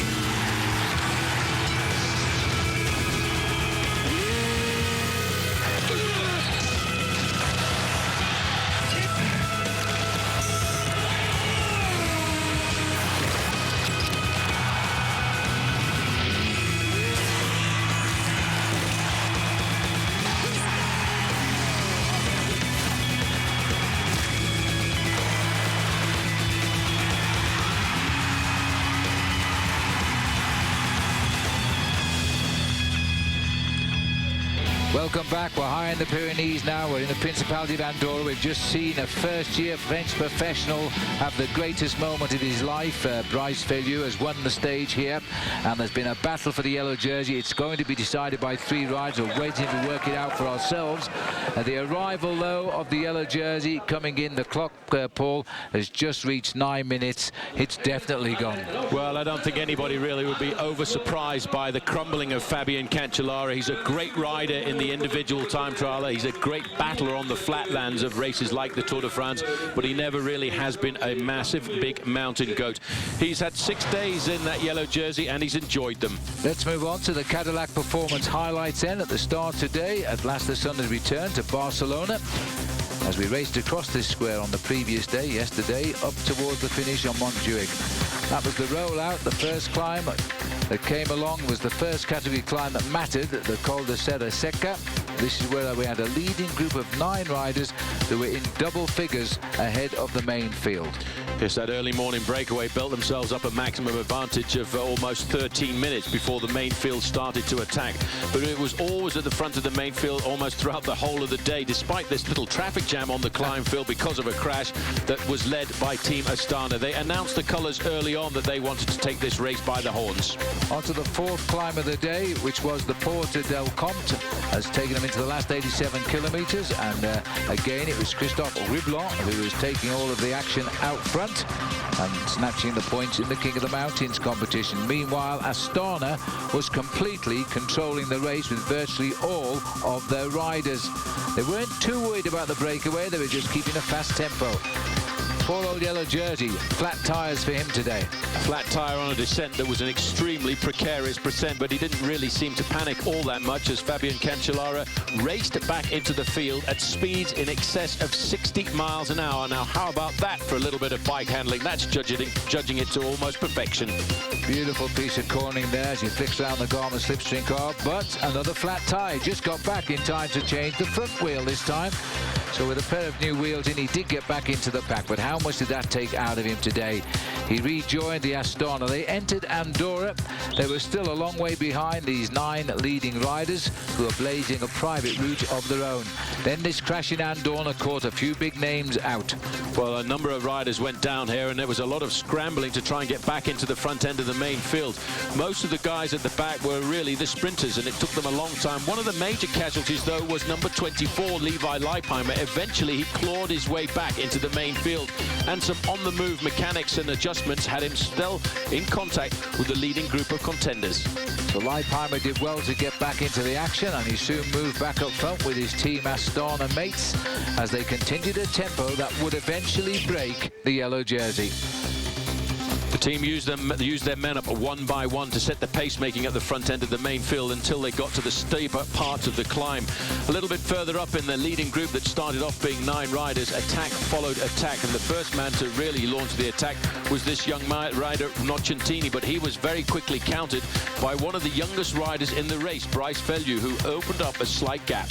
Nocentini in the breakaway, 3 minutes 13 seconds behind Cancellara and Armstrong at the start of the day. He was the next likely man to succeed if he could hold the gap. Cancellara was cracking big time. He tried to hang on in there, and he was only just short of succeeding. But once you crack, you just go. And once you're feeling the chance of possibly winning a big mountain stage of the Tour de France, you seem to push wings, and the man at the front, Bryce Velde, was opening up the gap all of the time. Looking back for confirmation, he knew at this point he had a 30-second advantage over the chasers. 3 kilometers to go, and the leaders were down to 1 man. And Bryce Velde, in his first Tour de France, had flown and was heading to victory. Lance Armstrong still looked comfortable. The whole team was still sitting there. And then came an attack from Cadel Evans, and quickly countered by Alberto Contador.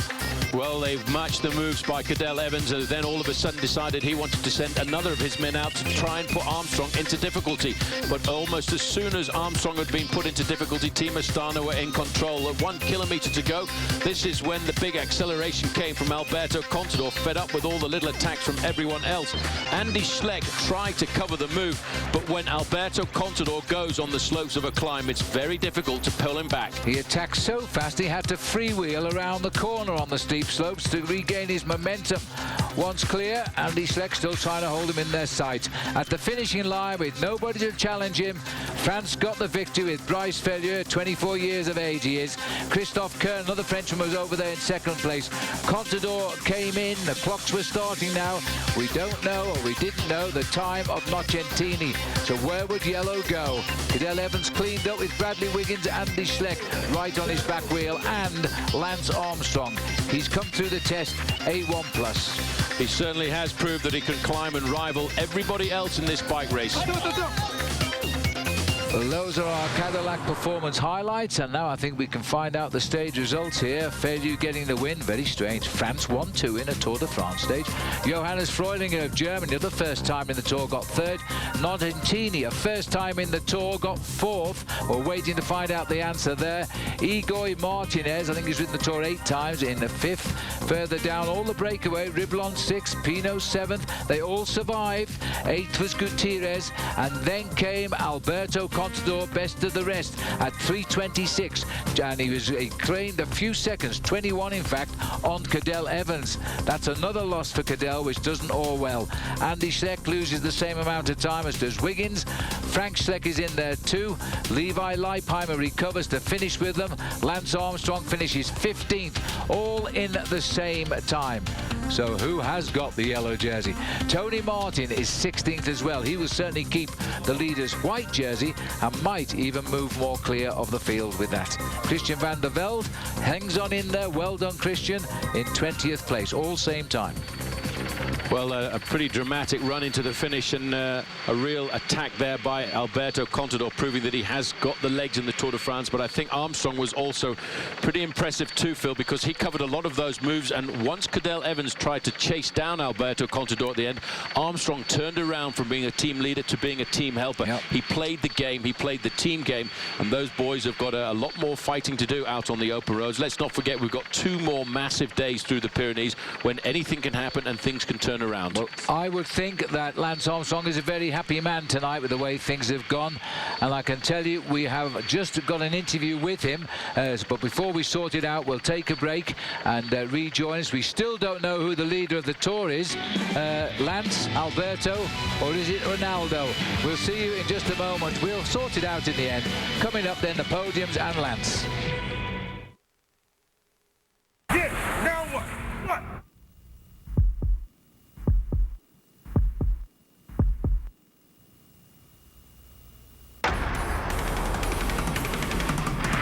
If you want to learn to effectively defend yourself against an opponent of virtually any size, Gracie Combatives is for you.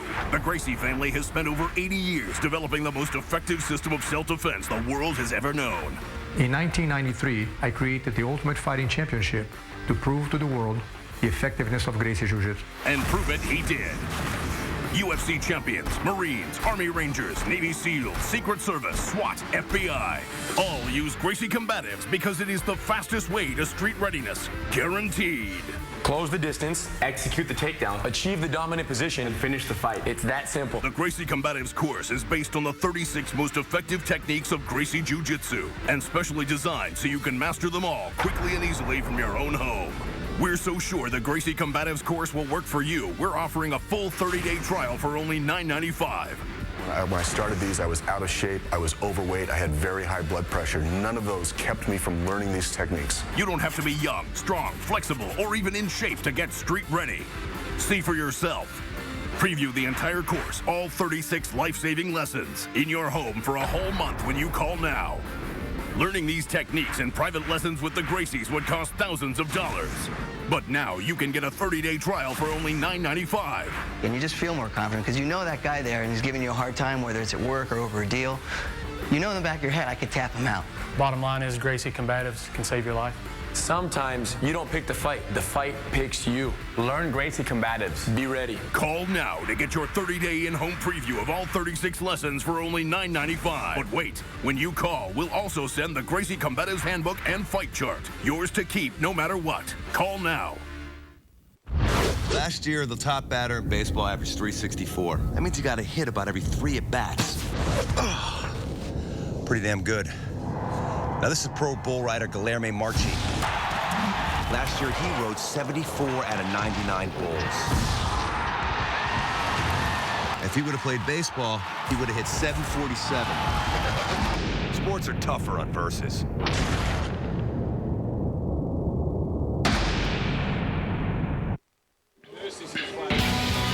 Welcome back. Well, it's the last time I see the Pyrenees today, but it's all over. We know the answer now, but we're going to hold you in suspense just for a few moments more while we take a look, I think, at the Land Rover ride of the day, because this is a difficult decision.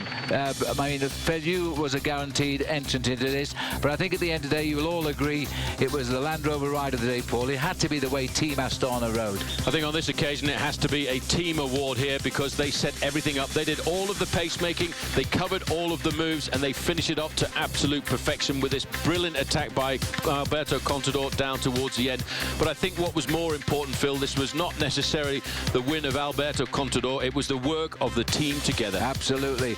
There's no infighting as far as I can see in that team.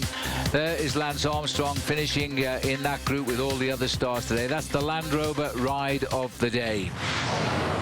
Now then, we're getting ready for the stage podium, I believe. Yes, there he is. Bryce Velde steps out. First Tour de France, first year professional. Never seen any of it before. He's just an old hand now. And a big mountain stage to boot, because this is one of the big mountains of the Tour de France. It's the third highest mountain top finish the Tour has ever been to, after the Col de Granon up in the Alps, 2,240 meters in altitude. He found something special there, Phil, to survive. Well, terrific. We thought he was going off the back halfway up, and he comes through and surges away, and he hit them all at the right time. Terrific result. I wonder what his brother Roman will say. His elder brother, who's also in the Tour. Big celebrations there tonight. I think he'll be quite happy, Phil. Now we finally worked it out. Ronaldo Nocentini is the new leader, Paul, but only by 6 seconds. These are our Hampton Hotel's official standings. Alberto Contador sits second, 6 seconds. Look at this Tour, 8 seconds, 2 seconds further back to Lance Armstrong. Leipheimer is fourth, and the British rider on Garmin slipstream, Bradley Wiggins, sits in fifth at 46 seconds. Let's go further down. Another Astana rider, Cloden in sixth. Tony Martin keeps his white jersey and holds seventh now. Christian Vande, fourth last year, really recovering from that accident, has a very proud eighth tonight at a minute 24. Andy Schleck takes over the lead for Saxo Bank. He's down there as well. Further down, brother Frank is in 13th place. Poisinger is chasing the white jersey, but he's 14th now. And last year's winner, Carlos Sastre, he sits in 15th place. Johannes Freilinger, another first-year Tour rider in the break today, is up to 16th place. Cadel Evans has come up, but he's now looking for more time. He's now 3 minutes and 7 seconds back in 18th. Top 20 completed by Kim Kirk. And let's go to the Italian, Paul. You worked it out. Alberto Elli was the last Italian, and that was 9 years ago to wear the maillot jaune. Well, this man has taken an awful long time to come to the top end of the sport. He was a member of the Italian team in 1998, who were first, second and third in the under-23 World Championships. We've seen him around the world when stages and races like the Tour de Langkawi in Malaysia, but here today on his first participation at the Tour de France, his first big mountain stage, and what a glory for him to get the yellow jersey. But tomorrow he's got to come out and defend that for 6 seconds and 8 seconds over Alberto Contador and Lance Armstrong. And for all of you who keep sending emails asking us to get you one of those lines, there aren't any. There's only the ones for the stage winners. Ben Stiller actually got Cancellara's line off the stand the other day as a present for his children. Well, there we are. Shake hands with everybody. That is brilliant for Nocentini, another first-timer in the Tour as well. It's been a day for first-timers. Well, one guy who isn't a first-timer in the Tour, but it is a first time for him for the last few years. He's with Frankie Andreu, Lance Armstrong. You said Alberto maybe didn't go to the plan. You actually rode to the plan. You sat on Cadel. You didn't exactly attack around him. A little bit different, maybe you being a little bit more aggressive into the next coming stages. Well, when you got a guy away, I mean, there's, like I've said all along, my obligation is to the team, and you got to just stay on the wheel. If, Schleck put in some good moves, Cadel put in some good moves, Wiggo at the end there put in a good move. You got to just stay on the wheel. I mean, that's bike racing, Gauging your fitness, you felt pretty good on the climb. You have good climbing legs. Better than the Giro? Not better than the Giro, but that was to be expected. It's not a very steep climb, so it's the speed is high. You had these constant rhythm changes because you had headwind, tailwind there, and it's maybe not my specialty, but Not bad considering. It's not your best day. No, but I didn't expect, I didn't expect a demonstration like, some of the other years on the first mountain day. It's not, the wind wasn't conducive. You saw a big group there. We'll have plenty of days at the end of this tour where there's only a couple guys together. And get back in control, or is your team in control now? No, I think the team's good. I mean, you saw there that early on the team was good, and then at the end, Levi and Cloden were strong, and obviously Alberto was strong, so the team won't be the problem. Okay. Anybody else? Sometimes I wonder, just what journalists expect from this man. He's 37 years of age. He comes back to the Tour de France. He is again ranked now amongst the favourites to win it, and they still expect more from him, Paul. Well, I'll tell you one thing is very interesting what he said there. He played the team game. Now, if he'd been riding for his own account, he could very easily have chased down Alberto Contador there, and that 2 seconds that he lost to Alberto Contador could have been completely different. But he knows the Tour de France is a long event. He knows the Tour de France is over 22 days, and he knows that a lot of things will change out on the open road. So I think he did the right thing. He played the team player, and he knows that his chance could come over the next couple of days. Well, we have mountains tomorrow. They're not quite as high, and they're earlier on, of course. And we've got the Col de Tourmalet coming in 2 days' time as well. So it's a tough 3 days now. There's Mark Cavendish, and still Mark Renshaw, his lead-out man, sitting just behind him there. As they come in, the clock says 28 minutes. But it's the longer stage of the race, so that will be an okay time, Gaff. There's the salute there. That is brother Romain Feylu, who has now just been told his younger brother has got a stage win in the Tour de France. That's amazing. 28 minutes after his brother. That really is quite phenomenal. There'll be big celebrations. These are the guys here, Phil, the autobus, who really have to get out there. And there's his brother. The win today is all he had to do. He gained nothing on the mountains during the day, but winning the stage was worth 40 points. It's an outside category climb at Arcalis. 40 points is all that he needed to take the lead in the King of the Mountains. So there's another present for a hard-working new pro. And once again, just a reminder, Phil, this is one of the wild card selections for the Tour. It's amazing how every team that gets a selection as a wild card entry into the Tour de France does honour to the organisation. He picked up the other 9 points out on the course, seconds and thirds, so he's got 49. Reblon, who took them all today until the last one, he's 3 points better on 46. Christoph Kern, who got second place, so he's got 46 as well. Igor Martinez, all these guys in the breakaway today have really taken on now the King of the Mountains competition. The white jersey by the star elect, I'm sure of this. Tony Martin lived with the best climbers in the race today and was right there on the sharp end. He pulls on the white jersey. Young German rider on Columbia HTC. He's a man I think we will talk about very much in the future, and we'll talk about him a lot more in this Tour de France, because right now, Phil, he's laying down the claims for the possibility of winning that competition for the best young rider, which is for the young rider who is less than 26 years of age at the start of the season. So that's a good rider to have on the Columbia HTC team. They've got the lead in the white and the lead in the green jersey competitions at the moment. Off he goes to see Bernardino and the boys again. We'll look ahead now to tomorrow's stage. We stay, of course, in the Pyrenees. The riders leaving Andorra, bound for Saint-Giron, as the riders go down over a couple of mountains. The difference is this time, Paul, the mountains come a little bit earlier in the race. Well, they've got a big mountain to get them out of Andorra, and that takes them up to 2,400 metres, the Porte d'Envalira. Then it's down into France, and the Col de Port at 1,250 metres, with the final climb of the day, the Col d'Agnès, before they plunge down to the finish line, and the long valley roads down into the outskirts of the town that we've seen many times before on the Tour de France at Saint-Giron. Bit lumpy out on the day, but if you have a hard time on the Col d'Agnès, there's always the chance to pull yourself back in on the descent. Yes, and there's the distance, 176 kilometres. Remember, tomorrow, it's even earlier. Live coverage begins at 7:30 a.m. Eastern Time. Expanded coverage, of course, in the evening with all the interviews, which we can't bring you right now, will be at 8 o'clock Eastern Time as well in the evening, of course. It's been a great day in the Tour, but the race again was held in check by Team Astana. A battle for the line has meant the gaps haven't opened at the top. No one would have predicted that tonight it will be an Italian for the first time in 9 years who leads the Tour de France in Noncentini. We will keep you up to date, and there's a lot more than just results on our website at versus.com, so do check in there and find out all about what's going on at Tour de France. It's been another good day, and the rain didn't come back, so I'm happy to say we've enjoyed our first day in the Pyrenees.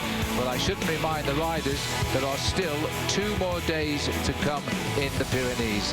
From everybody here on Arcalis, we'll be with you all again tomorrow at 7:30 Eastern. Bye.